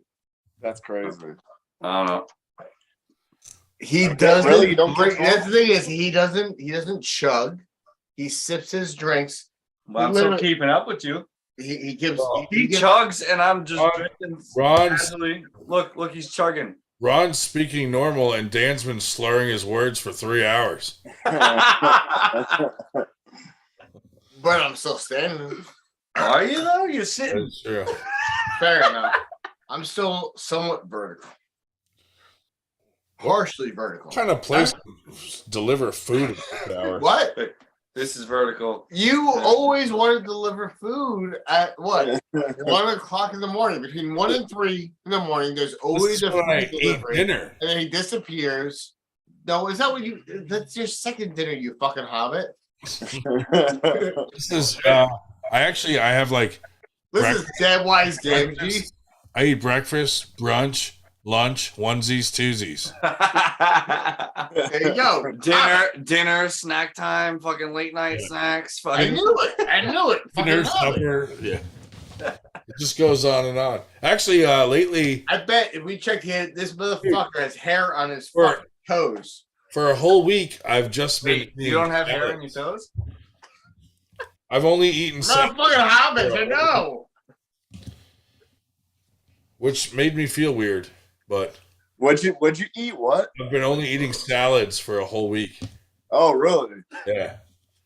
Well, that's not a lot. That's a lie. Salads for lunch for a whole week, and then just chicken and rice at night for dinner. Okay. And I've been like chicken and brown rice, like a small portion of rice. And how's it going? Oh, yeah, Good. I feel I don't get bored of eating the same thing every night like that. You forgot? I forgot all about this shit. I'm thinking. I'm trying to think of food more as fuel than, like Absolutely, exactly. Yeah, that's what I'm trying to do. Trick myself. Exactly. So yeah. I would suggest still adding protein into your salad. I put marijuana on it. That's extra salad on salad, huh? Gotta get some beef jerky on there. It's not Western Survivor though, so don't hate on us. Sprinkle. Don't hurt us, please. Ryan, Don't hurt us. Ryan, keep doing what you're doing, but I would just add protein with your salads. That's just protein. I'll put grilled chicken on it sometimes. Yeah. Whatever. If you like tuna, you can have tuna with it too. Yeah. Whatever you like. Yeah. I can't eat tuna. Fish protein is amazing. I sprinkle. It's good. Great for the body. That's good. That's good. I get They're duck vaginas. Duck. Wow. They make, dude. Wow. They have duck vaginas that you can purchase at the store. Oh my god. Which is fucking weird.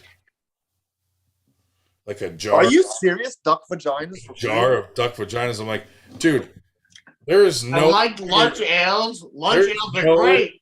There's no fucking better way to dominate a species than to fucking sell its vagina as food. Don't fall in.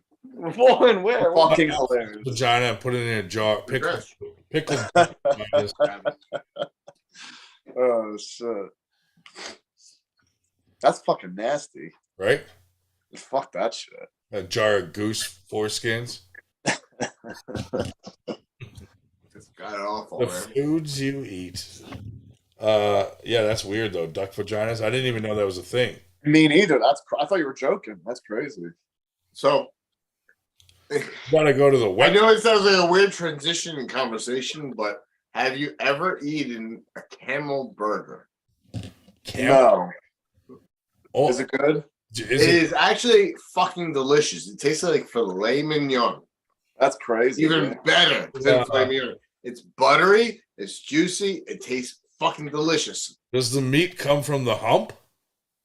I'm not sure exactly where the meat comes from the camel, but I gotta say it was probably the best burger and piece of meat I've ever eaten in my entire life. I try it. David Schubert said, if you're reading this, you're getting pressed to the pad first matchup at your next tournament, loser.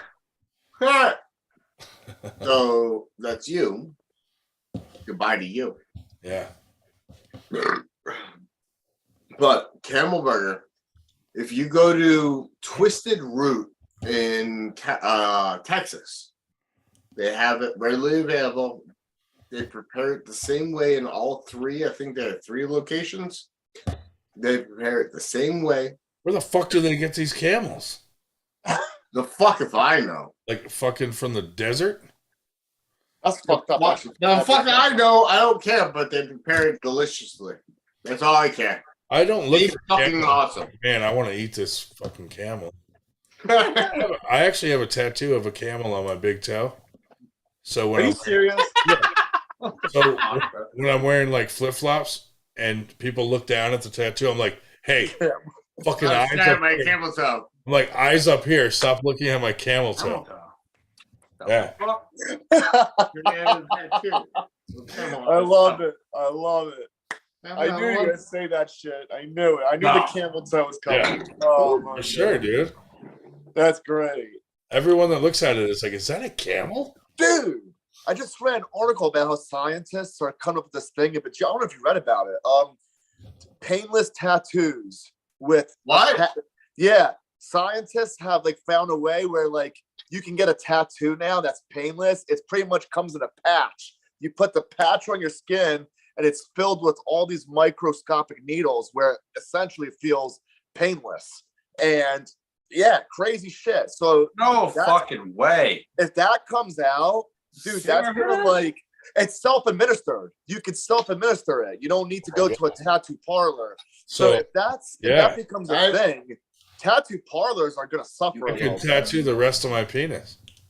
Dude, that can get addicting. Tattoos, Dude, people think tattoos are addicting. If it doesn't hurt, you'll just wanna You know that the addicting part is the hurt. Nah, I don't even have one. So you don't have any tattoos? No, I have no tattoos, dude. I'm a virgin. Either virgin. Virgin, tattoo virgin. Listen, that's it. The addicting part is, to be honest with you, part of it is the pain. Like, I don't buy it. I call it tattoo therapy. I like arm because better. it gives a little pain, and I think about nothing else. To be honest, I mean I know it's there's forms of pain for me to say it, but to be honest with you, I love getting tattoos for that specific reason. Captain Obvious said to finish off Jacob's Ladder. I actually have a Jacob's Ladder piercing. I will never get that. But there's they could only fit 2 rungs of the ladder. I'll do anything for love but that. What is that? Jacob's ladder. What is that? Like piercings. Or your dick. Every half inch up the penis, like along. Oh my god! On the top of the shaft. You know what a Prince Albert is, though, right? Yeah, that I know. Okay. Hole. This is like 10 times worse than a Prince Yeah, Albert. yeah, it's definitely way worse. It's way worse. It literally goes from the tip, tip, all the way down the shaft about as far as you want. But dude, I went to go get a Jacob's ladder, and they could only fit 2 fucking rungs.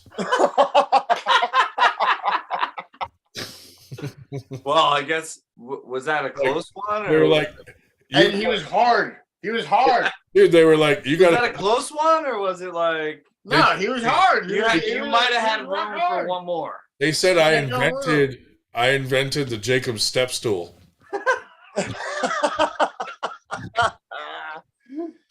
Dude.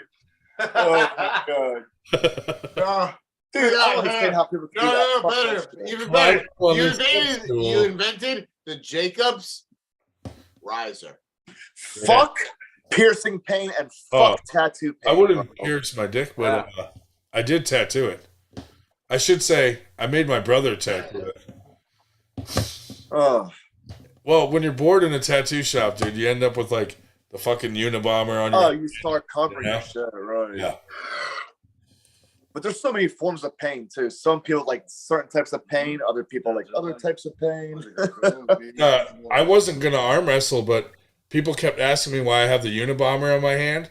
So I started arm wrestling, and now I say this is my explosive hand. Oh my god. Dude's got jokes tonight. Jacob's life alert. Jacob's life alert. Oh, they're talking about Tom Simcoe, the fucking inventor of the amateur division.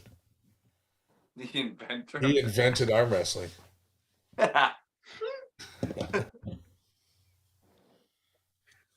Oh man. Devin's form. I can't get up. Jacob's step stool. It doesn't sound as cool as Jacob's ladder. Nope, not even close. Step stool. God damn. That's why I say Jacob's riser. It sounds better. Yeah, but if I fucking start promoting that, dude, Paul Italia will try to get on it. Exactly. Yeah, but he needs to get on the riser. Exactly. I mean, I forgot that one of his risers is in my backyard. That's perfect. Dude, we should make an extra thick one that's like triple for Paul. So it's like a triple fucking riser. Like, why is this riser a foot thick compared to everybody else's? No. But on it, you have to write. We're still trying to make you 5 foot, buddy. Hashtag short lives matter too. Or just like name it the Italian. 98% presents a 1 foot riser called the Italia. Dude, it's gonna be a shit show in Morocco's with fucking Travis and Paul Italia there. Holy shit! Yeah, for sure. Oh my god! At that shithole bar where he has his tournament. God, dude, there's gonna be a fight there for sure. I'm gonna bring brass knuckles. Chat, who's ordering me pizza? Dude, what delivers at 1 a.m.? Domino's? They do? Yeah. Shut up. Yeah. No, they do. They are the shit. They are the shit for that reason. They allow me. Domino's. I think we got some. But you're from New York. That's a disgrace. You're eating Domino's. I know. Wait, Domino's. I know. They're not on fucking. It's a guilty pleasure. Dude, and it's a guilty pleasure. Listen, I'm from New York. If I order Domino's, I know my entire family shames the fuck out of me. But I can't blame it because I actually do like Domino's too. So I gotta say, when I order Domino's, though, kind of funny. I order it more so for the wings. They do have good wings, dude. And yeah, they do. Free, I have to kind of be creative with what I eat. So I kind of grown to like the wings. I like the mango habanero. Yeah. I like Pizza Not Hut. too. terrible. Oh, God. It's not terrible. Dude, I'm not gonna lie. I like Pizza Hut too. I don't give a fuck. Okay. Pizza Hut's banging. See, if 7-Eleven was closer than 3 blocks away, I'd probably walk there. But 3 blocks is too far from my ass to walk right now. Sometimes shit pizza is good. I'll be right back. Bingo. We go, Max. Don't go and jerk off. What the fuck? That's what he's gonna do. That's something that Ryan would say. He's like, I'll be right back, guys. I'm gonna go jerk off or something. That's exactly what he's gonna do. No, he either jerking off or he's getting his Uber order. Yeah, it's 1:16. He's getting his Uber order. It's one or the other. More so getting his Uber order. At this hour? What? Benji, you're below 8.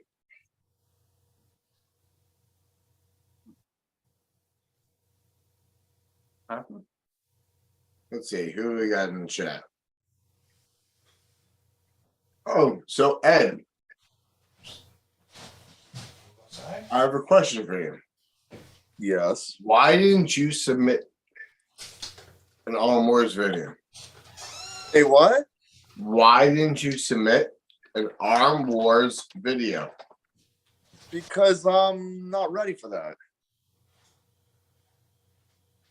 Are you shitting me? Yeah, dude, I'm not ready for that. Why would I? What? There's no point. I got time. You are. See, I say the same fucking thing, and he gives me shit too. I'm gonna give him shit. He gives me shit too. I've already. And you've probably been pulling longer than me. How long you been pulling? 2.5 years. Huh? 2.5 years. Yeah, you got easily a year on me, and he's on my ass the same way that he's trying to get on yours right now. Yeah, I mean, I would like to. I was thinking about it, but I'm like, nah, dude, I got more work to do. I want to be better. If I want to be better than I am now, if I'm going to go to Arm Wars. But in all honesty, though, I got news for you. I got a notification that they're looking for a match for me. Really? Yeah. Well, that's awesome. Right? You, I think, would be an amazing candidate.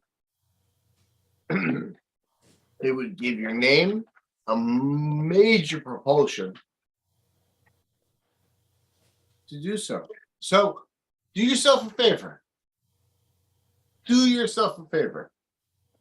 From my advice to you, create a little mini video of all your wins and why you think you belong in Arm Wars, and send it in anyway. And just state, I know I'm a little late to the invite, but this is my submission. I might. And leave it at that. Did you do this? I invited myself. I sent a video. So you sent your video, okay. Yeah. I sent my video. I gave my history. It was a very majorly chopped up video. And I had asked, listen, what's going on with the Arm Wars Savage search? And they said that I apparently made the cut. We're just looking for a match for you. Do you guys know if Down syndrome is sexually transmitted? Shut up, Ryan. We're talking about something serious. Oh, we'll see, dude. I'm not. So am I. They're always gonna do it. They're always gonna do it. So I'm gonna wait. Just create it now. Submit it now. But don't bring attention to it if you don't want to. True. You have your own YouTube channel, right? Nah. Create one. You should. Do yourself a favor. Create one background scene. Send it in. Bro, you see, no one's going fucking. Just thought about that. That shit. Ed, you want to grow, right? I'll grow. Doesn't mean I have to. I mean, do you want to grow in the sport though? Yeah. Okay. Do you want to be challenged by other different arms to grip up with? Yes, Dan. Don't. I'm gonna patronize the fuck out of you right now because I know you're not seeing things the way I see it right now. No, I see. I'm not in a rush. That's the only thing. You're not. I know you're not in a rush, but in all honesty, you're like right there, man. If you dived into your hook instead of trying to match me up top, this is me being hard on myself because I'm going to give you the recipe to beat me. If you dived into your hook with me specifically, faster than you try to top roll me, you'd beat me. Right? We'll see. Right now. We'll see how I feel next weekend. We'll see what you think because I don't think hooking a top roller is the best move either sometimes. So I would more go like a high hook top roll type maneuver. Well, that's where ahead, fighting him in that spot is not a good idea. That high hook, you want to go. You want to go more of a supinated down, right? I feel like I have more purchase on him if I literally just come in like this. I'm not saying that I can get him every time, but I can get him that way. Right. Just coming in like this. Yeah, we'll feel it out. We'll feel it out. Yeah. We'll do both shit. We'll see what happens. Yeah. He can still pull me out. He still gets me. He pulls me out. In all honesty, Ed, I know your hook is stronger than mine. I want you to put my hook through the test because I'm going to use next week as a practice for my hook. Because I want to know if I can bang in a hook with Ed DeCruz. I know I can bang in a hook with anybody at 176. Why don't you try to master the English language first? Wow. Fuck you, man. Did you understand what I said, Ed? I did, but you ain't beating my hook, bro. No. I ain't looking to beat. I am looking to bang. If I don't know. If I can hold you. I'm pulling 4 classes next weekend, and I'm still gonna be. My hook is still. It's still gonna be solid. And I expect it to be because I know that you're strong suit. I can't wait to test it. I know. And you will. Ed, I know that is your silver bullet. Is your hook? Yeah, maybe. That's great. Depends on the person. I can't wait to feel it. That's the one thing I know about Ed DeCruz, and that's the only reason why I will never ever try to match you on the inside. If you notice, the last 2 times I pulled you, I got you on the outside because I am too scared to go on the inside with you because I know you'll dominate. I think you guys should blow each other. What the fuck, man? Fuck that Just shit. breaking the ice. Breaking the ice. But Ed doesn't know what to do with this compliment. That's what it is. Ed doesn't know what to do with this compliment. He does not know how to handle this compliment. I'm just telling you. If you get me into a hook before I can engage my top roll, you got the win on me. We'll see. I think you guys should start a new game called Doc Goose. I'm gonna let you guys pull next Saturday and get warmed up because I'm gonna be fatigued as fuck by the time I'm done with the tournament. None of them laughed. You're gonna be fatigued. What? I feel like you're going right. You're right. You're like Is that what you're worried about? You're right or you left? No, I mean I'm doing both. I'm gonna do. No, I know, but you're like sitting there with your right, just like.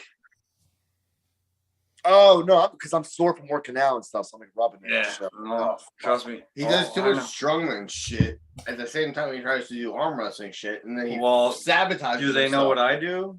I'm a fucking idiot. Am I wrong? I do 4 or 5 days table time a week. Oh, he sabotages the fuck out of himself. Yeah. What are you trying to catch up to Dave Shell? How do you train? The two of them combined will How do you train with that much table time? How do I train that much table time? Like, how do you train while he doesn't do anything outside of table time? Like okay. So you're just doing, other than his day-to-day job.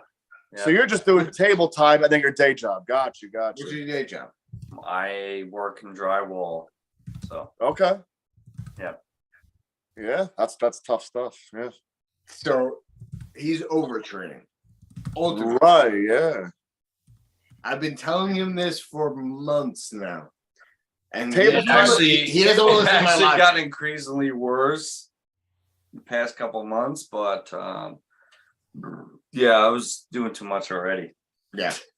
But table time is addicting. That's the problem. It gets addicting. No, it's just this sport is addicting, man. I know, dude. To get to watch out though, because I would literally like if I had like I could arm wrestle right now, but I know I shouldn't because I'm beat up, I'm destroyed. Right, dude. That's why I'm rubbing my shit. But I'll still sit there and be like, now, but then I'm like, you know, I'll feel sore as fuck. Yeah. But I'll still sit there and be like, yeah, well, I'm hurting, but let's still do it, dude. You know? For sure.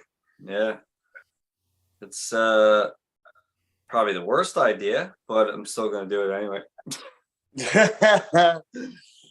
Yep. Careful though, dude, because you don't want to get injured. Nah, I know, and it's I put myself in very dangerous positions. Oh, that was detailed.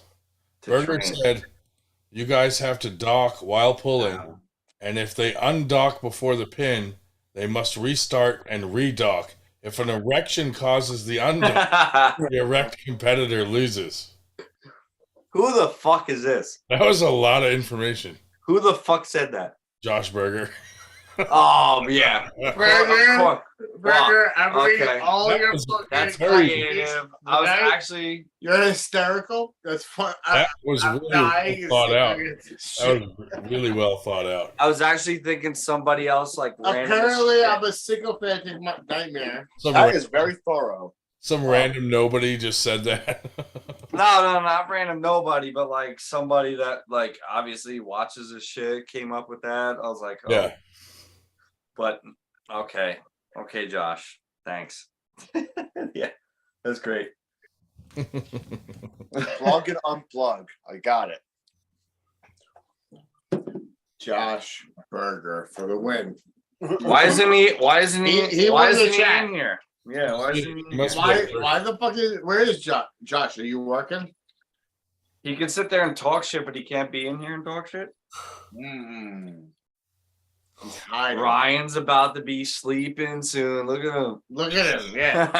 Look at him. Yo, you better. This shit's getting heavy. You better be careful on the drive home from TJ Foley's, bro.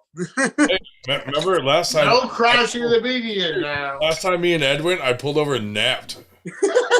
Dude, fuck, man, it was crazy. But Ed was sleeping too. So like, Berger, I know. so I woke up and kept driving, and then he was like, "Man, that took us 5 hours to get home," but he doesn't realize we were napping every fucking half hour. Cheers the burger. That was awful, dude. That was a hard drive home. But, Yeah, we can't do that again. That was a hard drive home, huh? A hard we drive. fucked up because we drove 20 minutes. Words are words, man. Right, and we stayed till like 2 a.m. there. Fuck Yeah, that. yeah. It was like 2 a.m. when we left. Fuck that. Oh, we And then were a 4-hour drive, dude. Oh my god. We were fucked, bro. Yeah, no way. Never. I'm not doing that again. I'm gonna dress up Fun like burger, man. Hang on. Fuck all what you guys are saying. for We go to the Home bar fam. and leave the bar. Tomorrow to King's Dominion tomorrow. So bravo to you, man. for What happened? Foley's tournament. What happened? I'll What try- the hell happened? Yeah, for all that missed that, you missed that for a reason. Oh, he's with his family in a hotel. There you go. But they're going to King's Dominion. They're at a swinger festival. Forgive me, my ability to speak English sucks. Especially when you drink alcohol, yes. No, well, that's why you can't put. Wow. So Oh, when I'm sober, it sucks to begin with, but especially when I drink alcohol, it's even worse. I appreciate the sentiment, Ed. DJ said he offered us to stay, but we didn't. Thanks. You know, TJ, if you offer me to Yeah. crash at your house, I'd probably come. I was afraid that if we stayed, we'd get molested. TJ's a big boy, dude. I think he could molest me against my will. Bruh. For any poor soul that chooses to do that to you, I'm sorry.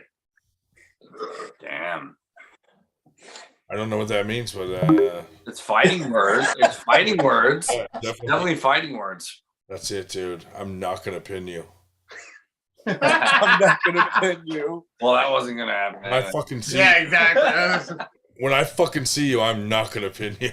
That's fucking hilarious, dude. Wow. That's how I should threaten. That wasn't happening.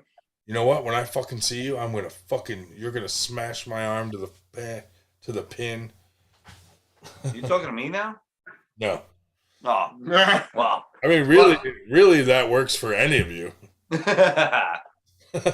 Anymore. Yeah. Should we? Well, Roger and Jen have his guest Here we room are. for this event, and he's got a couch. Roger and Jen would let me sleep between them, dude. Come on. What, an hour and a half? Yeah. That's not. Keep you warm. Keep you It's pretty We need impressive more already. for a guy who doesn't drink. And a guy that drinks all fucking day, but Who was there, Ed, when we went back to TJ's? I know Roger was there. Jen. Oh, dude, there was a bunch. There was a good amount of guys. Ed, is that like your fish tank? Why is your screen green? I think. Yeah, why are you green? I think I've got lighting in my around me. Okay. Green lighting? Yeah, well, I think I can change colors. Got the green for 98, bro. Oh, there you go. So Ed, are you going to come to next year's barbecue? Yeah, I'm gonna try. It looks like fun. I'm definitely gonna try for that. No, you're not gonna try. You're fucking coming. All right, here's the thing. I'm coming. Here's the I'm just gonna have to go with someone. I'm just gonna talk shit and I'm just gonna talk shit and talk. Fuck all I'm gonna this. smash you shit. over there. Come on. Fuck all this talk. Get over here. This shit talk. Dave Shell was there, yeah. Big. I already know right-handed how it's gonna roll out. So, left-handed, I challenge you. He's coming. I'm coming for the left. Oh, buddy. The left, I'm coming for it. Okay, you can have it. I gotta fully dominate you completely. So I'm coming for that nutsack. Yeah. What world do you live in, bro? I live in the world. You live in I- a nightmare, don't you? Long Island is a different. learn. Long Island, what? Is a different planet. Yeah, okay. Listen, Dan, I'll give Listen, you I credit. got you right. Last two Dan. were right-handed. Dan, I'll give you credit where credit's due. You're doing good. You're a good arm wrestler. You got good legs. Musser was there, Listen, too. bro. Listen, just listen. At the end of the day, here's the facts.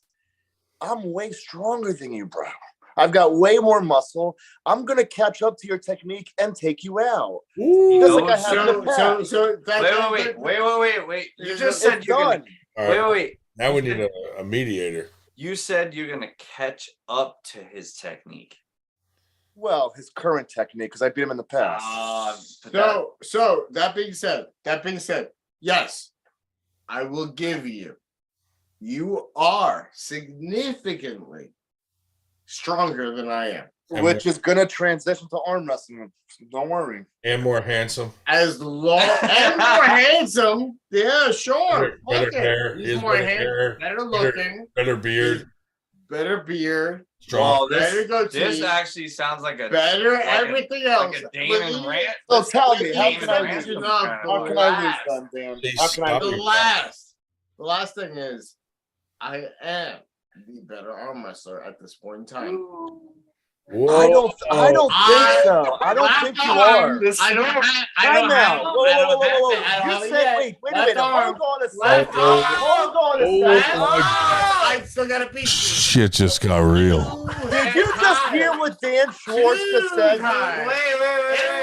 Wait. Hold on. Did you just hear what I Dan can't believe Schwartz it. said? Dan Schwartz just said that he's a better arm wrestler than me at this time in his weight class. In this weight class, are you smoking crack, bro? Oh Are my you smoking goodness. crack, bro? No way, bro. No way. Now, motivation, bro. The destruction of you is coming, man. Which of you is the better docker? Oh, I like it. oh, damn. Which of you can handle a bigger Do gerbil? I need to go to my trophy room and show you, dude? Do I need to go to my trophy room? This is getting out of My hand. trophy room is twice bigger than yours. Hey, Give me a break. Ryan. Hey, listen, wait. Like Daniel Urich 17 at tournaments. one What point. the hell just happened? 17 tournaments in under 2 years. Okay, that's it. Now he asked for Oh it. my goodness. Oh, look what you sparked, Dan. That's it. This is That's it. fucked up. Here, you'll remember this one, Dan. You'll remember that one. You like that plaque right there? Remember that day? Oh yeah. Oh, look at that. Yeah, you remember that? Yeah. After we had a next little war. What's up? What's up? What's up? Oh wait. Oh, what's that? Oh wait. Oh, we're not done. Hold on. There's more. Oh wait. Look, there's amateurs right there. Oh look. Hold on. Here's strongman shit. Oh, how about that? How about that? Which of you has more dildos? I got one And this, Why does she Dan, always, this is just the beginning, Dan. This why is does just she the always get beginning. wonky at night? Because he's got the green light on. That was green. The Hulk. The Hulk has the green light Honking on. out. This is just the The beginning. Portuguese Hulk. Dan Schwartz fucking woke the monster. This is just the beginning. Don't worry. Listen. All I gotta say is the last two times Josh Berger, This why aren't you arm- in here? What just happened? and Come your right arm met. Somebody save me. What happened? Ed, I want to hear from your mouth. What happened the last time these two arms met? Oh, I'll tell you exactly what happened. Yeah. From my end, I'll tell you exactly what happened. Okay. Oh shit. Let's hear it. I honestly think I got too nervous. I was fucking up on the setup, and I wasn't smart on the table, and then you took advantage. That's what happens.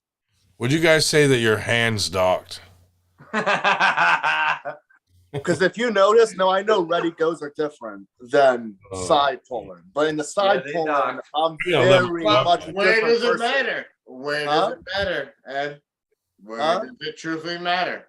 Let me finish. Ready goes are different than side pulling. Ready goes matter. Tournament wins, right? And that matters. However, the difference between side pulling and tournament is that side pulling, I'm more relaxed. So I think if I'm more relaxed, Yeah, that'll right. help me rather than The being nerves, too nervous. the nerves aren't there anymore. Yeah.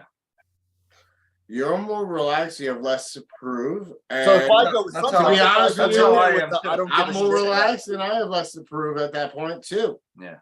Sometimes when you have that I don't give a shit attitude, you actually do better. So To I a think certain that's degree. what I do. To a certain degree. So Yeah. we'll see. We'll see. We'll see. But I'm oh bro. But We're- I gotta I tell mean- you, I will say this much. I will say this much. This much praise you deserve, Ed. You have pushed me to realize that I need to work my hook game to the level where I need to be trained with people who beat me in a hook on a regular basis. That's how I feel about the top roll. So I appreciate that about you. As an athlete and competitor in the sport, I am not perfect yet. I'm not. I'm far from it.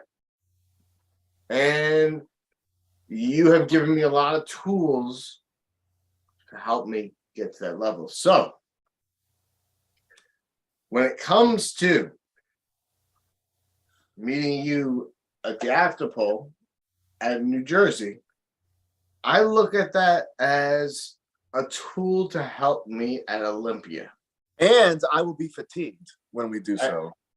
And as will I, because I'll just had practice the previous day. And just know that that's Previous when week. I'm coming to fuck with you, so I can actually pin you, and I'm gonna get on video and. Yes, get the cameras. Get the cameras every time. I'm only kidding. I'm kidding. I know. But beyond that, I actually look forward to though you applying every bit of your skill set to me, so that way I can learn how to combat against that.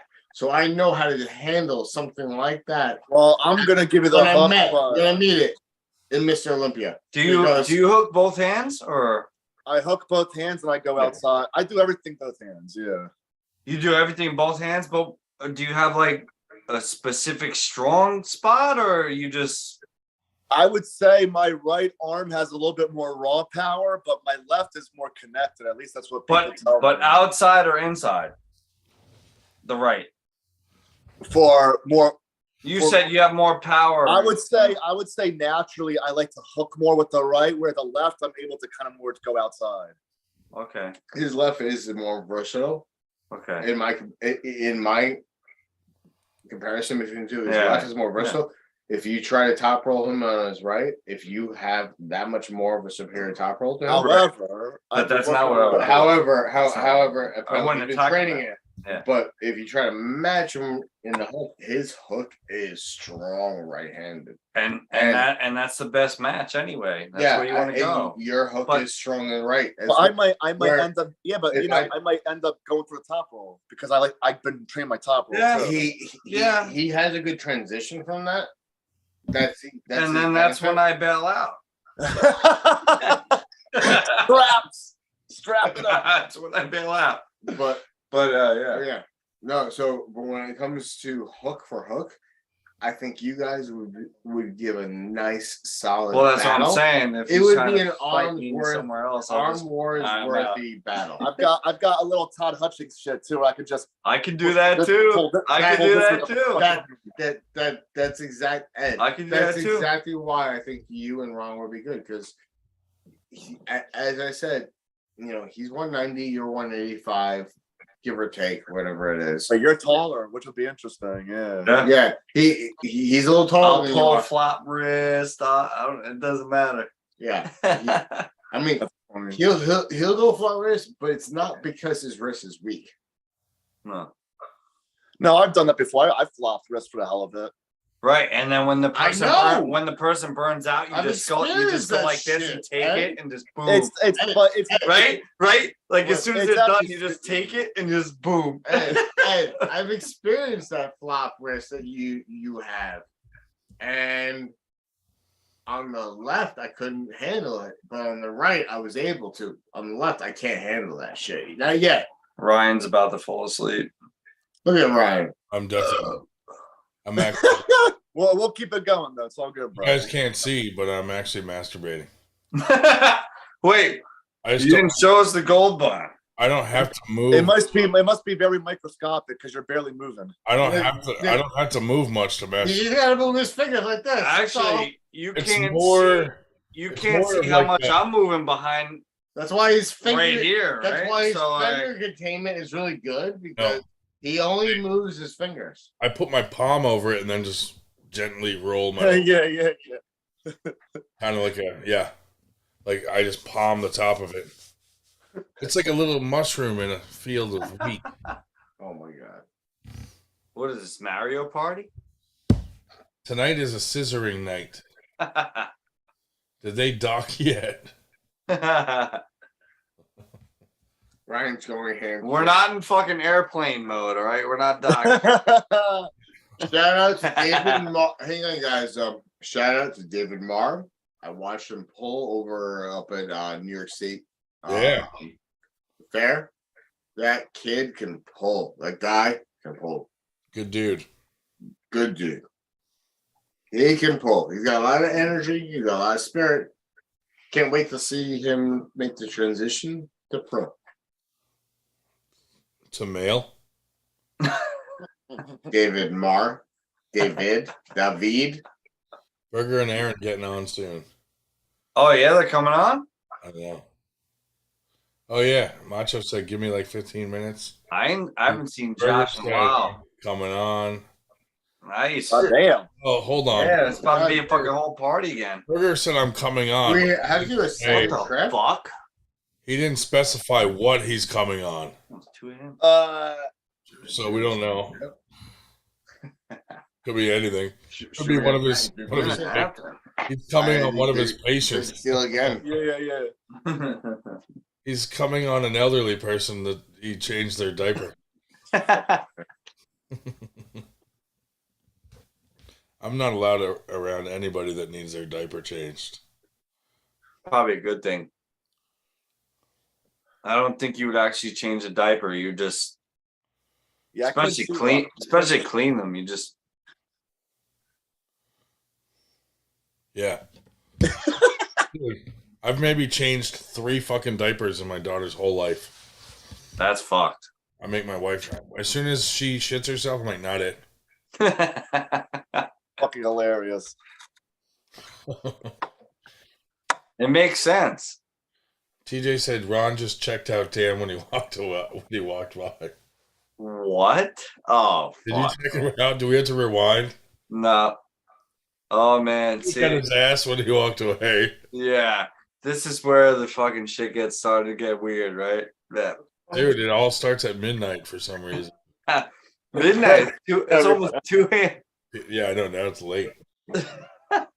My daughter. It's not even. You can't even call it soccer, but she has soccer in the morning. It's really just a bunch of 2.5-year-olds running around with the ball in their hand. What's up with man?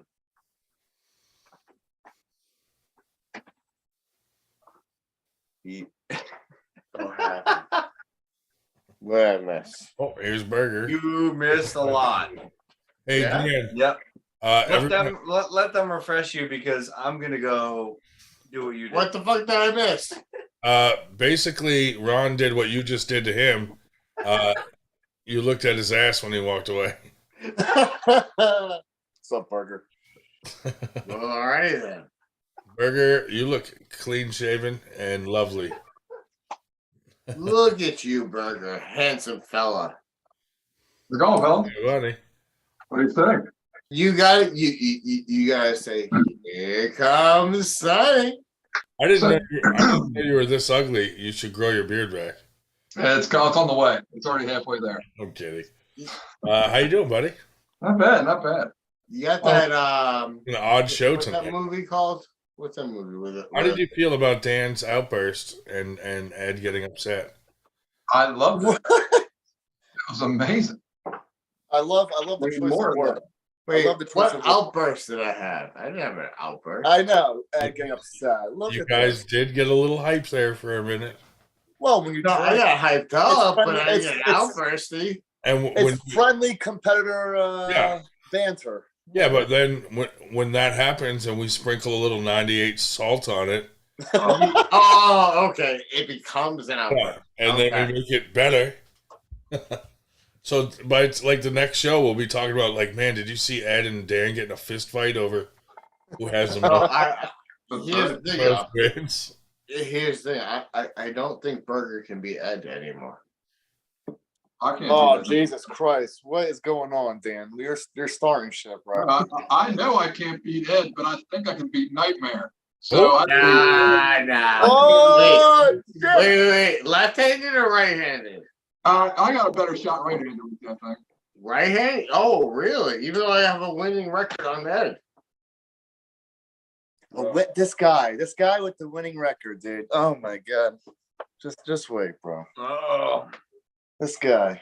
Now, Ed, No, I'm more top roll lead left-handed, and I think you have a better top roll than I do. Ed has found new purpose. So I have to beat Josh right-handed, and now I have to be Ed left-handed. A true awakening is coming for you, Dan. Don't you worry. And wait, Josh, you're a lighter weight class, right? Yeah. 150s or something? Yeah. And, I'm like 145 right now. I'm super light. wow. And Ed, you're what? Like He's 183. 183. But you do the 170, 176, right? Or something? Yeah. Right. Okay. Josh, how are you on right now without getting in trouble? It's an interesting. I've given plenty of time. It's late. She's tired. Yeah. There you go. I'm also around 185, 190, but yeah, I don't know. I'm whatever. Different species. You're 198? No, not 198. Yes, you are. No. Okay. Yeah. He's I'm 198. Yeah. But so like I weighed myself this morning. I was 174. So it's interesting. I'm in a funky like limbo of weight classes because I can easily go to 172. I can easily go to 176. I have to bulk up a little bit to get to the 185 class, but I can't drop down for the life of me again to 165 or 154. Here's what I want to know. If a 69 is a 69, what kind of move would a 98 be? We got to make one up. You gotta have to make one up. Like, what is 98ing? I feel like the girl has to be tied up in a pretzel to form the 8. Yeah. I like where Ed's going with this. I can't. I'm trying to get the rest though. If you turn the 8 sideways, it could be titties. The girl can do the 8 with the legs. Yeah. The guy. Oh my God. The shaft of the like 9. Sideways. The shaft of the 9 is the appendage. That's the phallus. That's a wrap around. I'm thinking the 9 has to be an arm reaching a out. humpback. Right, he's got to be doing something with the down. arms, yeah. Dude, remember when we ordered our Philly shirts and I got one that just said Grondin and then the other one said phallus? And I couldn't wear it to tournaments because there were children. You remember that? When Rosenblum ordered the Philly shirts, I got one that just said phallus. Oh my God. And the guy who made his shirts didn't want to make that one, but he did anyway. Oh shit. We insisted. Like, kids don't know what phallus means. Try a bad word. Right? Right. Good night, sweetie. Kiss the phallus. Oh my God. You guys are awful. Burger, I was hoping you were at work and you were actually like masturbating on the faces of elderly patients. Not tonight. I took the night off to hang with the fam. So it's easier to get on when I'm at work, actually. I feel like they sleep earlier, you know. Like Right. the ones that wake up get up at the time that we're getting off of here. So it works out really well.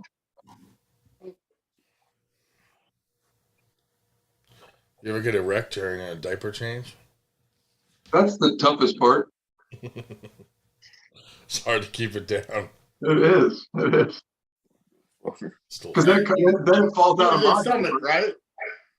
Because then it falls out of my diaper, and then I've got to change mine. Right. It's a mess. It's a mess. Fucking double diaper. That's the best part of working there is the free diapers. Look at all stoic over there. Oh, I'm stoned, bro. Efficiency, man. You never got to use the bathroom. You just keep Stoic, but yeah, you are stoned too. You ever stop in the middle of a diaper change, dock, and then continue the diaper change after? You gotta give us You have to undock before you finish the diaper change. Yeah. Ed, gotta give You us, do have to It's hard undock, because most of those guys are too big for me to dock give to. us Not if you, that's if you Velcro your diaper. Yeah, flex Ed. come on, Ed. Look at these guys, dude, the beer muscles. Dude, if Look at that. Come on, let's see it. Let's see it. Let's see Beer it. muscles is in the. There you go, John. Hey, show us. Show us what it's supposed to look like. Boom. There it is. He's a. Without even like really trying. You know what the funny thing is the muscular definition doesn't truthfully help. It doesn't truthfully help. It doesn't. Why do you say that doesn't help? What? Someone decipher what he just said. The muscular definition doesn't truthfully help. Well, no shit. That has nothing to do with arm wrestling. Nope. Well, when you beat me or when you lose to me, you look better than I do. Jesus. No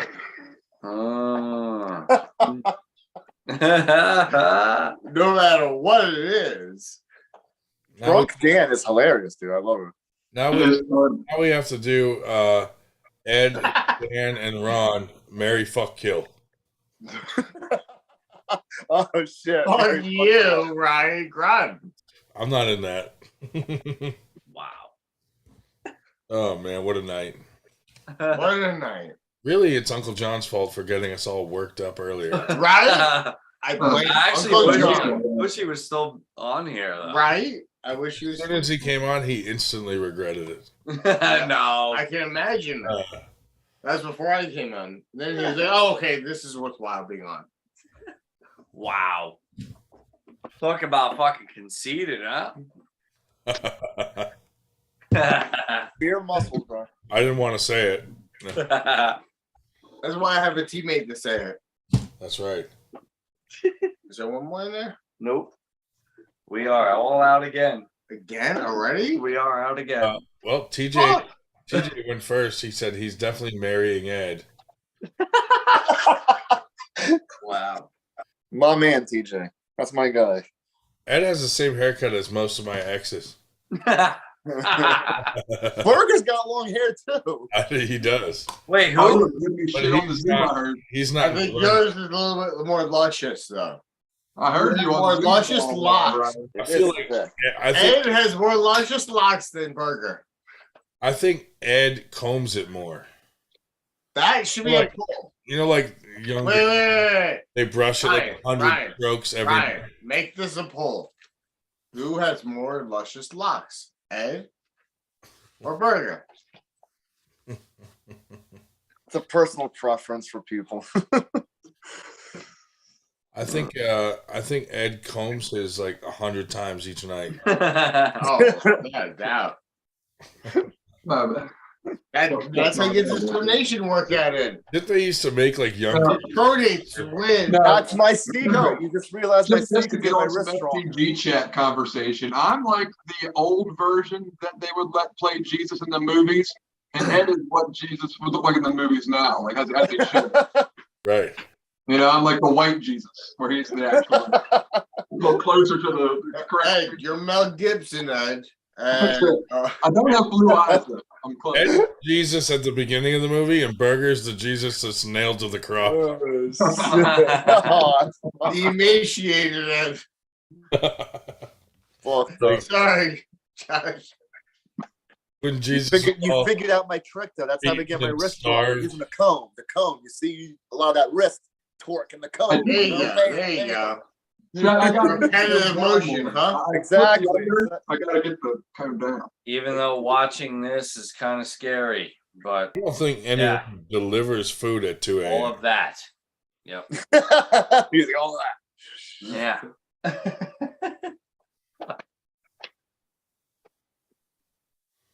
This is his first time. First time for what?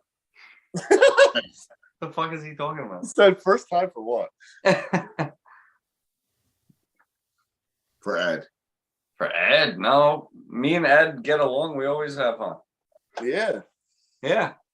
I've seen Ron Don already plenty of Yeah, times. we've been on podcasts. We talked before. Oh, that's true. Yeah. That's true. I forgot about that. Whose man's is this? I have no idea. Drunk as fuck. Yeah, exactly. No memory whatsoever of anything. Oh shit. I'll be the first to admit. That Benji, I am absolutely jealous of your pizza and anybody else's wings. Wait, what? They have food. Oh, wings out. Fuck you, Benji. What is Benji talking about? Bastards have wings and fucking pizza and shit. Jelly of my pizza. Well, Your why the? wings. Huh? Or what? Now I gotta order food. He's like, read that. I can't read. Are you seriously ordering food? No. Did you guys order Domino's, Dan? I wish. Yo, Josh. Someone said that you're like the Canadian Jim Carrey. Isn't Jim Carrey Canadian? I don't know, but that's what I just read. Doesn't he have syphilis or something? Well, maybe, but that has nothing to do with anything I said here. Ryan, jelly of my pizza and your wings. I don't know what that means, but I'm jealous. I'm trying to get my tablet working. It's fucking up. But apparently you're the Canadian Jim Carrey, Josh. So right? I've been called worse. Well, yeah, no, that's pretty good. I mean, I'm the Canadian. That's a good insult. But now you just got to be funny. Okay. So whatever, which one do you want? now you got to be Jim Carrey. You got to be funny. Step it up. Yeah. Jim Carrey is a very famous. Like soccer everything you say from now on has to be funny. Oh, righty then. There you go. Jim Carrey. Did you know? Who's ordering me pizza? Did you That's know? what I got for this. Did you know Drew Carey? Drew Barrymore. I know. Drew Carey is a soccer. You mean Drew Crew or whatever the fuck his name is? No, Drew Carey. Okay. His actual name is Drew Carey. He's a soccer photographer. Oh yeah. When he's I not. heard he's a comedian too. When he's not being a comedian. Yeah. You're thinking Jim Carrey. I'm talking Drew Carey. I know Drew Carey. He's not that funny. He's a self-proclaimed comedian. Jesus Christ, I can't speak tonight. He's a Docker stalker. That is the fucking key word of the night. Getting docked. The word, dude, that's it. 98. We got to think of a word of the night every fucking time we come on. Docked. It was clearly docked. Yeah, docking or docked. Docking, docked. Oh, damn. Dick's interlock, whatever the fuck. What are you showing off? Oh, no. I said, Dan, sorry. I forgot about those two. There you go. Wow. Just to rub it in. Oh, more medals? That must not mean much to you if you. I'm coming to take those, Ed. Uh-oh. You can't. So when Ron beats you in the hook, does he get those? Nah, bro. Nah. Why? Because I got nothing to give you, right? No, it's just no. I got nothing to give you. So what does Ron get other than the satisfaction of beating you? What does Ron get for beating you in a hook? A nice handshake. That's it. Oh, a handshake. Okay. You know what? That's respect. And that's what else can I do? No. What else can I do? That's as much as one would expect. I'll take that. I'll take it. As he's training. I'm telling you. Yeah. Look at him You trying. have no idea, Dan. You have no Looks like idea. he's ready to block that top roll a little bit. Is that righty? Yeah. Yeah, this is right. This is left. And which one do you prefer? It honestly depends on the person, I would say. Or So it you depends have, on- or so it you depends have on the no day. confidence in either hand. I mean, that's not confidence. I have confidence in both hands. It all depends on the day, how my arms are feeling, which one feels better or worse. Depends on the person. It all varies. Well, my only prayer, that's a good point, because my only prayer against Ed is left-handed. Very actually tough. Likewise, I'd rather pull Dan right. So You want to pull this guy righty? No, I'm saying the match makes more sense. I've pulled these guys enough to know where I fare better. Styles make matches. This is True. true. It is true. Yep. Styles do make matches, and hence why I am dabbling in other styles. Smart. I am literally throwing myself to the wolves and letting myself get chewed the fuck up so I can learn how not to be chewed the fuck up in a competition setting. Look at Ryan. Ryan He's is fucking like- sleeping. I was Wow, contemplating. you're not fucking face down in your computer desk yet? No, he has mastered the. Wait, I'm looking up at the corner. you better start of the making room. admins, Ryan. Better start making admins now. I think he already did. He probably did. Nope, Dan abuses his power. I do not do this anything of the sort. The only people I've used my power with are people who deserve it. Ed's sitting there toying with his little. He's just like this. Look. I see it. I see it. He's just like. I see it. Come on, bro. There's no weight on that. Stop You- playing with us. There's no you- weight. You do realize, you know, what kind of training I put my left there. Yeah. No. You know what? No, I know. You know how much trouble I put my left through. Yeah. That is the only reason why right now. Because So he you- has a winning record on me. You hear that? He's chasing you. A winning record on me. So you know that you're here every week I am. and you see the abuse I put my left through. You can speak to it. Well, only recently because you were hurt, but yes. Yes. For the last month and a half since I got hurt. Ed, look at this. Look at that face. This left. Everyone's working hard here, bro. You ain't the only one. It's coming for you. It's Apparently, coming for he wants it. Dude, Yeah. you know. He's like, Some dreams, you some know dreams, you some dreams know. never come true, I bro. better hope That's the story. you are taking it seriously. Ryan! Because when I take my left and I focus on it, to the only effort to beating your ass at the table, you better believe I'm coming wholeheartedly. I You will believe be. that. I will be happily waiting, bro, for you. Woo!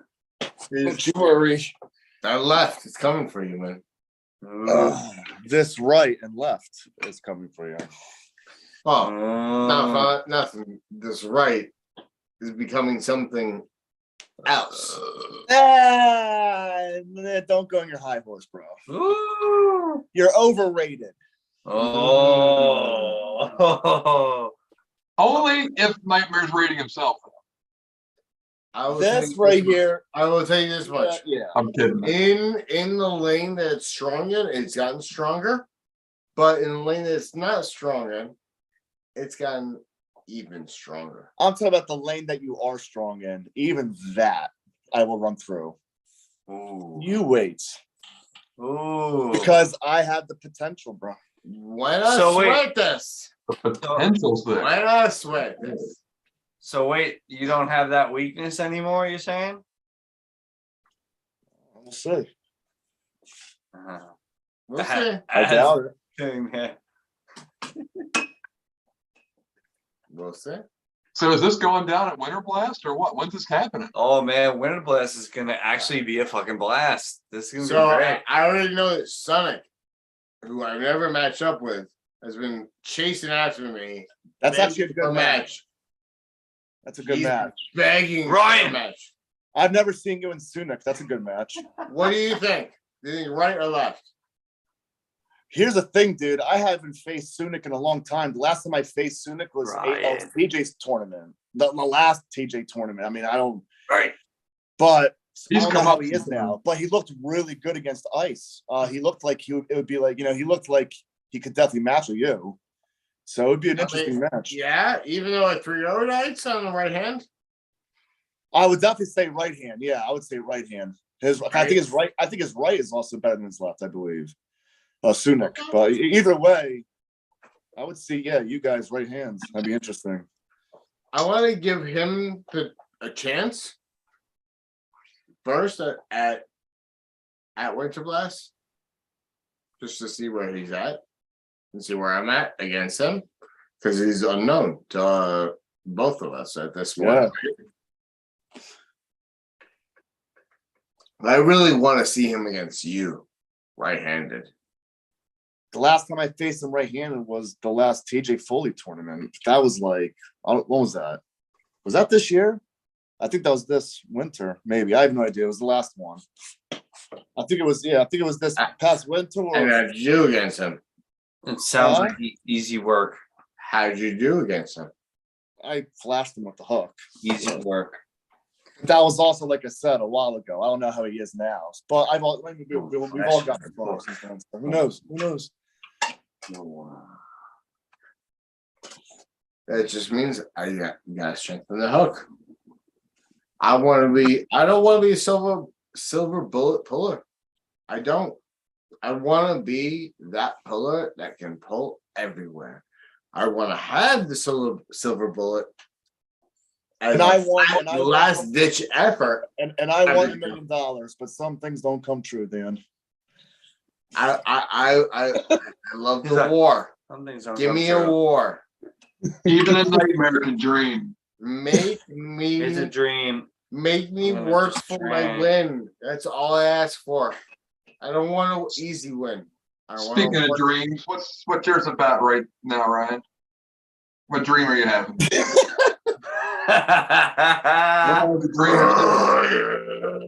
Ryan is dreaming about fucking sleeping in his bed right now.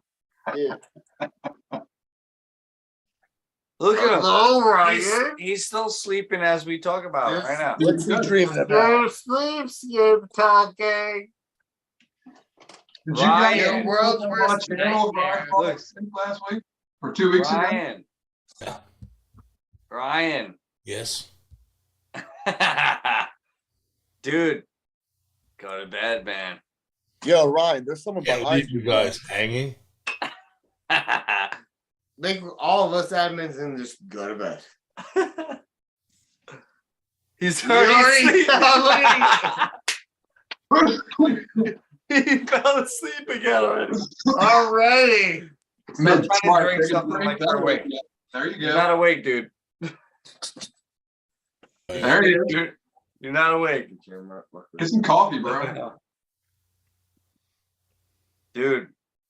He fell asleep again. Oh. You're trying so hard. I'm impressed. So hard. Dude. Just give it up, man. Tap out. It's okay to tap out. We're giving you permission to tap out. It's okay.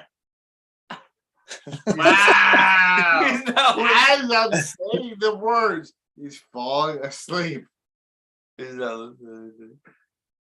Fuck you guys. That's exactly what he's saying. In his dream, he's literally saying, fuck you guys. I'm going to sleep no matter what you say, what you do. Ryan! Yeah. Yeah. Go to sleep, man. Go into your bed. Dude, we need some permission to have a conversation with everybody else because you're like falling asleep here. Yeah. And yeah. Before you shut it off. Are you shutting off? Are we done for the night? No. No. No. No. He's like, I'm trying to get the watch out. You need the watch out, man. We need the watch hours. Turn it off. We got the watch. We need the approval. And he's still not listening, Danny. You want the live off? No. No. What you go to sleep? We want it on, but you're going to bed, so you might as well just go to bed and get you off, and we'll keep the live going. Who get you off, Ryan? What gets me off? Yeah, we're getting you off. Kicking you off your own podcast. Sir, you have been voted off the island. You are the weakest link. Goodbye.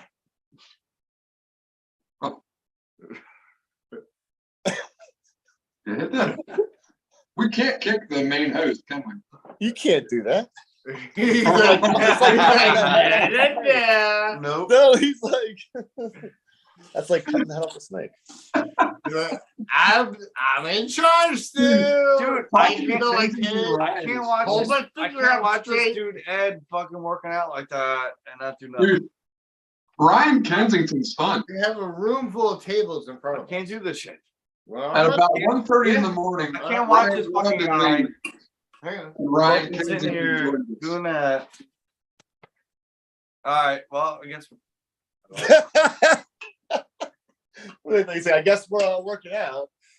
We are gonna fucking start arm wrestling now, I guess. Nice. Watch them break an arm. Jesus Christ. No, don't let that happen. Dan's gonna be drunk as shit and probably pulling like stupid fucking lanes. Show me the camera. Oh, this? Don't get hurt for the match with Ed. Don't get hurt, boys. I'm not gonna get hurt. The drunk, they're gonna get hurt. We'll do the last hour. There we go. Oh, here we go. This is great. I'm gonna get some tips here. Here we go. You're gonna get some tips. Yeah. What am I talking? I don't even need tips. I have like no room here, but all right.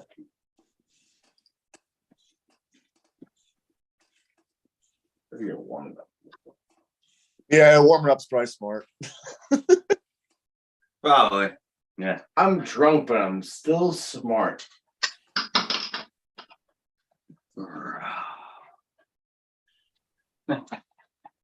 The beer muscles.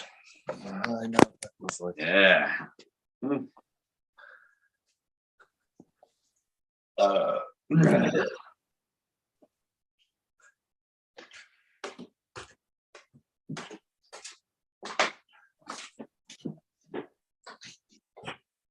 I'm actually intrigued to see what happens here. Let's see how Ron does. He hits Dan. Oh, I'm kicking the whole garage. Come on, Ron. Let's do it, bro. Hold him. There you go. Ooh.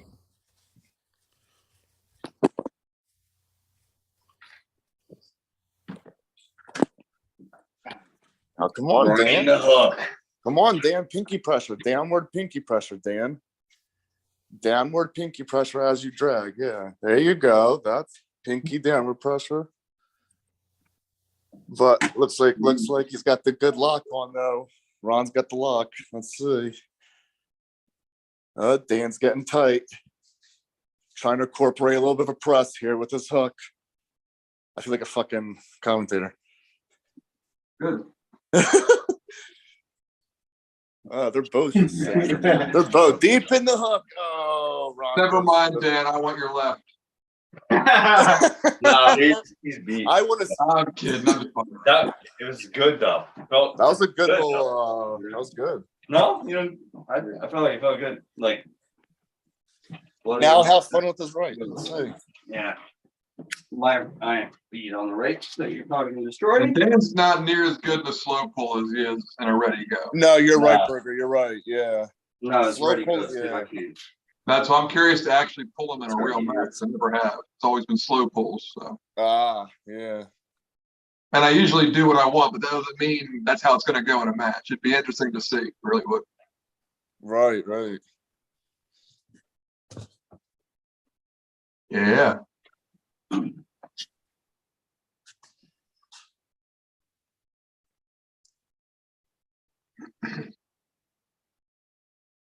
he's just bullying him. Okay. Yeah. What the fuck?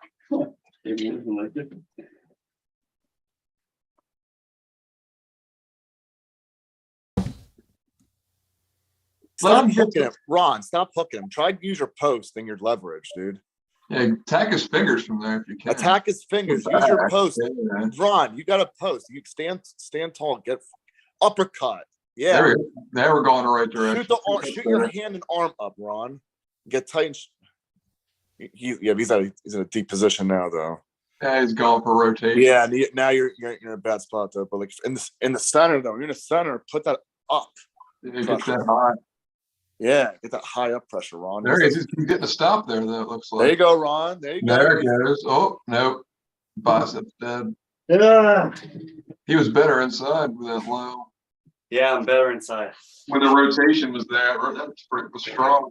Once trying to rise up and get him down his lane. I can't meet him. I can't meet him. Dan, try to let him get some more. Let him get you on that side a little bit.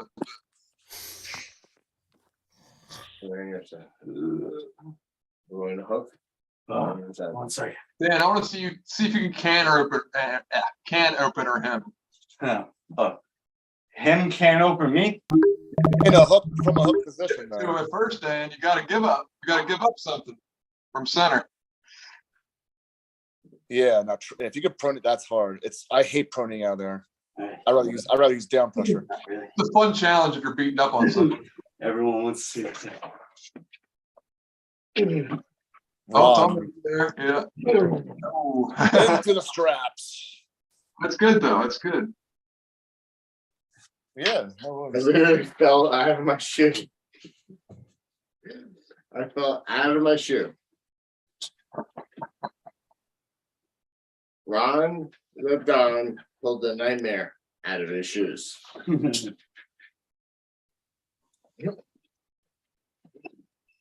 Strap him up.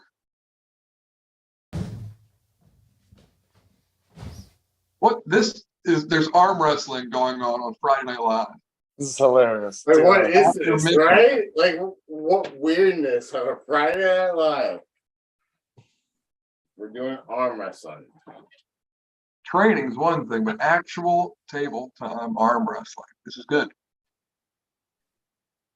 I wish tablet's not letting me get on, man. It's scared of the water. I hope we clip this shit right now. Too bad you don't live closer, Dan. I drive over there right now.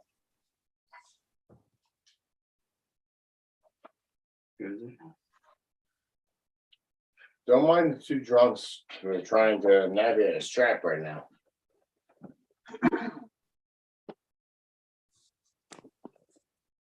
But I could go back and cut this for you, Dan, if you want. Just screen record it. Please do. It'll be blurry as shit. That's the problem. Somebody clip it. I would probably have to cut. This is well worth it. My quarter out. Funny shit right here. Ooh.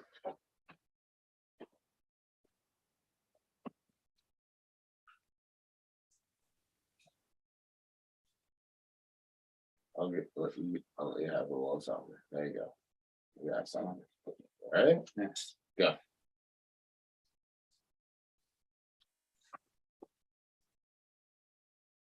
I can't tell. Ron looks on. I can't tell if Ron is extended or not.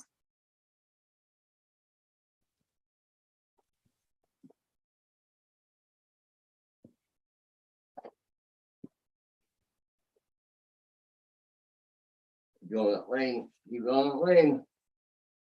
Well, there you go, Ron. Keep climbing. Go around. There you go. Here you go.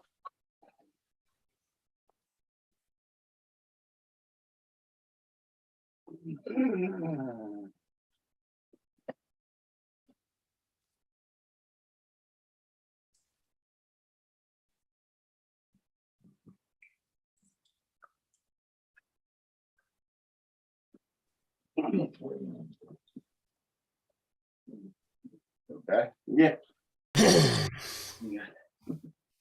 What? You good? Yeah. You want a little more?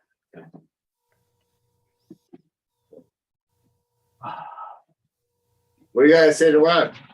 What advice can you give him? I couldn't tell if he was extended or not when he was pulling. Was he extended when he was pulling? No, he actually was kind of tight. I was able to pull him out though. To my side a little bit more. Just a hair, just enough. Remember how I was on your left side after the war? On your right side, rather, after the war we had. Yes. How I was able to pull you just a little bit out to my side. That's how I got him just now. So whatever advice you can give him to beat me from there, do it. Just be stronger. That's it. What? That's the trick. Just be stronger. Okay. That's the trick. That's the trick. Just be stronger.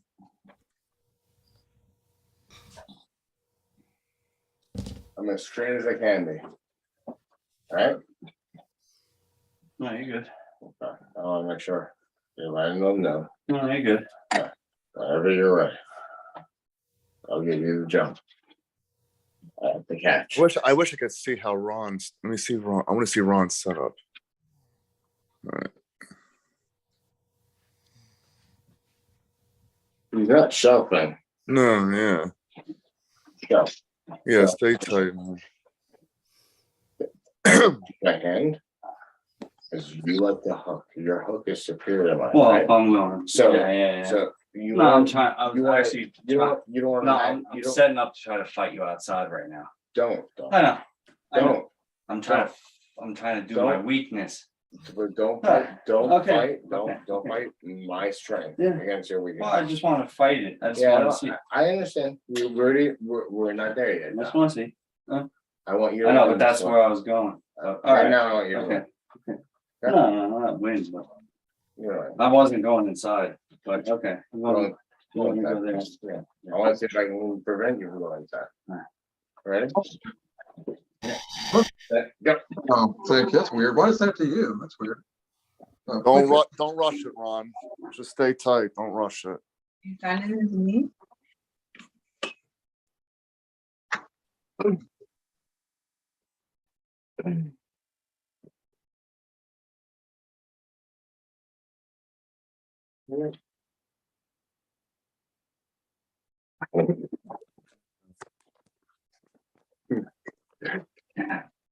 Yeah. That was good. That was a good fight, The though. first round was good. That was a good fight, though. You made me work for that. You good? Yeah, I'm good. All right. Let's. You want to take it off? Yeah. I can feel you're not there yet. You're not there for that. Not right now. No. No. Woo! So good though. Oh, live arm wrestling. So good. How So about? good. We'll say this. When he's fresh and hard to tell when he's legitimately fresh. I'm never fresh. He's almost never fresh. But I can tell you when he's actually has a little bit of freshness in his pull. That wasn't today. That wasn't today. His pull today, strong, but not fresh. Okay. Fresh though. This man will be a monster for anybody in his weight class. Anyone around. We're muted. We're muted, by the way. But look at Ryan. Oh man, he was like this. Why the fuck were we muted? He was. I don't know. We're definitely muted. Oh wait, now we're not. You didn't unmute. Oh, they're telling us to shut up.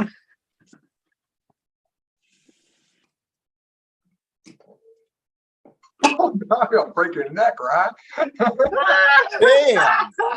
Could you Right? imagine, Neck is bro? broken. Yeah. Could you imagine if you snapped his fucking neck? Bro, get a headrest on that fucking. His neck is broken. He needs one of those airplane pillows, you know? So Yes, yes, an airplane pillow, or like one of those like fucking like. Will save your fucking neck when you're sitting. You know those face cradle pillows that you lay face down when you're getting a massage? Josh, Stop. Oh look, he snapped back up. Nope. Oh, he's pretending to be awake. He's scratching his chin now. Scratching that shit. Scratch that shit. Scratch it good. Ryan. Don't miss that spot. Oh, you missed a spot, Ryan. Pick your nose, Ryan. Ryan, you got something up your nose. You should shove your finger up it. Ryan, there's something up your nose. Shove your finger up it. He's too far gone. He's beyond the state of mind that you can impress upon. Is there any way you guys can put him out? Oh, he's gonna give himself whiplash. Yeah, right. Someone should call him. Kind of feel bad for that guy. I mean, it is 2:30 in the morning. That's great. Holy fuck, Ryan. You look as graceful as a giraffe. Go to sleep, Ryan. Buenos nachos, Ryan.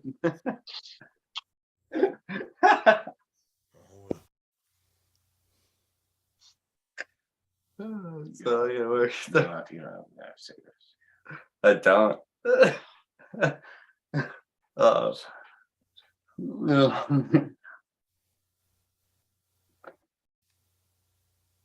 Well, alrighty then, Ryan. Yeah, Ryan. Ryan. He jumps up. Sign off, Ryan. Sign off. It's that time. Point where Ed is like going like Samurai Ed in like green light, looking like, you know, night vision shit. Barker's looking like he's about to fall asleep. Fucking Mattel.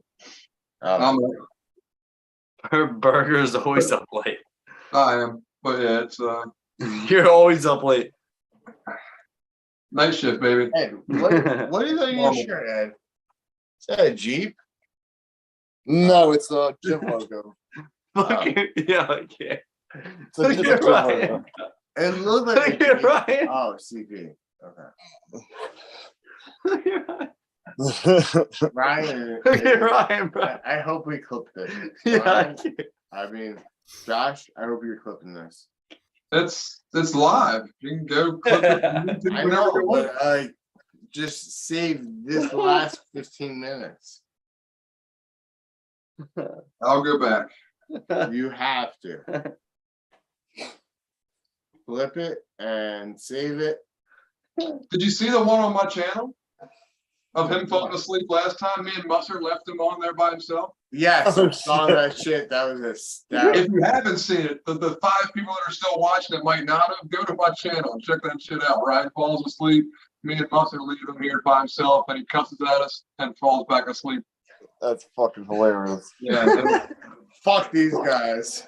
Fuck you guys. Something like that. Fuckers left me. Dude, that was a good impression. That was great.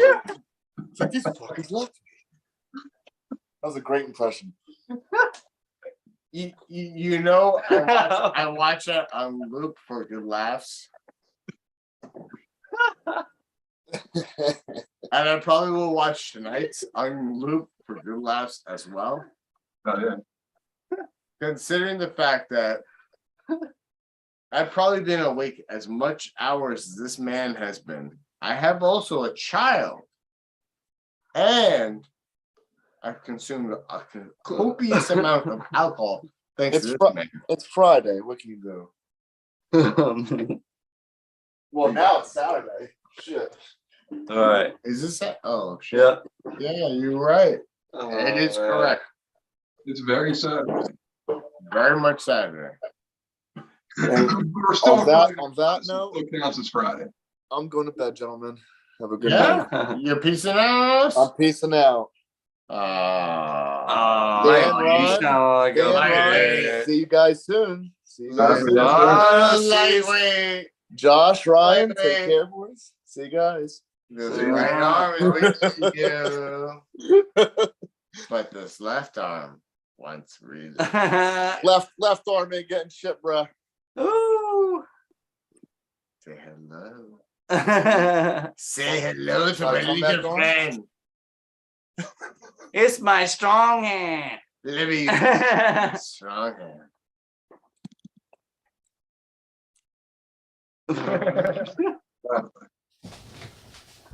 Wow.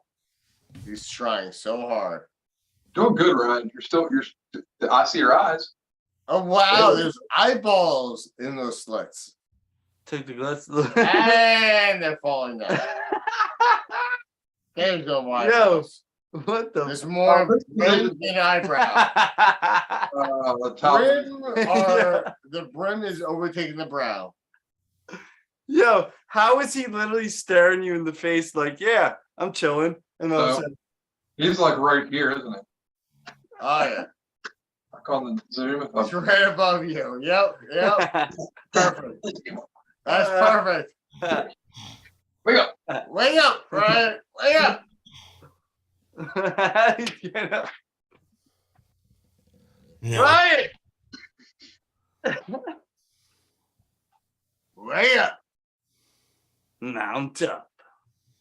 I love how, in orientation wise, too, like Josh is right below us. Poking the right people above him, right person above. Like that's us that he's poking at right now. And then, yep, that's Ryan. He's poking at right now. That's perfect. Oh, right.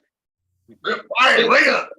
Yeah, it's working. It's working. Keep going. I wasn't sleeping. Holding his face. I wasn't sleeping. What the fuck do you call it then? What do you call it? You're heavy. I'm trying to hold your head up, man. Come on. Wake up. Shit. Where'd he go? I lost him. You lost him. I lost him. Oh, wait. Wait. There he comes back. He's coming back. It's coming back. Right. One more. Shit. One more. No matter times you check it, there's no How more. the fuck did we finish all that shit already? We were Right, stay up for a minute, dude. I'm tired. Like, I am completely empty. Nah, I'm done. Surprised. I can't hold him up anymore. I tried. Probably a good thing. Probably a good thing. Yeah, right. Mm. I mean, we went through 2 cases of beer. Mm-hmm. In like that's pretty good. The first 5 hour kind of thing. 6. The first case of beer took us about 3 hours. Not even. And then the second case of beer took us about an hour and a half. Yeah, very bad. And I ate a whole bag of turkey. Yeah, so Yep. I want more beer. Do you want to try to keep this going, Josh? What's that? Do you want to keep this going? Well, Ryan obviously doesn't. We can sit here and watch bobblehead Ryan go as long as he can tolerate it. Bobblehead Ryan. I We mean, can make fun of here's that. the question: could you last for about 35 to 40 minutes? That's probably about the limit I got though. I can promise 2025. I can push it to that if it's entertaining. Nah, you're a fucking liar. You can go along with that. No, I got it. Only reason why I'm asking is we're thinking, does it make sense to walk to get more beer, or do we just call it a night? Ryan's definitely calling it a night. Yeah, I think it's a little late for Another beer run? Yeah. Responsible adults would agree with you. But the good news is there's no We are. responsible adults Present. No.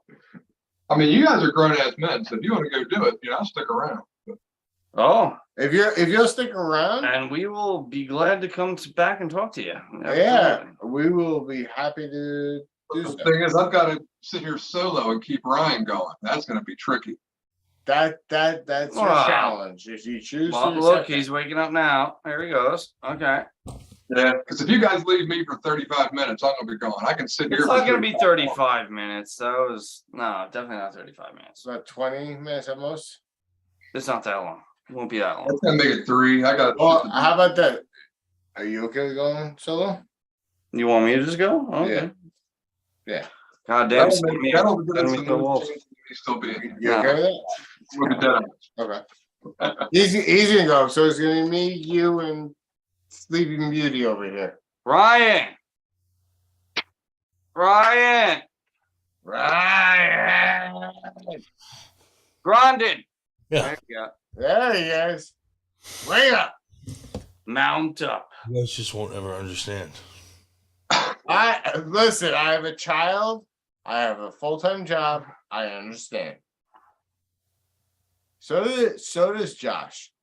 Look, the head's falling again. He ain't listening to the fucking thing you're saying. Well, good luck, guys. I'll be back. Ryan.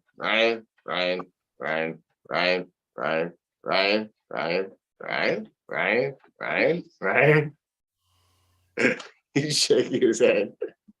He's so angry. He just wants to sleep so bad.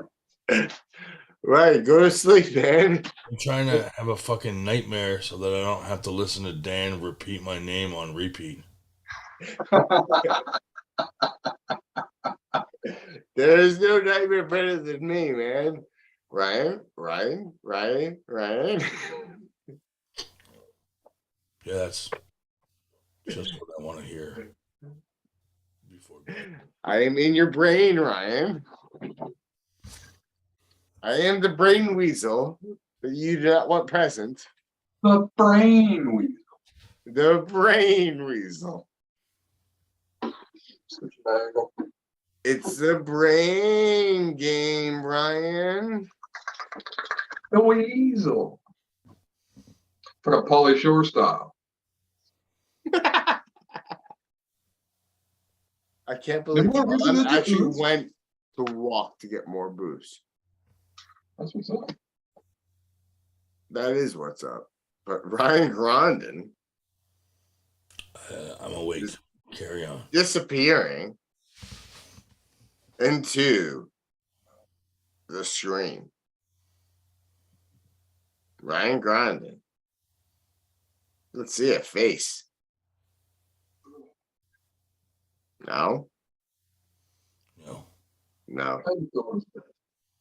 Then just give up. Tap out, man. Me and Josh got this. We'll carry the torch.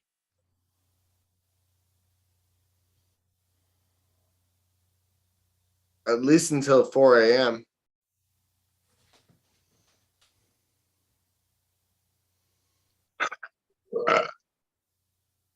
What did I missed Uncle Jon? What was going on there?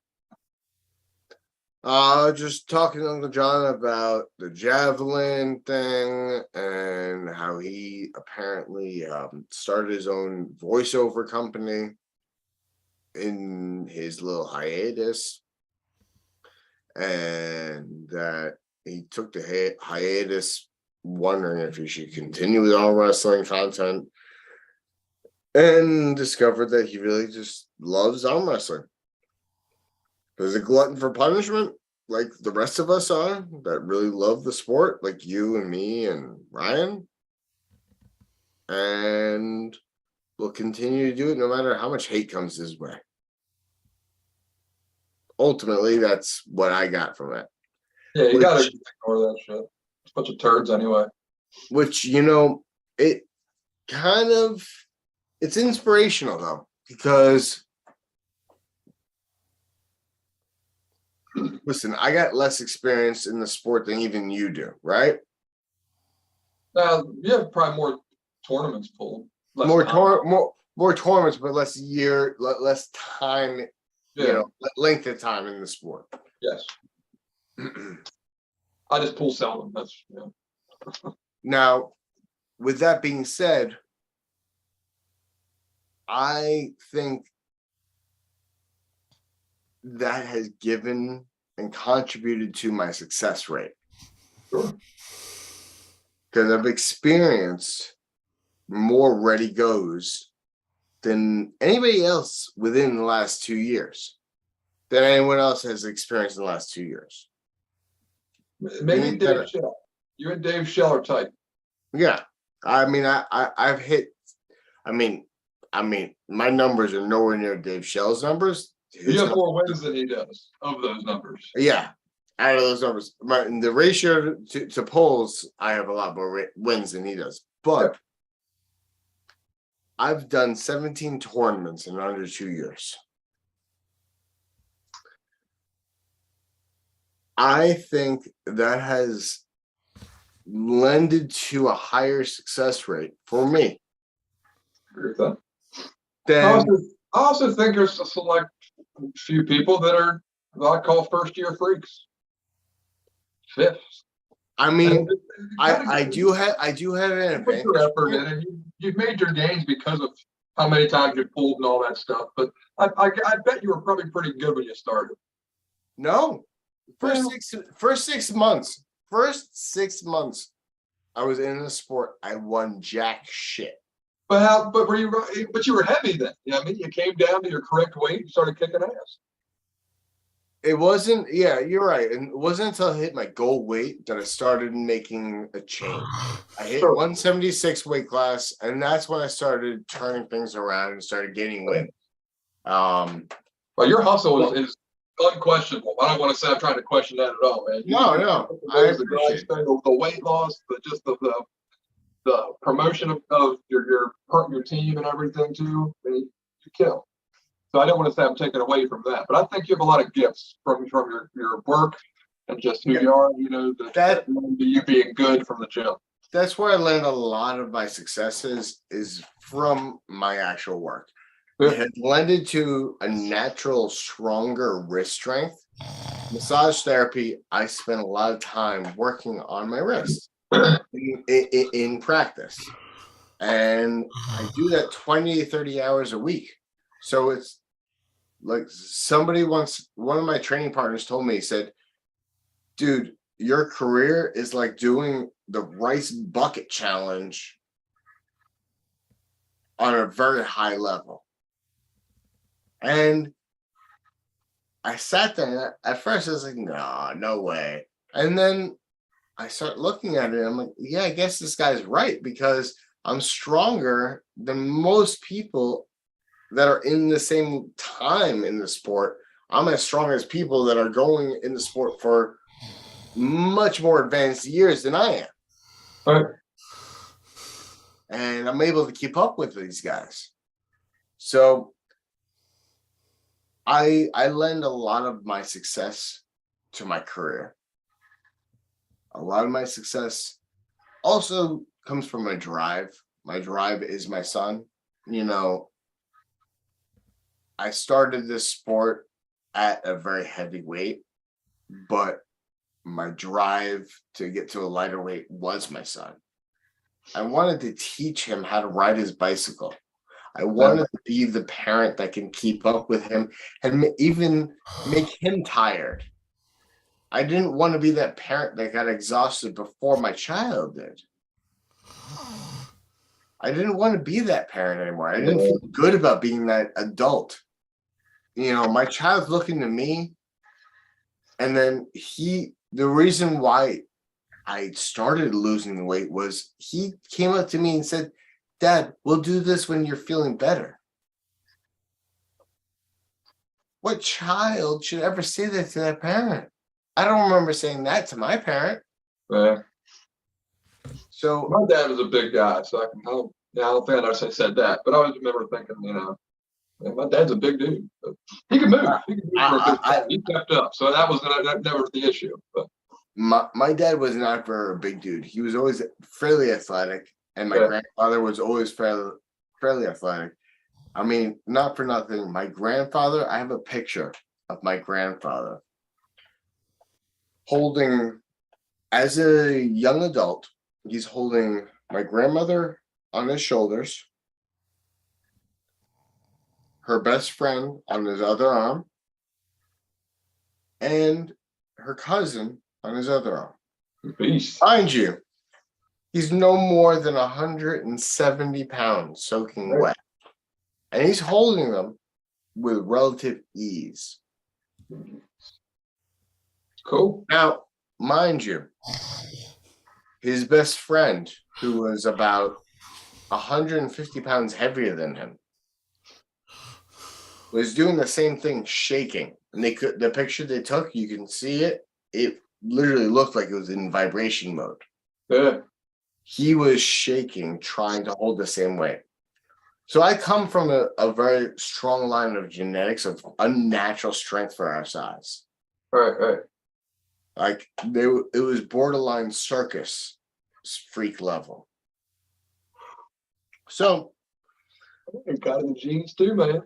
I got genes. I got a little bit of a drive behind the genes now, knowing that I can execute uncanny strength. So my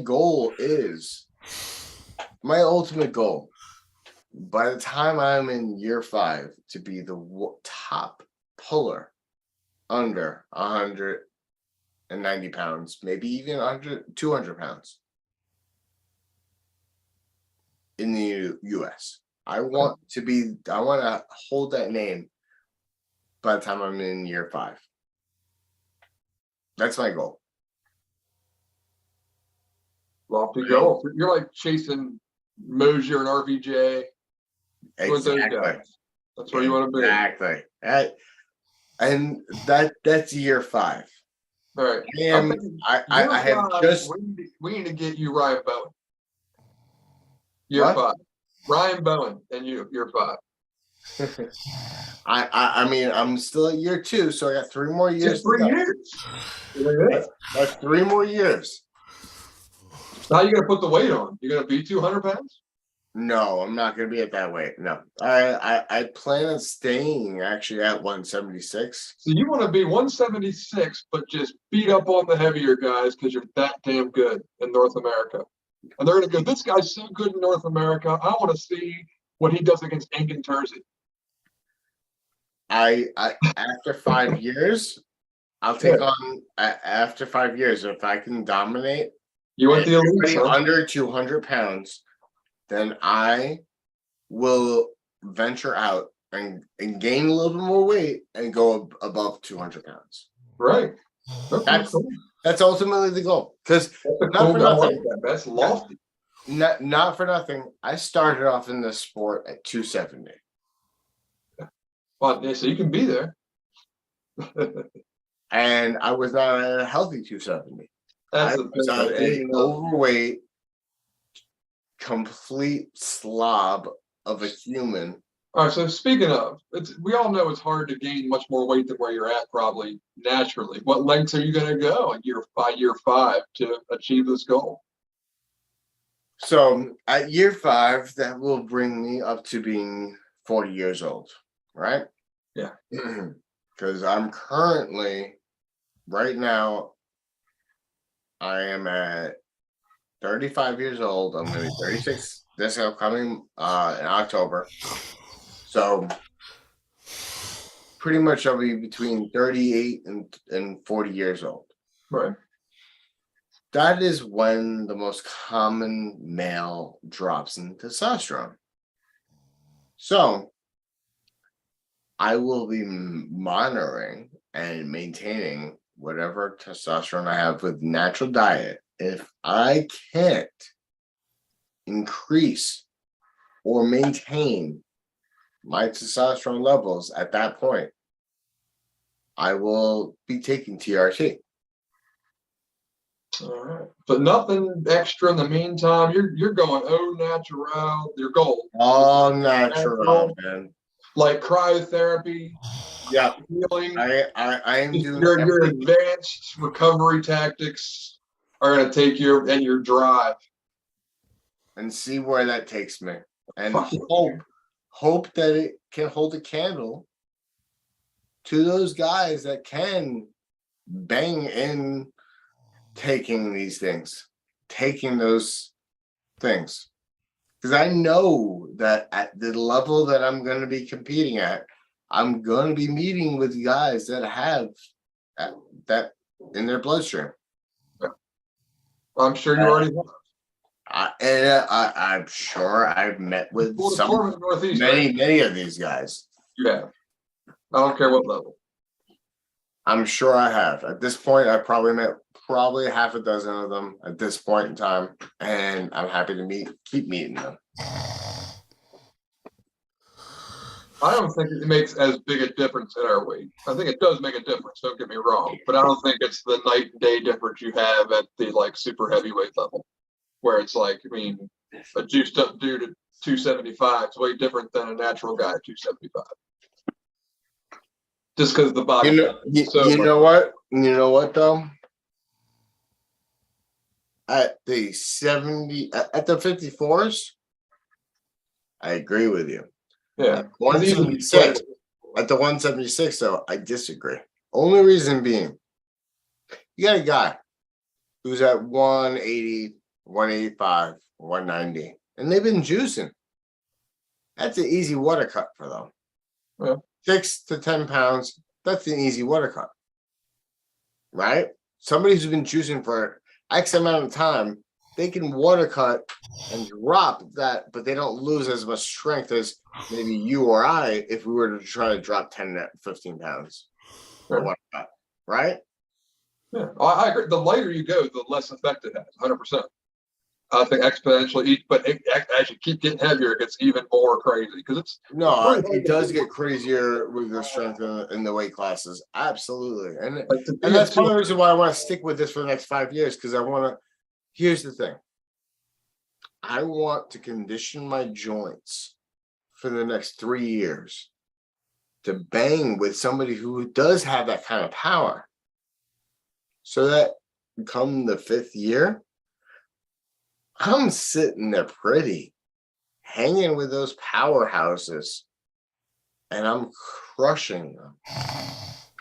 And I'm making them question every ounce of whatever they put into their body. And I'm saying, hey, I did this being me. I don't need the supplements to get to this level.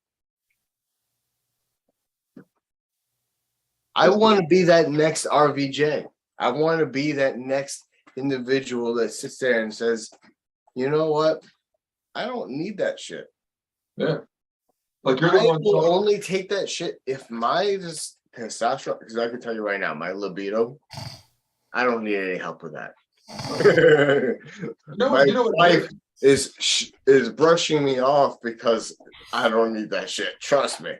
Your libido is so high because my libido, my when your massage therapy, you come in contact with so many people, and then you get them so aroused that the pheromones come off them, and you absorb it. Your testosterone's through the roof. You just made dozen women a week just melt, and that many more men. And if you get around a bunch of boners, that gives you more testosterone. So you're probably like pinging with test. You're not wrong with that. with that, you're not wrong. My wife could sit there and say, you know what? I will tell you. My wife has actually, just plainly said, I need to find you a harem.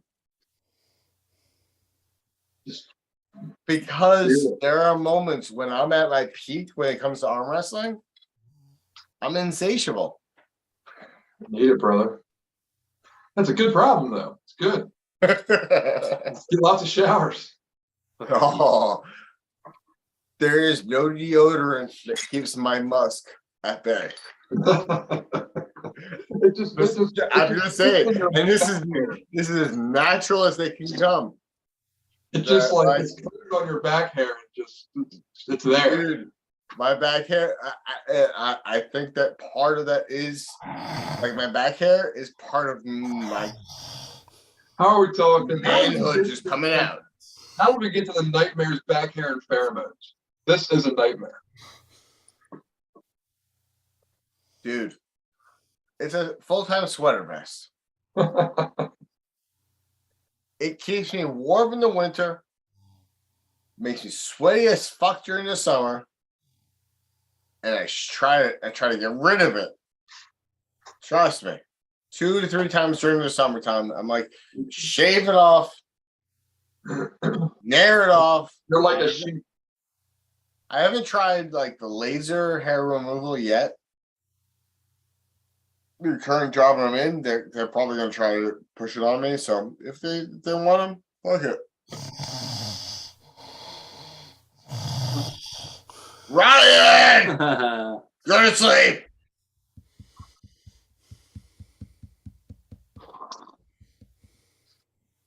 Did you mute him? No. No, he's not muted. You can hear him snoring. There we go. No, he's out. I mean, it's 3. He's out cold. Done. How do we unpin him? Did I just pin him by accident? Or did you? What's that? How do we unpin him? I don't know. You have to cut his video somehow. There you go. I fixed it. Wow, Ryan. He's readjust. He's straight ahead now. His head down the desk. Out cold. Completely out cold. Holding him up. Yeah. Oh, there you go. You're gonna push up. Give it a push. Give it a push. Give it a push. There you go. Down in there. Almost there. So, how's work going for you, man? Good. You, real well. You still working overnights? Yeah. That's why I'm still awake now. Gotcha. But yeah, it's been hard to keep people. That's the biggest issue. I mean, it's the job's cake, but no one wants to work. It seems like everybody does their training and then quits. Or maybe it's not easy and I just think it is. I don't know. You know what? Because you've dealt with all kinds of walks of life, you have a better equipment and handling than the average Joe. Maybe. So you got that shit figured out, man. I just wish it paid better. That's the only bummer, you know. It's it's one of those thankless jobs that doesn't pay well. Yeah, no, it's fulfilling though. It is. It really is. I lied, Joe. I wouldn't do it if I didn't find some kind of joy in it. You know. So. It's fulfilling to the right person. Sure. Right. Not everybody will find the same fulfillment that you find, and that's a reason why it's hard to fill the position. Maybe. And it doesn't pay for shit. So. Listen, there's not many people on the planet that has the same compassion as you, man. I've had the pleasure of actually befriending a lot of people that have the similar compassion as you around me. Back in the off-roading community, actually, a lot of people who are in the off-roading community, they loved working in the same field. Yeah. Because it allowed for them to have that lifestyle they wanted. So, to a certain degree, because they didn't have to work during the day, they can go off-roading at night, and that's what they would do. Yeah. It's interesting. It seems like a lot of arm wrestlers, at least the YouTube community of arm wrestlers, I've met a lot of guys that at least used to work in the field if they don't still. So, I used to, many years before I was a massage therapist, actually. over 10 years ago. I was a transporter out of a hospital, and one of the number one jobs that we had to report to was manpowers in the hospital, and the most manpowers was out of the psych ward. And who was the most frequent responder to all the psych ward calls? I was there. I was the first responder to almost 75% of the calls.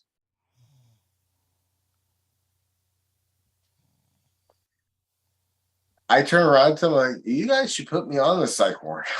Right, might as well. So was there like a choice of who got to be was going to it? I was voluntarily going to the psych ward. I didn't have to. Right. I would just go. I enjoyed it. I remember I only had one earring at the time. And this old vet, old war vet, poor guy, amputee on his complete right side. So he had no right arm, no right leg, only had half of a left leg and a portion of his right arm, a portion of his left arm. Right? He was getting violent with the nurse. He didn't want what the nurse was giving at the time. They called the manpower, so I responded. I put my hand on the man's shoulder. One of the other nurses pointed out, he might try to bite you, move your hand. I moved my hand, at which point he paid all of his attention on me. He looks at me and he goes, I see you only got one ear. What are you, a half a fag? What the fuck? And then he goes, he's like, I see each and every one of you. I am going to report each and every one of you, especially you, Mr. Half-Fag. Pointing at me. And I'm sitting there. This is like, I'm working like maybe a month in the job. So I'm like, this motherfucker's calling me a fag. And I'm trying to keep him safe. What the fuck do I do? And so I turn around and I look at my supervisor and they said, breathe and stay calm. Stay away from his teeth. Because apparently my hand, I didn't know it. My hand was kind of moving closer to his shoulder. I guess my mentality was I was going to strangle this motherfucker for saying the shit that he was saying to me. But my hand, and so I moved my hand back to his shoulder, held him down, and he went to try to bite me, but he missed because he couldn't reach. And thank God I listened to my supervisor, because if I hadn't, I would have gotten a chunk out of the back of my hand. Fucking that could have like ruined your arm wrestling career. Oh my God! I probably never damage and shit. You never know. That I probably would never arm wrestle because of that. I probably would ruin my. This is well before my massage therapy career even started. Right. So that would have ruined every aspect of whatever I could have done with my hands. Could have turned out to be a whole fag. Yeah.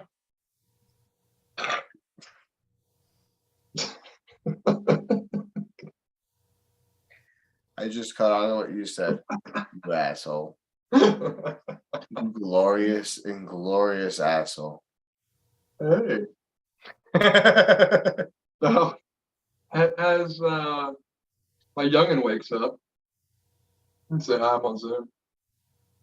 Is he awake? Hello, little man. Heard me in here in the bathroom talking. How's it going, little man? You ready to get a pizza menu tomorrow? Yeah. You were awake very early, man.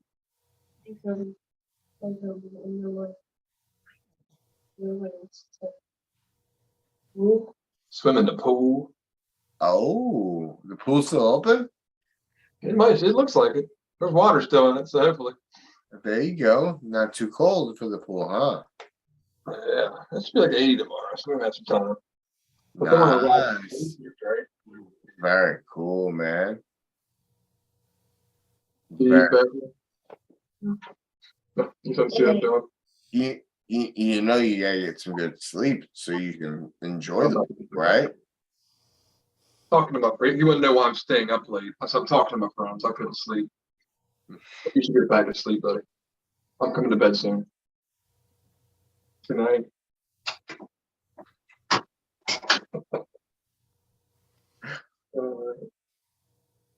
Yeah, that's why I wasn't on earlier. I was hanging out with those guys. Good reason.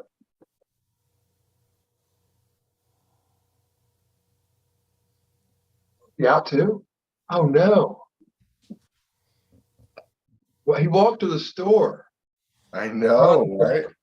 You fall asleep, Dad's gonna rip off your chain. You switched the phone. You switched the camera. Okay. I didn't switch the camera. I just He did. No, I didn't. He did. No, I didn't. It wasn't like that before. It was like that before. What do you mean? No, it wasn't. The whole entire time. You think I'm stupid? It's been like that the whole entire time. No, it wasn't because I was off camera and I was chilling, and now I'm on camera. Okay. Oh no, half your face is off camera. Okay. Okay. Hey, I don't care. I'm still here. I'm still chilling. And I realized what you did. No, I didn't. I'm awake now. I am not as bad as Ryan Grondin, I'll tell you that. We need to invite Look at him. Yurik. Where's Yurik? Oh, fuck that. Because guy. I'm wide the fuck awake and I can't go to sleep right now. Ryan. We need more people on this shit. I'm starting to fade. Yeah, I know you are. That's why I'm like, we need more people in here. Who the hell else can we invite? And we had a good chat there. We were chatting good for a bit. That was good. Yurik's there. Who can you invite, man? I don't know, man. All my guys are sleeping. Yurik's in chat. Yurik? Yeah. In chat. That fucking meth head zombie. Oh, hey, I might be sticking up there now if we get him on here. You two fired up. I'm starting to see all the chat like lining up right now. Jesus Christ. Is that Benji? Everybody's in the chat. Yeah, who Benji. else wants to come on, man? What the fuck? What is going on? This keeps going. Nah, dude. this can't be real. This can't be real. Ron drunk out 100. Okay. Yeah. No, dude, you were passing out before. I was. And you were on like the side of the camera. So Yeah, people because could I was see off inside your camera and I face. was like, all right. No, you're still on camera. Well, fuck you guys. You see, I just put you on dead center. Well, Ryan just docking his eyelids is all. Docking.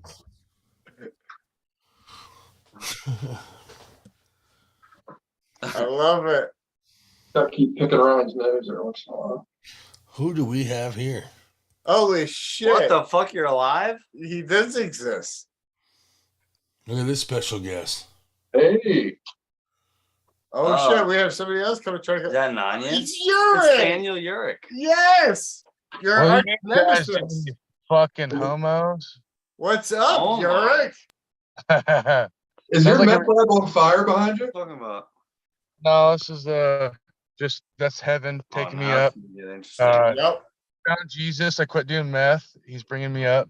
Oh yeah? Yeah, that didn't happen. You traded Jesus for beer, right? Beer Jesus. Yes. Why can't we see your beer? There you are.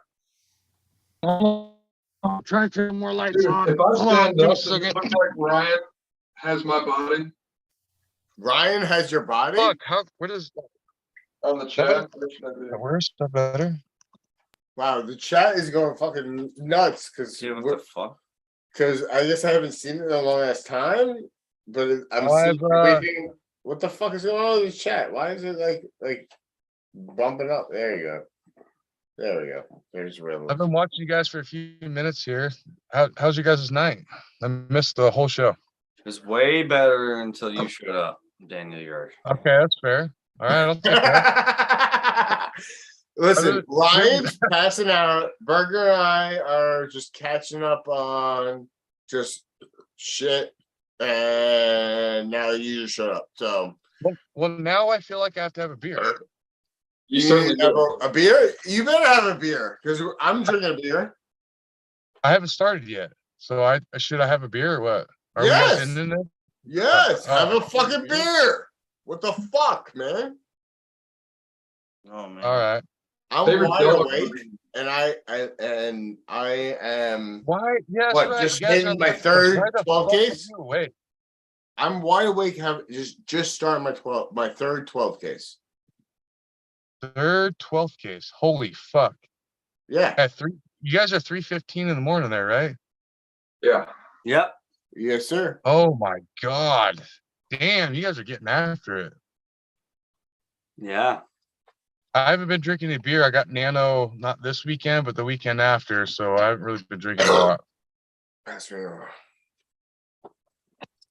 I got more amps now that I know Yurik's in the fucking chat now. Ask me another one. Hold on. Let me prop you up. I took. You gotta catch it. You got a lot of catching up to you, bro. I took a what do you call that? Oh shit! There's a hold on. This is backwards. I took a social media hiatus for a little bit. Going through some shit. Not gonna talk about it, but that's my. Hold on. Let me come here. Arm wrestling. That's my collection, and that is Ron's collection. Nope, there's 3 over there too. Oh yeah, grab those. Oh shit. I'm not trying to stack them all in front of your trophies. Yeah. Even though I have even though I've been on hiatus, I always keep a cooler backpack in my bed full of ice. There you go. Just for this occasion. Just for these specific occasions. So, occasion. I got wind. You're gonna appreciate this. 2 things. 1, I qualified for Olympia. Wait, what? Really? Yeah, I'm gonna be. Oh fuck yeah, dude. Yeah, I'm fucking excited. That's all fuck about that. That's the first amazing thing. Then James Statham. Yes. The beans that I made the cut for Arm Wars. They're just looking for a match for me. So okay. So you're talking about the Savage search on the second part? Yes, sir. Okay. So are they picking your match from the Savage search or like just a match? I don't know if they're picking one. I don't know how that works. I don't know. To be honest with you, I think they're looking through their archives first. Is an existing Arm Wars Savage that they have had. And then if they don't have somebody for me, they're gonna try to find somebody for me. I don't know. I don't know the specifics or how they pick them, but ultimately James said, "Be ready for when the call comes." That's pretty fucking big time, dude. That's awesome. Happy for you. I'm floored, dude. I have been doing this only for 2 years. Yep. That's what Savage Search is about, man. And I'm sitting here, I'm blown the fuck up about that alone. And then tonight, I don't know if you saw that I put out a sponsorship request to get me to Olympia because Vegas, that's a big nut to bust by way of finances, especially since I've already financially devoted my family to 2 big vacations this year.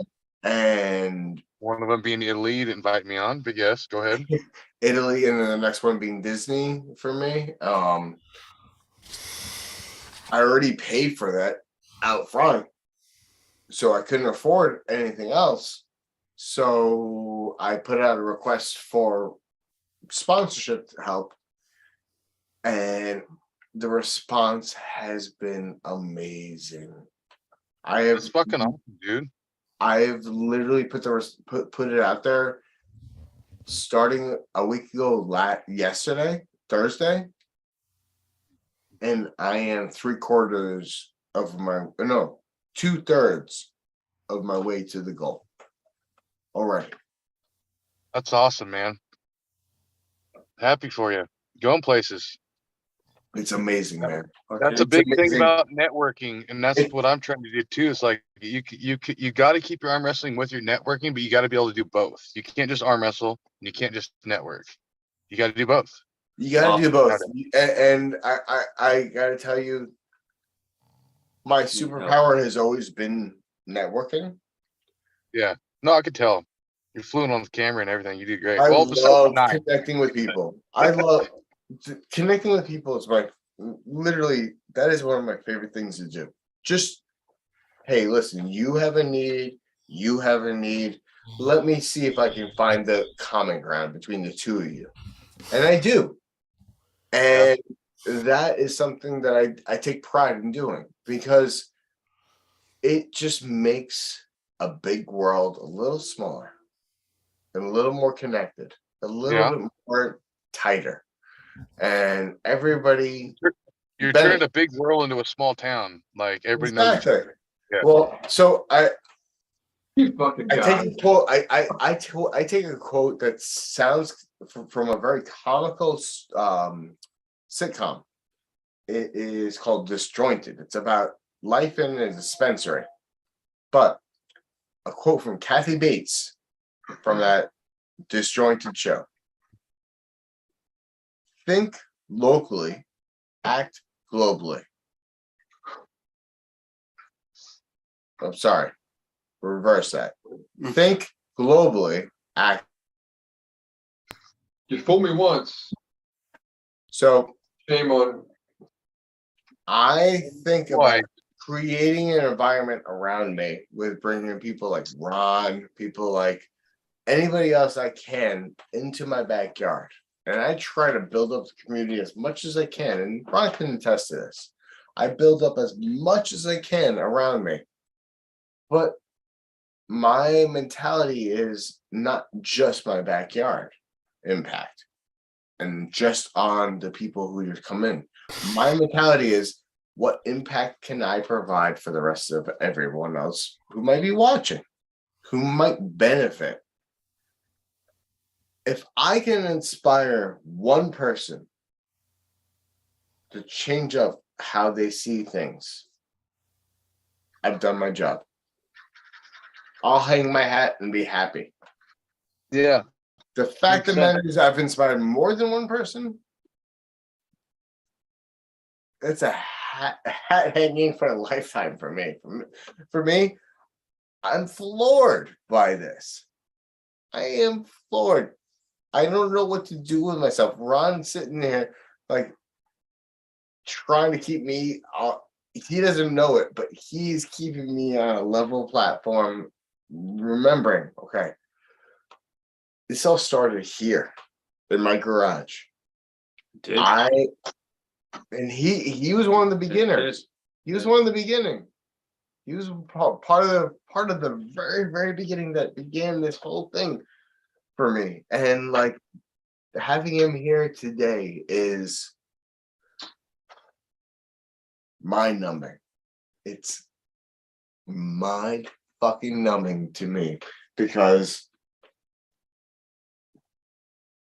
in my short life that I've lived, 35 years on this planet, for the first time I've actually accomplished something that I can feel proud of.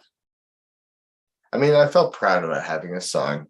I feel proud about starting my own business. Yeah, a lot of other people have done that, but not many have done what I've done with arm wrestling. And that's something that I can do. I can sit there and say, that's mine. Yeah.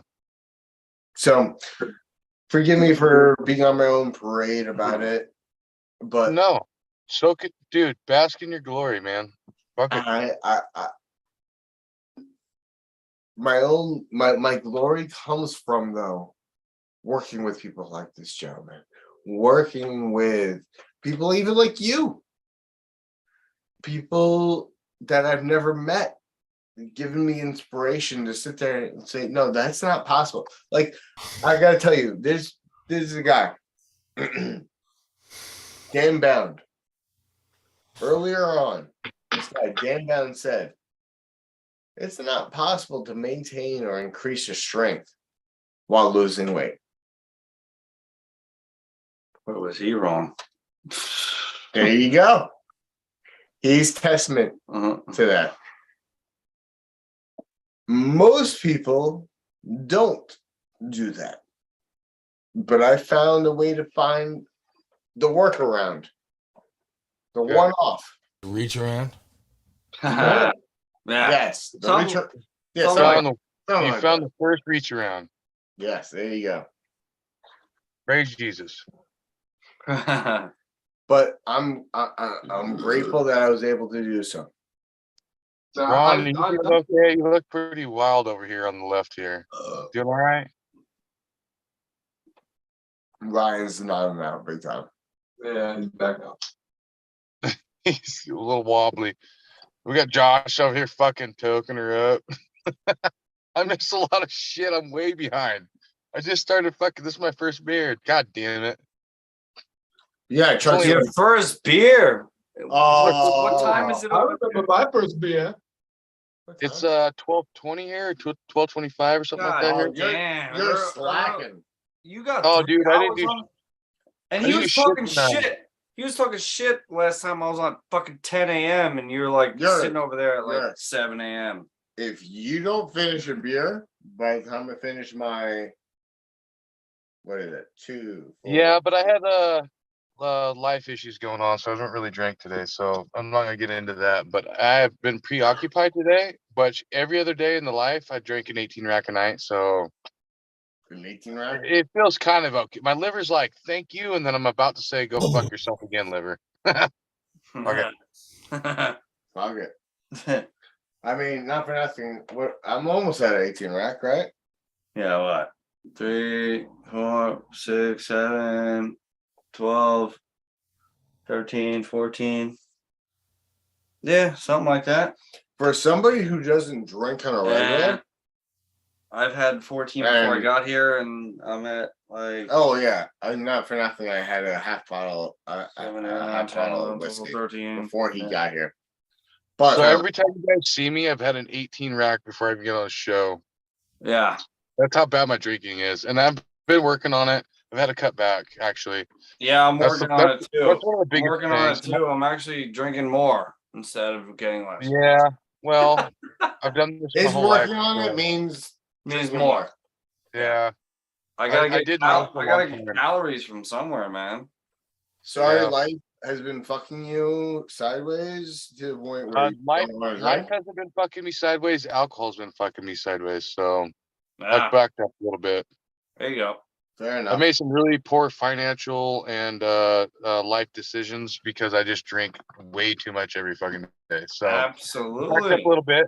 But I will have a beer with you guys. I mean, actually, I'm gonna drink whatever the fuck's in that pack. I think I got a tenner in there. I'll drink a tenner.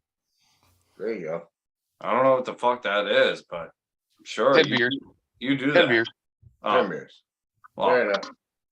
Yeah. But yeah. So like, I've been hitting it way too hard. Like that one night that me and Don were on there, I already drank 2 18 racks before the end of that. Before he fell asleep. That was a bad idea, dude. And then I went and got more. Yeah. Well, I mean, not for nothing. We have gotten 2 walks to. Yeah. One walk with both of us and one walk with one of us to get more than 3 times already. Yeah, 3 times. Hey, burning them calories while you're drinking them, so fuck it, whatever. There you go. You balance it out. Now a post for your face. Guys, by the way, I don't have my tablet tonight. I'm mobile. I can't read the chat, so if you guys want to catch up with the chat at all. I got the chat up. Okay. I don't have chat access right now. It's falling off a bit, and that's mine froze. What? Luca says burger.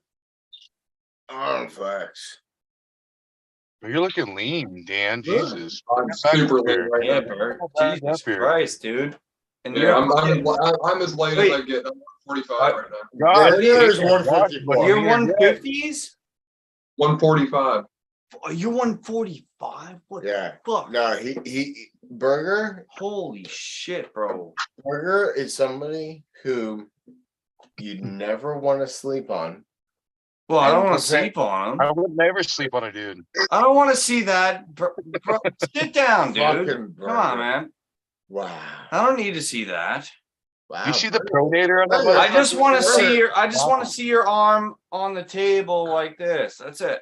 That's it. I don't need to see anything never else. Sleep on his hook. His hook is Oh, I love nasty. hook. I'm ready. His hook is nasty. I train with someone that's actually in your weight class, and he's pound for pound fucking one of the I strongest would guys. love. So, Oh, Bobby. Bobby and Burger would be a good matchup. Yeah. So Burger, Bobby, 154s. Yeah. He's short.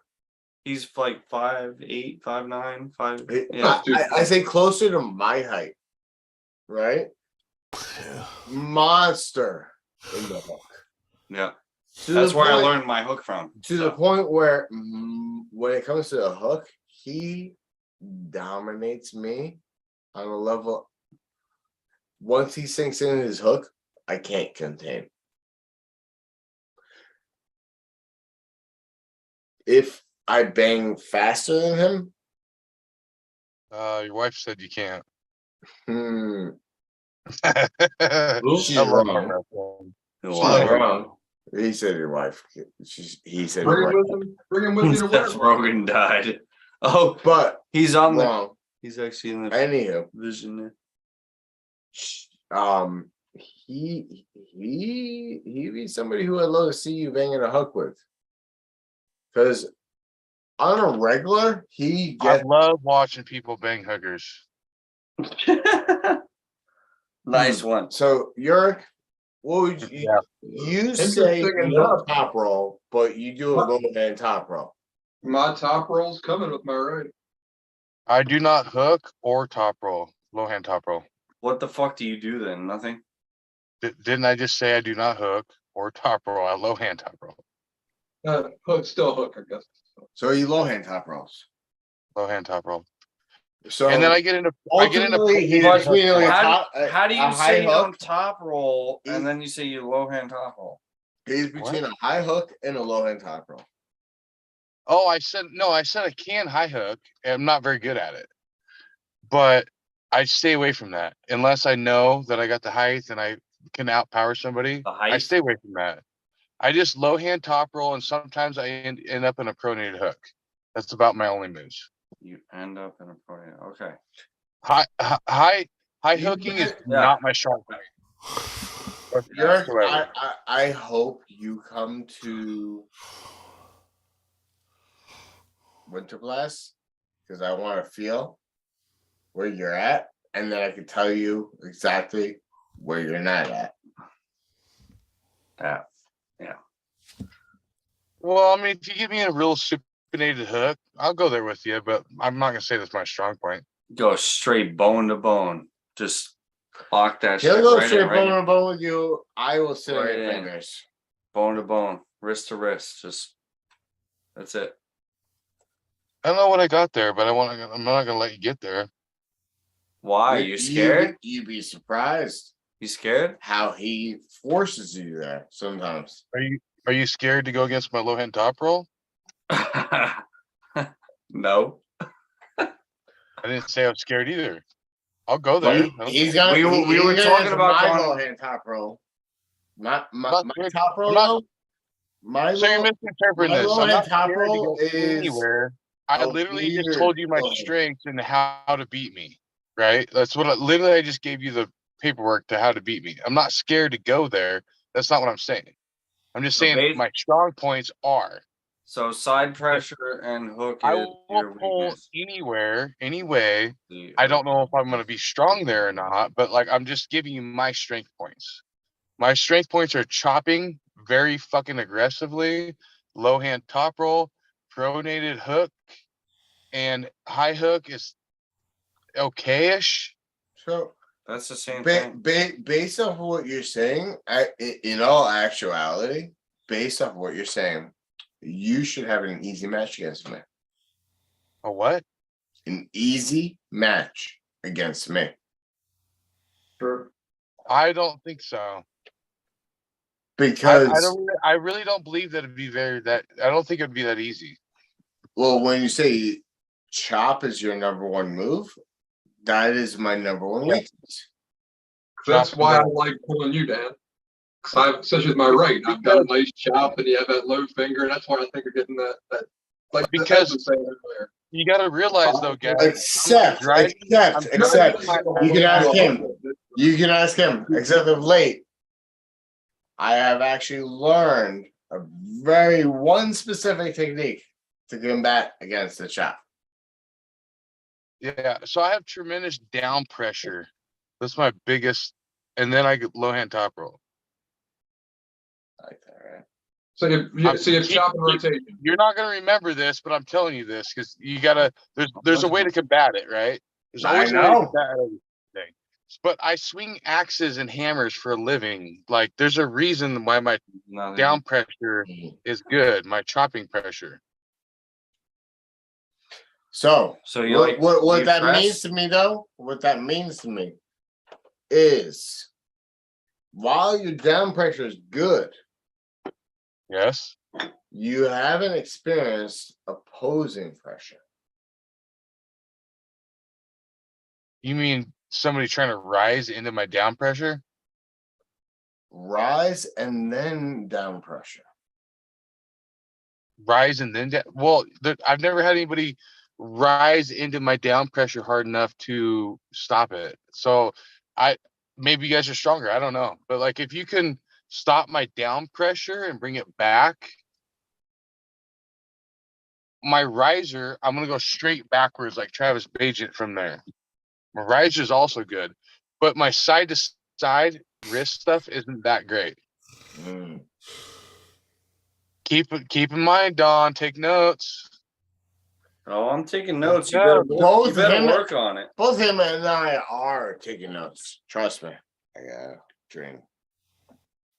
My riser straight back to my face is super fucking good. My down pressure is super good. My side to side is decent. But when I let you fire off and pronate it in my hand, my cup is also good. Like I have a supinated cup.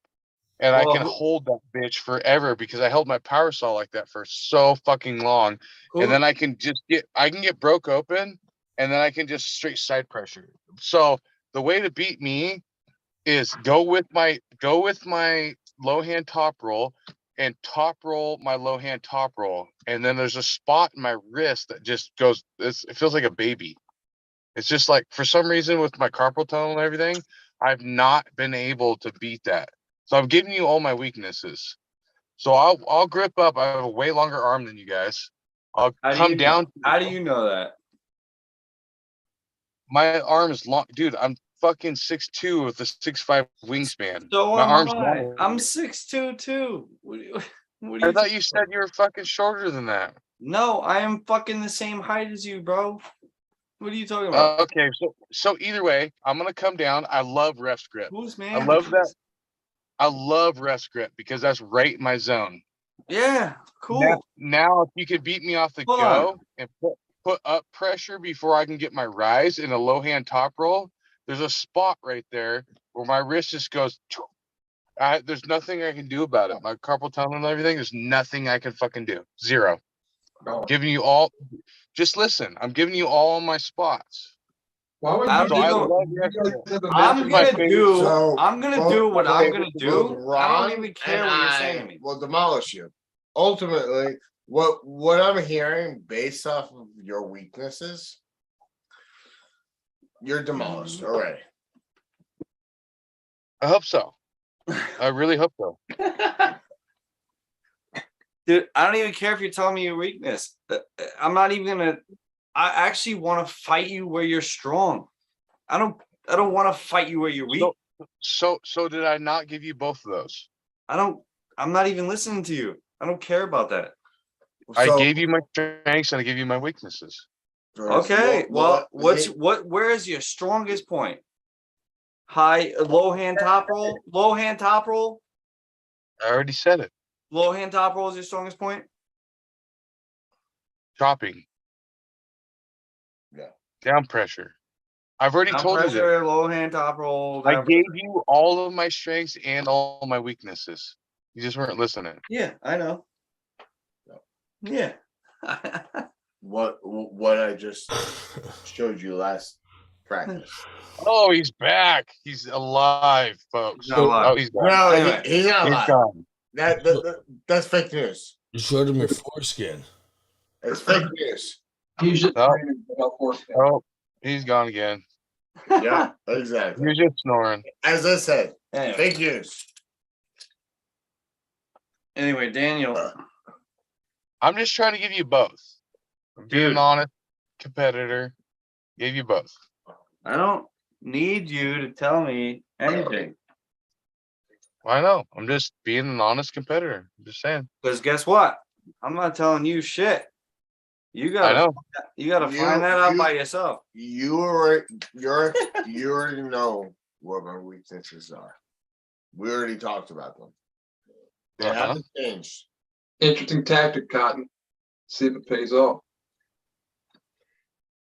Now that you know what you know, attack those. And then I'm gonna make those stronger for that reason. But while you are at liberty to give any advices, Ron, do you think he's giving you the correct advices? That's true. Well, Josh, you're a fucking dick. So I think he's giving me the right advice. What are you talking about? Dude, I'm the biggest sandbagger in the world. I don't care what he's telling me. We already know. I already watched you pull. You do a low hand, combo, high hand, top row. So, that being the case, I haven't seen how you bang in a hook. So, that leads me to believe one or two things. Two. One. 2-1. You suck at a hook. Or I haven't tried or you happen to know how to bang at a hook, but that's not your preference in how to pull. You're missing a few YouTube videos, Dan. I went into a super needed hooks, and I even said in a video, I think I'm a hooker, and I went away from it. And you know what's interesting? Jacob Abbott said, I approach every puller as this. I approach every puller as I was approached. I was approached saying, people told me you would be a monster hooker. Did I know how to hook in the first 6 months? Fuck that noise. Did I know how to hook in the first year? Fuck that noise. I am now 2 years in. I am just learning how to properly hook as this man. Okay, so I got one thing to say.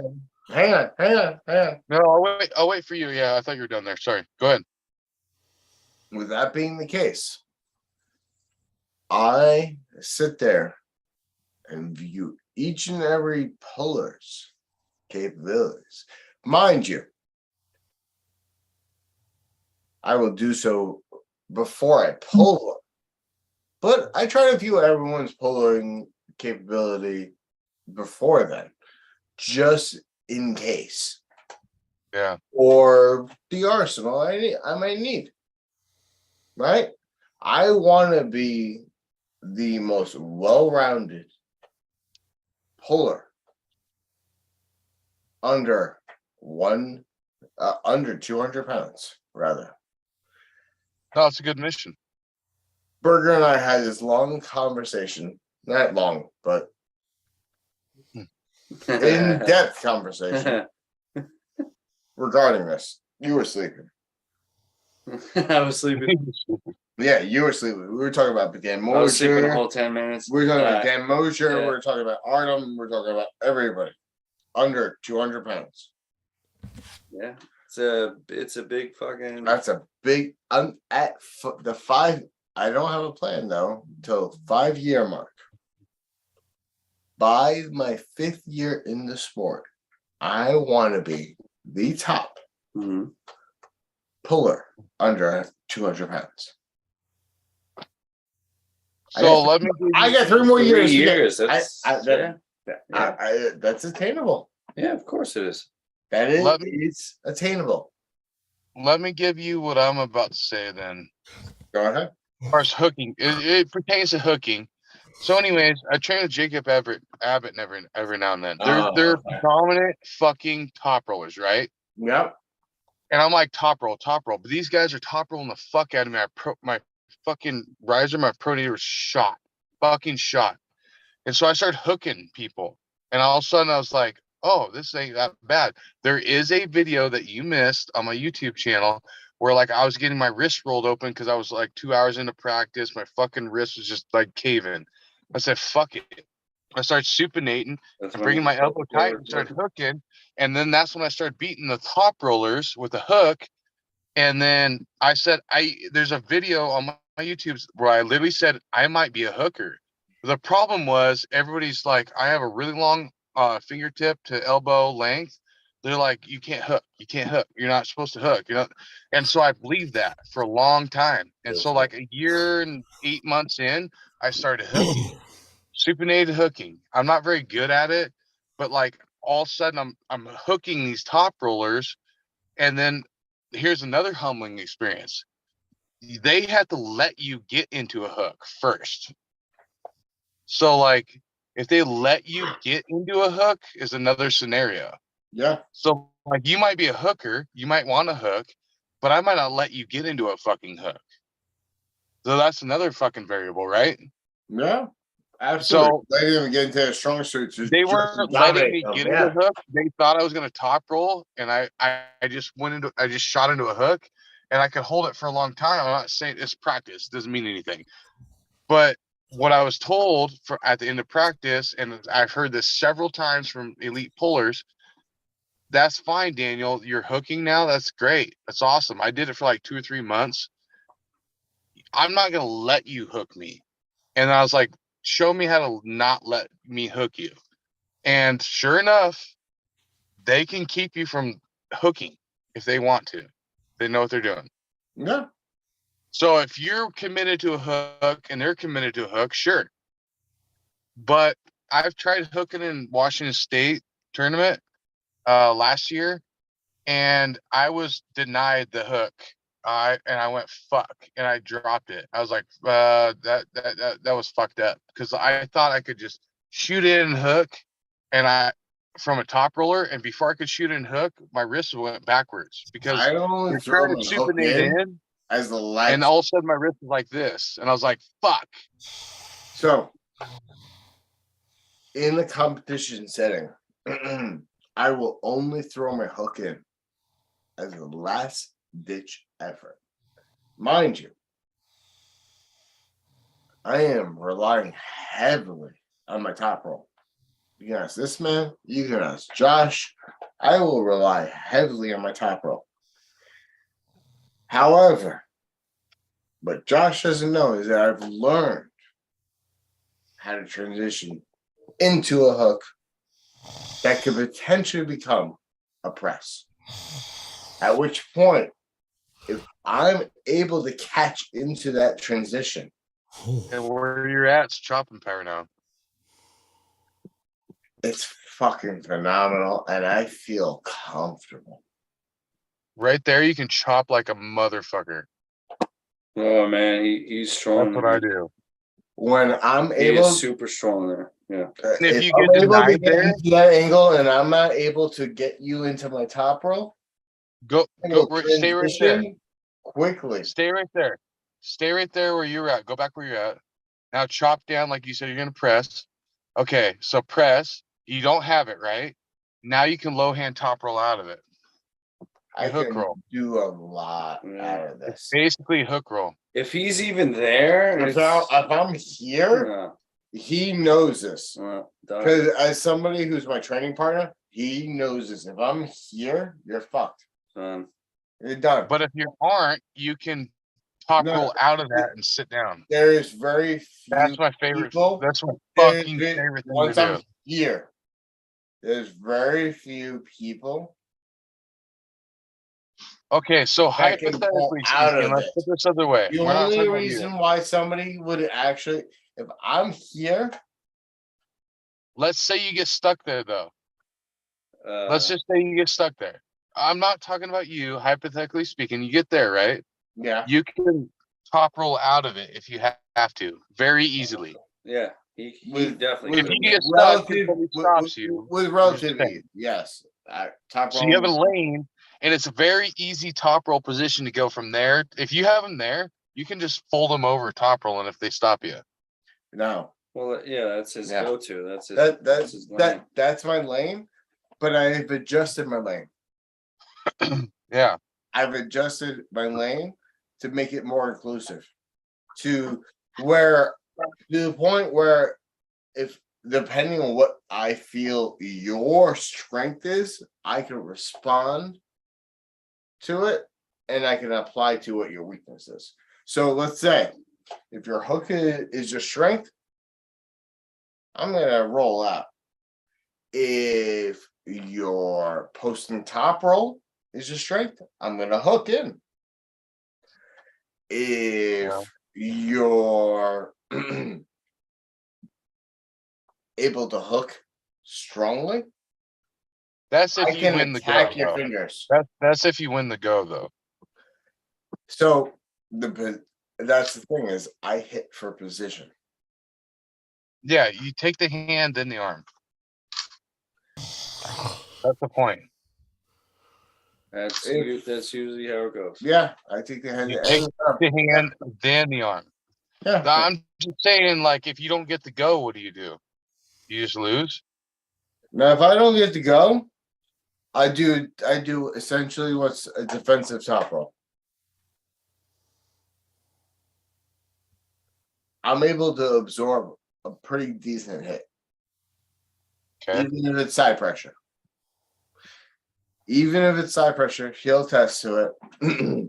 I can absorb it as long as I can time it right. If my timing is on point, I can absorb that hit and turn it around and make it a top roll. So you stay pretty tight. You don't get opened up, is what you're saying. I stay as tight. That is my number one weapon. No, Staying tight. that's the number one goal, but nobody breaks you open ever. It's ultimately He the don't let only himself get the there, only way I get pinned, when I get pinned like this. Okay. Where You go with it. my cup is still engaged. It's my arm. Yeah. If somebody's stronger in their arm than I am, they deserve to win. Ultimately. But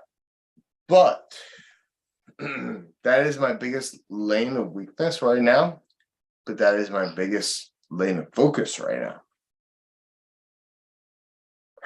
I am focusing on that specific lane as if I was paid probably millions and millions of dollars. So you can ask him.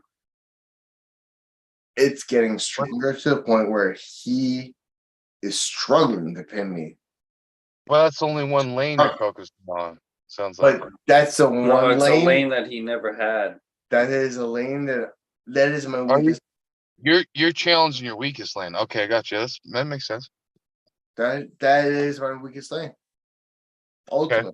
No, I missed that. Yeah.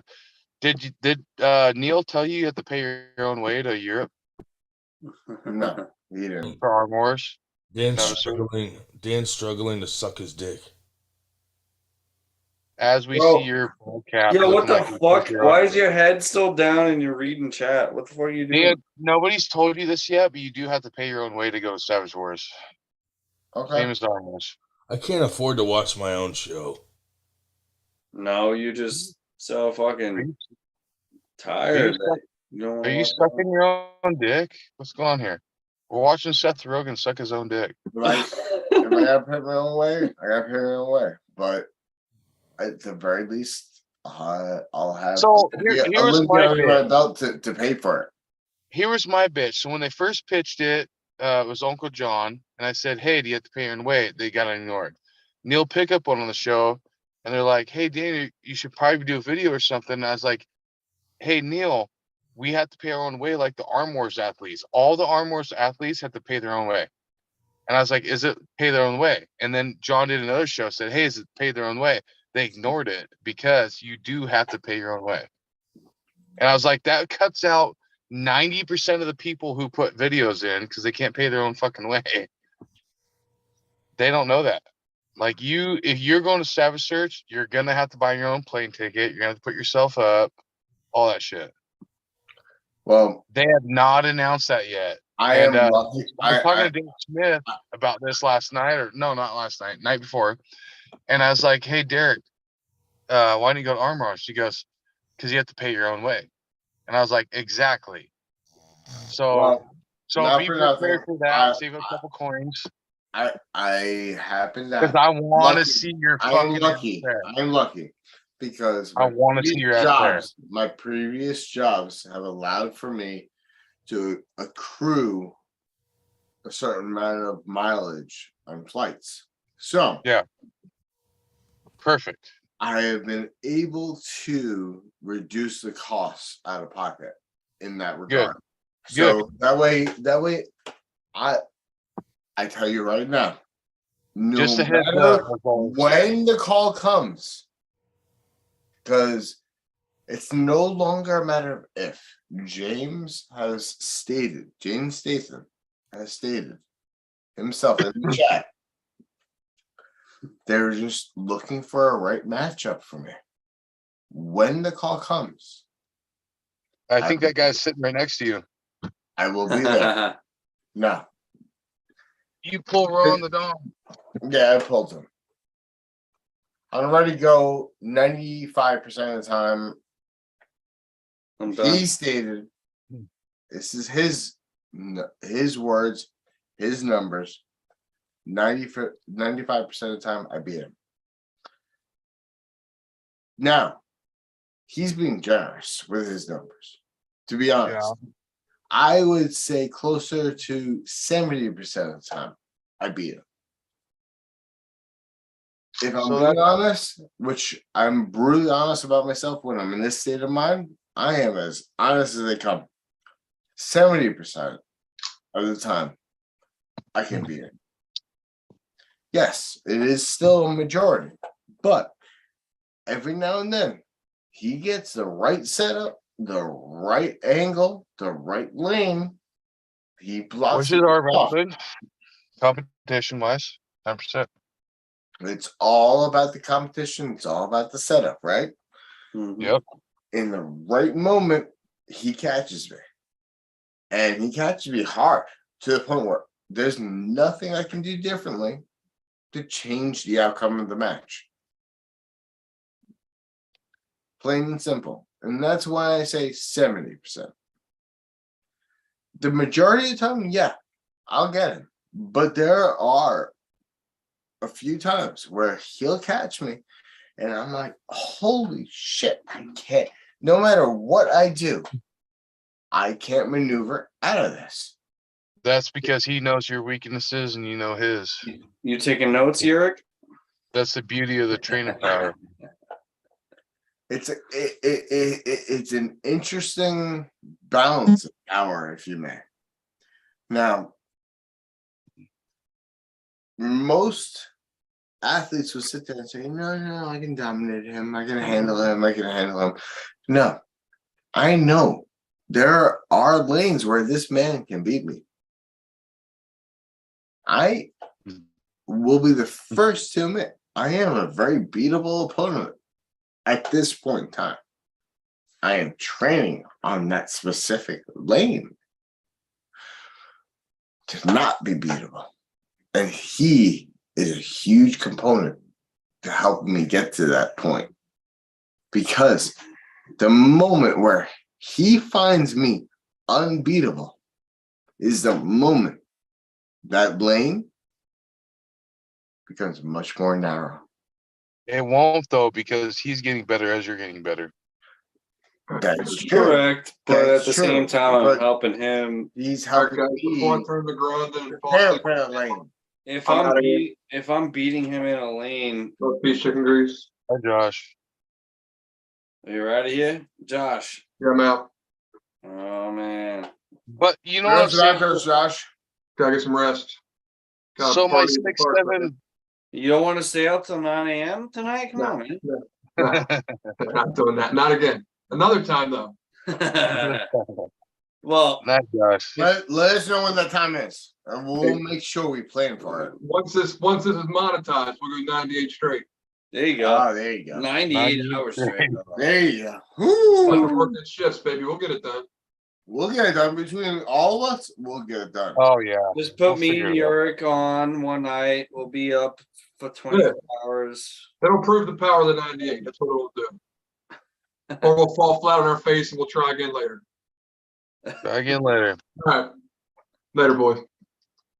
Power to you, brother. One thing I found, Dan, is so for a little while I was the strongest guy at my practice besides a guy that came every now and then. And he was the only one that made me a little bit stronger. And like I was pulling these guys that weren't strong as me, but they had different lanes and everything. And so they're kind of catching me. I'm obviously didn't stall out. I'm getting better. But they're catching me.